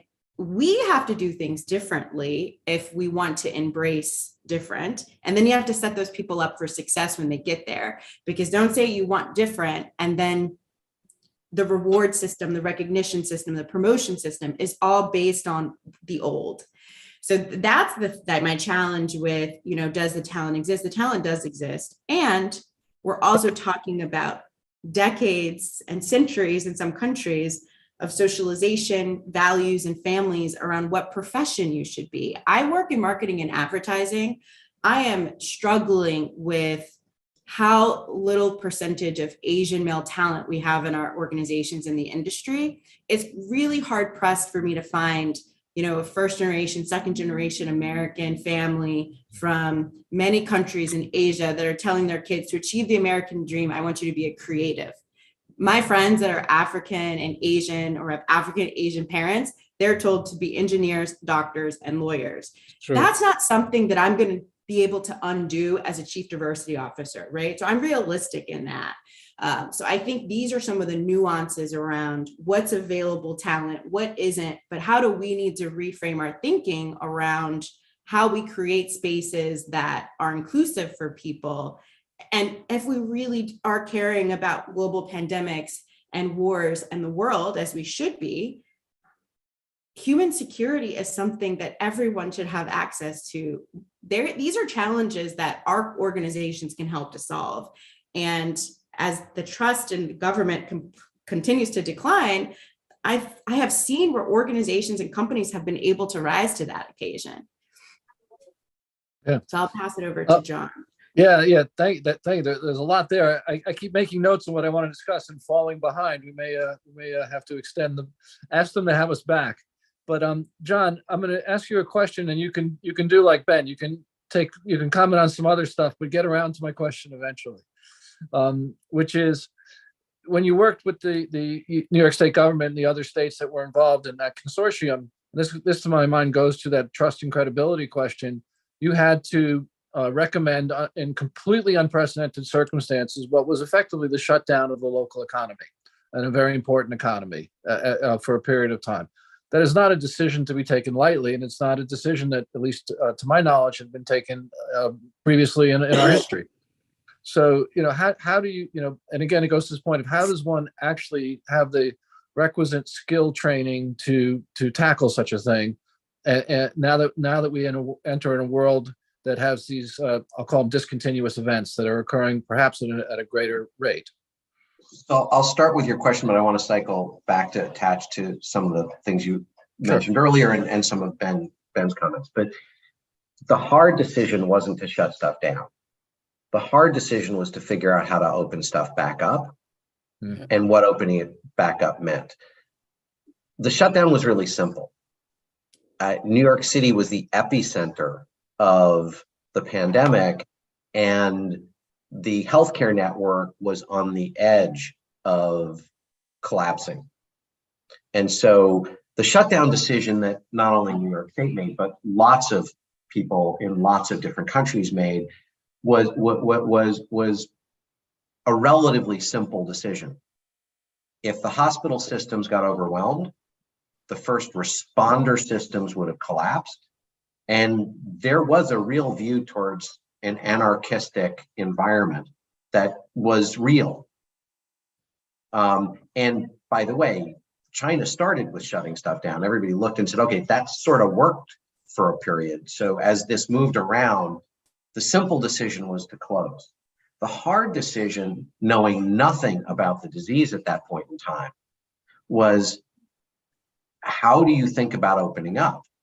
And what governors on opening do you place? And what's the balance between safety of society, social needs for connection and family, economic reality of people needing to be able to work and productivity as an engine needing to spool.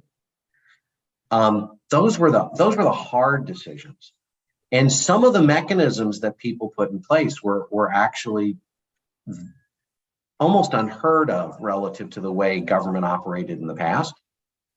So for 2 years at 7:30 in the morning on Wednesday, we had a 7-state Northeast conversation about where are we, what have we learned, and what does that imply about who's going to try to open what up in what way, and what are you thinking? And so we moved from a siloed-based problem-solving model of multiple states making decisions by themselves to a collaborative problem-solving dynamic where everybody preserve their own decision rights, but where the degree of real-time sharing and problem-solving there's no example you can look at going back decades in the US where that type of open, quiet collaboration. And what's fascinating in a good way is no one's written any stories about it. And that happened not just about opening stuff up, it happened with crap. We have a vaccine that makes a huge difference. And we're getting dosages per week that are less than 1% of the population that need to be vaccinated. How the hell do we figure out who gets the vaccines and how do we distribute them? Again, we had another weekly cycle of folks who were, what have you learned? What are you seeing? How do you ensure throughput? I mean, just all sorts of stuff. And what was great about that crowdsourced approach is that none of it ended up being written about. No one was, but it made a huge difference. But it was really decision-making in the face of massive uncertainty and the use of data to create real-time learning to change the decisions. So a lot of what we thought mattered at the start of shutdown, ended up like cleaning, ended up being irrelevant. And so how did we take something we thought was a safety thing and stop doing it? And how do we run a network of communications so all of the people everywhere who were responsible for doing these things, which we required them to do, now know that they don't have to? And where are the feedback loops? So it was really just a very, very different dynamic. And that's where, Ben, I'm going to take modest exception, which is, no, you can't pre-solve the answer to the specifics of the current dynamic in Russia with Ukraine. But leadership teams in organizations are not routinely asking the question, how are we going to respond to uncertain disruptions? And they're not routinely taking executive committee time and or board time to actually talk about those issues and exercise, well, what would we do if X occurred? And I'm not talking about formal tabletop exercises of the kind that governments do to respond to a disruption in the power grid or a terrorist attack, but I am talking about the engagement, discussion, and thought processes about what do we do if. Not because you'll have playbooks that'll matter, but because you will exercise muscles in asking different questions and developing, Channing, to your point, different ways of engaging. The disasters that would have occurred had we not been on the phone every Wednesday at 7:30 because of interdependencies that no one had ever thought of. Yeah. But like the first time Connecticut opened its malls and New York, Rhode Island, New Jersey, Massachusetts hadn't, those malls became overrun and materially unsafe because the population all just drove there, right? So the practice you can do, there was a senior partner at McKinsey, Dick Foster, who I learned a lot from. He's the person who developed the S-curve that we always use. Everybody uses this, sort of become almost a business standard language. His second thought, which was more profound, was strategy is not about figuring out the answer, it's about figuring out the right questions. And what I would argue is executive teams today aren't asking the right question about how do they think about disruption and uncertainty and what do they do about it. They're really not asking the question at all. And if you look at the incredible amount of effort and energy that goes into advisors and where they spend their time, 99.9% of it is all about certainty, not about uncertainty. And I would just respectfully suggest then that if we could take the 99.9 and drive it to 90%, and 10% of the dialogue was around uncertainty and what do you do in different types of uncertain circumstances, which today everybody would view as a waste of time. That would build some of the muscle to be able to be agile, because actually you can't pre-solve the answer. You can't have the playbook, but you can build agility. Yeah. Well, I think that does go back into education too. So we're gonna run out of time. So I'm just gonna go back around my screen. So Ben, Channing, and Mary, you may get the last word. If we could just 30 seconds on any topic you want that we haven't covered, but I'll ask one question in case you want to answer this, which is, and Ben, you mentioned this, you had less faith in the political environment than perhaps in other times. So does that have to be made up for by the education and business worlds? And I'll pose that as a question for anybody who wants to take it, or if you want to make a last comment on each. Try to keep it to 30 seconds, folks, because I'm just watching the clock. Okay, who do you want to start? Yeah, Ben first, Channing, and then Mary. Okay, so first of all, great conversation, and I'm converted 10% of the time on the unstructured. Is a great idea. It's a great idea, and we should do that. We should embrace it. I would say that you can't compensate for the lack of credibility in another part of society by over-crediting your part. It doesn't work that way. So we have to reach out. It's not just an isolation. It's not just a problem. We have to reach out to the others. The we is more important than the me. Thank you. Channing.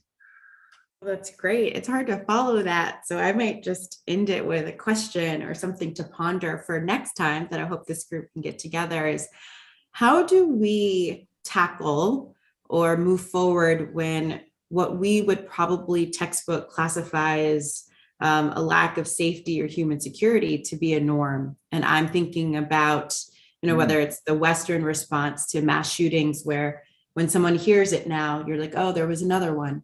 But before, there was definitely a different response to that. When something becomes normal, that shouldn't be.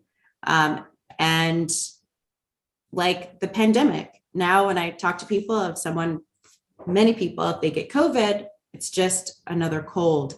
And so I wonder, how does that impact the future of the human security conversation? Is it the goal that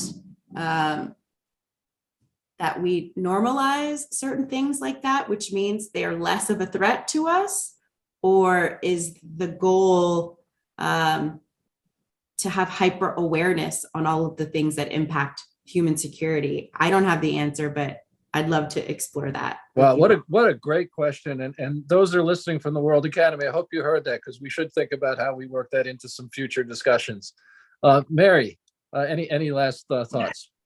It's not an answer to Channing, but I'm going to put my academic hat on. And one way that the human security idea encountered a lot of criticism in the early days was that people felt it's a risk of securitizing people. You make them into somehow, you almost weaponize bodies and everyday experiences, and that's not a good thing. I'm going to steer away from that. I would say that if we want to think in terms of human security, and especially for business and educating business, whether we're educating business students or whether we're trying to re-educate business leaders, think about it also in terms of a methodology, a way of doing things, using it as a lens for making decisions about investing, decisions about risk management, whatever.